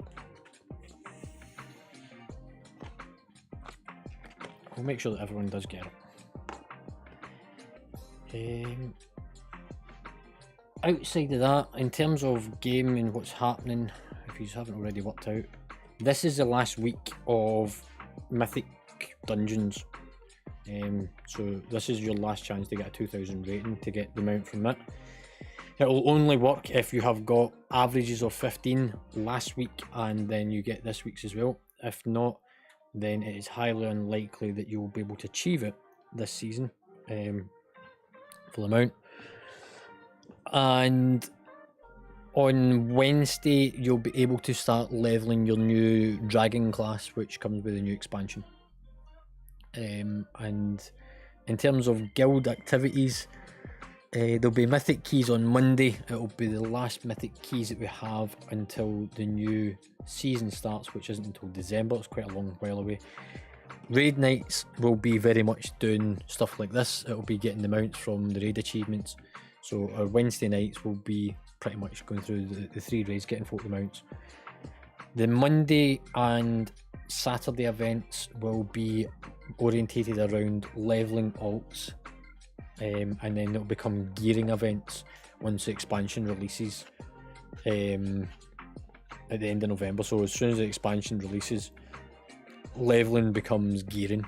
So level your alts between now and the end of November, and then as we move into December, it'll be gearing opportunities to get folk ready for the start of the season.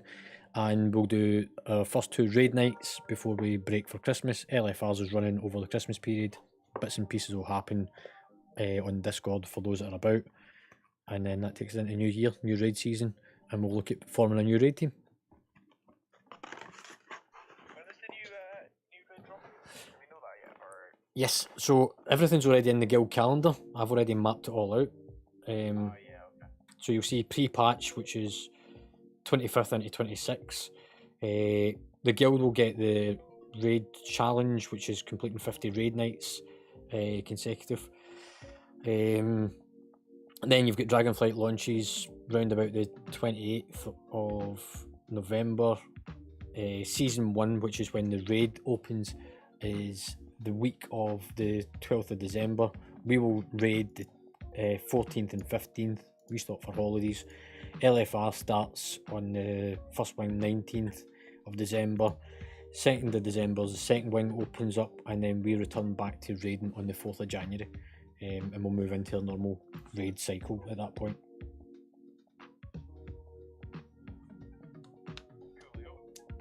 But yeah, there's still stuff happening in the background, like leveling of alts. Like, this is the best time to level an alt because you get the XP boost of it all.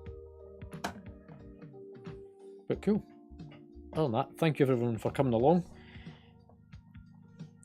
And if you want to, you can follow me on Twitch and watch what we get up to if you're not able to take part at any point.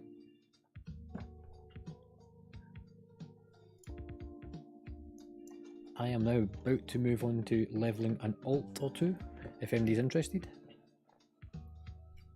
You've been going hard at those alt levelings. Yeah, so is Nathria though. Yeah, you've been doing it at the same time. Yeah. I started I think it was, I started a death knight, and then a couple of my friends, one of them was actually got me into the game, wanted to start a paladin because he never played paladin. My paladin is now is 23, and his is now raid ready for this season.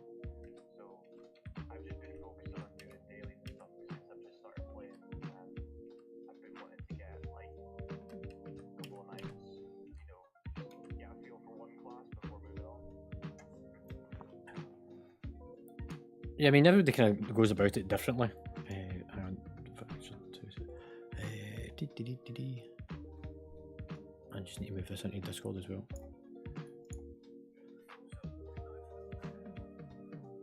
No worries, pal. Thanks for coming along.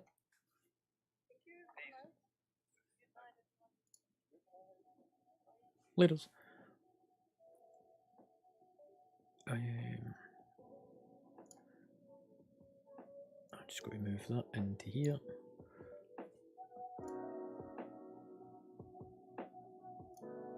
What was the name of this achievement again?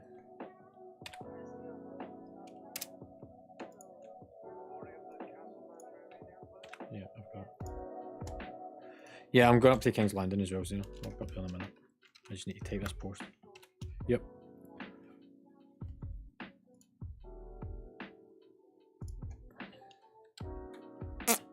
Hey.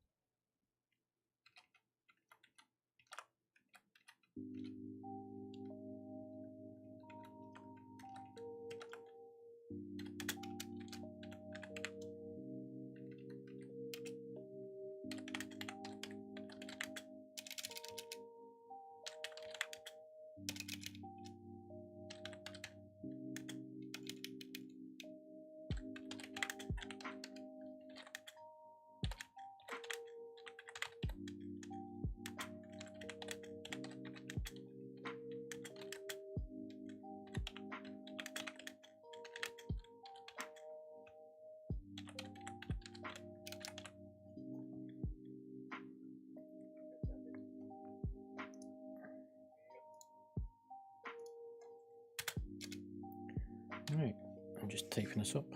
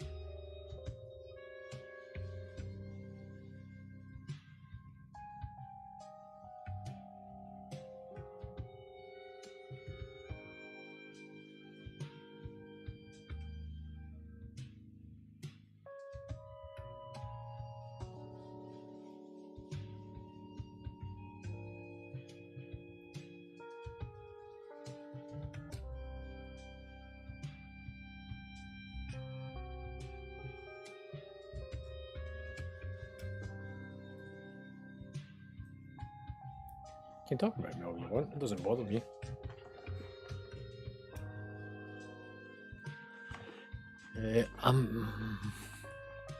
I probably should do the same. Because I'm going away for a couple of days. I'm away tomorrow, first thing in the morning. Hang on a second. I'm going to mute my stream.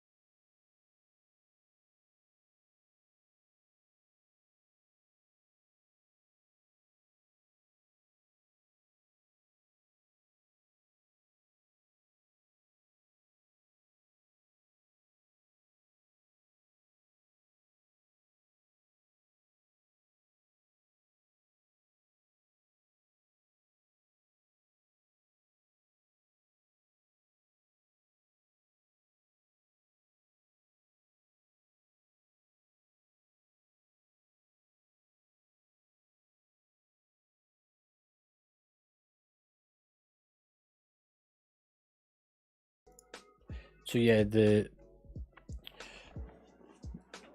pre-patch starts. Why did I do that twice? Yeah, so pre-patch is this week coming, which is next week. So if you look at the calendar, you see pre-patch 25th into 26th. That's when the Mythic and PvP season ends. We then transition into just leveling. So that's where there'll be no more Mythic dungeons on the Monday. It'll just be leveling events both Monday and Saturday. Wednesday will still be the raids, but it's what we're doing tonight sort of stuff. And it's easy mode. I'm not going to bother with fated raids. There's no point in us going back and doing shit that we don't get anything from. We might as well do easy mode, one sitting, get mounts, get stuff from that. Fast forward to the 23rd. We will need to still do one raid boss a week from the current expansion, just so that we get the guild challenge on the 23rd. So by doing one raid boss a week from the current expansion, so either Castle, SOD, or Sepulchre counts, and then that gives us the guild challenge for the week, for the 50 raid nights, and that will happen on the 23rd of November. Then the expansion launches on the 28th, and depending whereabouts in the world you are will depend on time zone of when it releases and stuff. And then that's when, again, we focus purely on leveling, and it's to get people from 60 through to 70. So for the first couple of weeks we'll be leveling, and it'll so that folk can bring their alts and their mains and everything up to 70. On that first sort of week of it, and then gearing will then happen from the 5th through to the 11th. So that's doing the heroic dungeons, just farming heroic dungeons. There'll be no raid events on the calendars for those weeks. So where we'd normally have Monday keys, Wednesday raid, Saturday alts, it will be very much a main leveling on the first week, and then on the second week it'll be main gearing. So it'll be heroic dungeons, because then season 1 Mythic starts on the 12th, and then the raid comes out for us the same week. We will raid 14th, 15th, and then we'll stop all big things over the Christmas holidays, just like we've already spoke about. So on the 16th we stop all guild activities.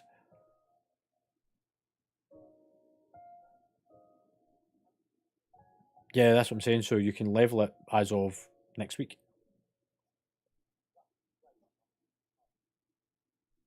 So it's a race and class.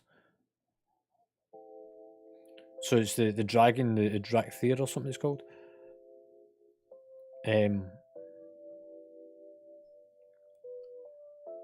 No, I don't think so.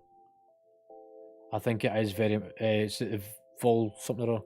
I think it's pretty much linked to one specific type of thing. I don't think you can actually have them as mages and warlocks and stuff.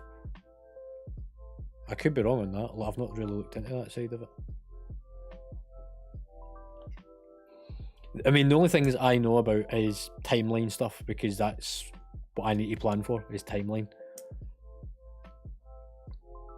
LFRs drop during the holiday period, so like the first wing of LFR comes out just after we break for Christmas. Second wing of LFR comes out 2 weeks later, which is on the 2nd of January, which in Scotland's a bank holiday anyway. Like, we celebrate fucking New Year over 2 days. We need, yeah, exactly. Like, we start fucking like Christmas Day, and in fact we normally start like Christmas Eve. We don't finish like until like the the 3rd of January anyway, so.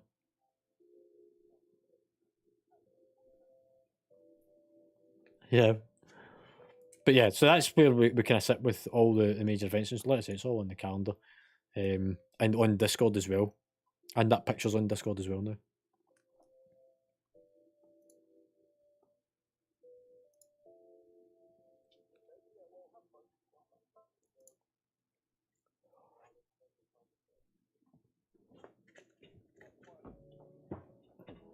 Yeah, like I've been over loads of times. Like I've seen quite a bit of it, but from a different perspective.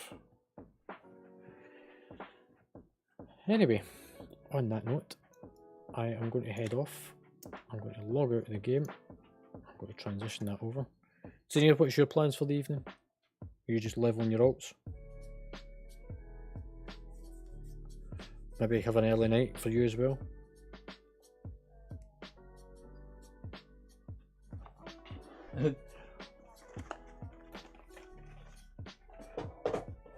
Yeah, I tried to do the mount the other day there. I tried it on all my alts, didn't get it. I'm not trying anymore. It's such a shitty drop rate on it. Yeah, a headless horseman.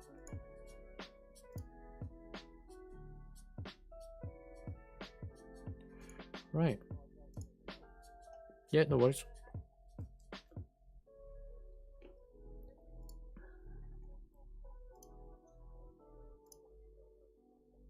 Yeah, no worries. Like, I'll still be on Discord and I'll drop like messages and that one, but for the most part I'll be away from the computer. Laters.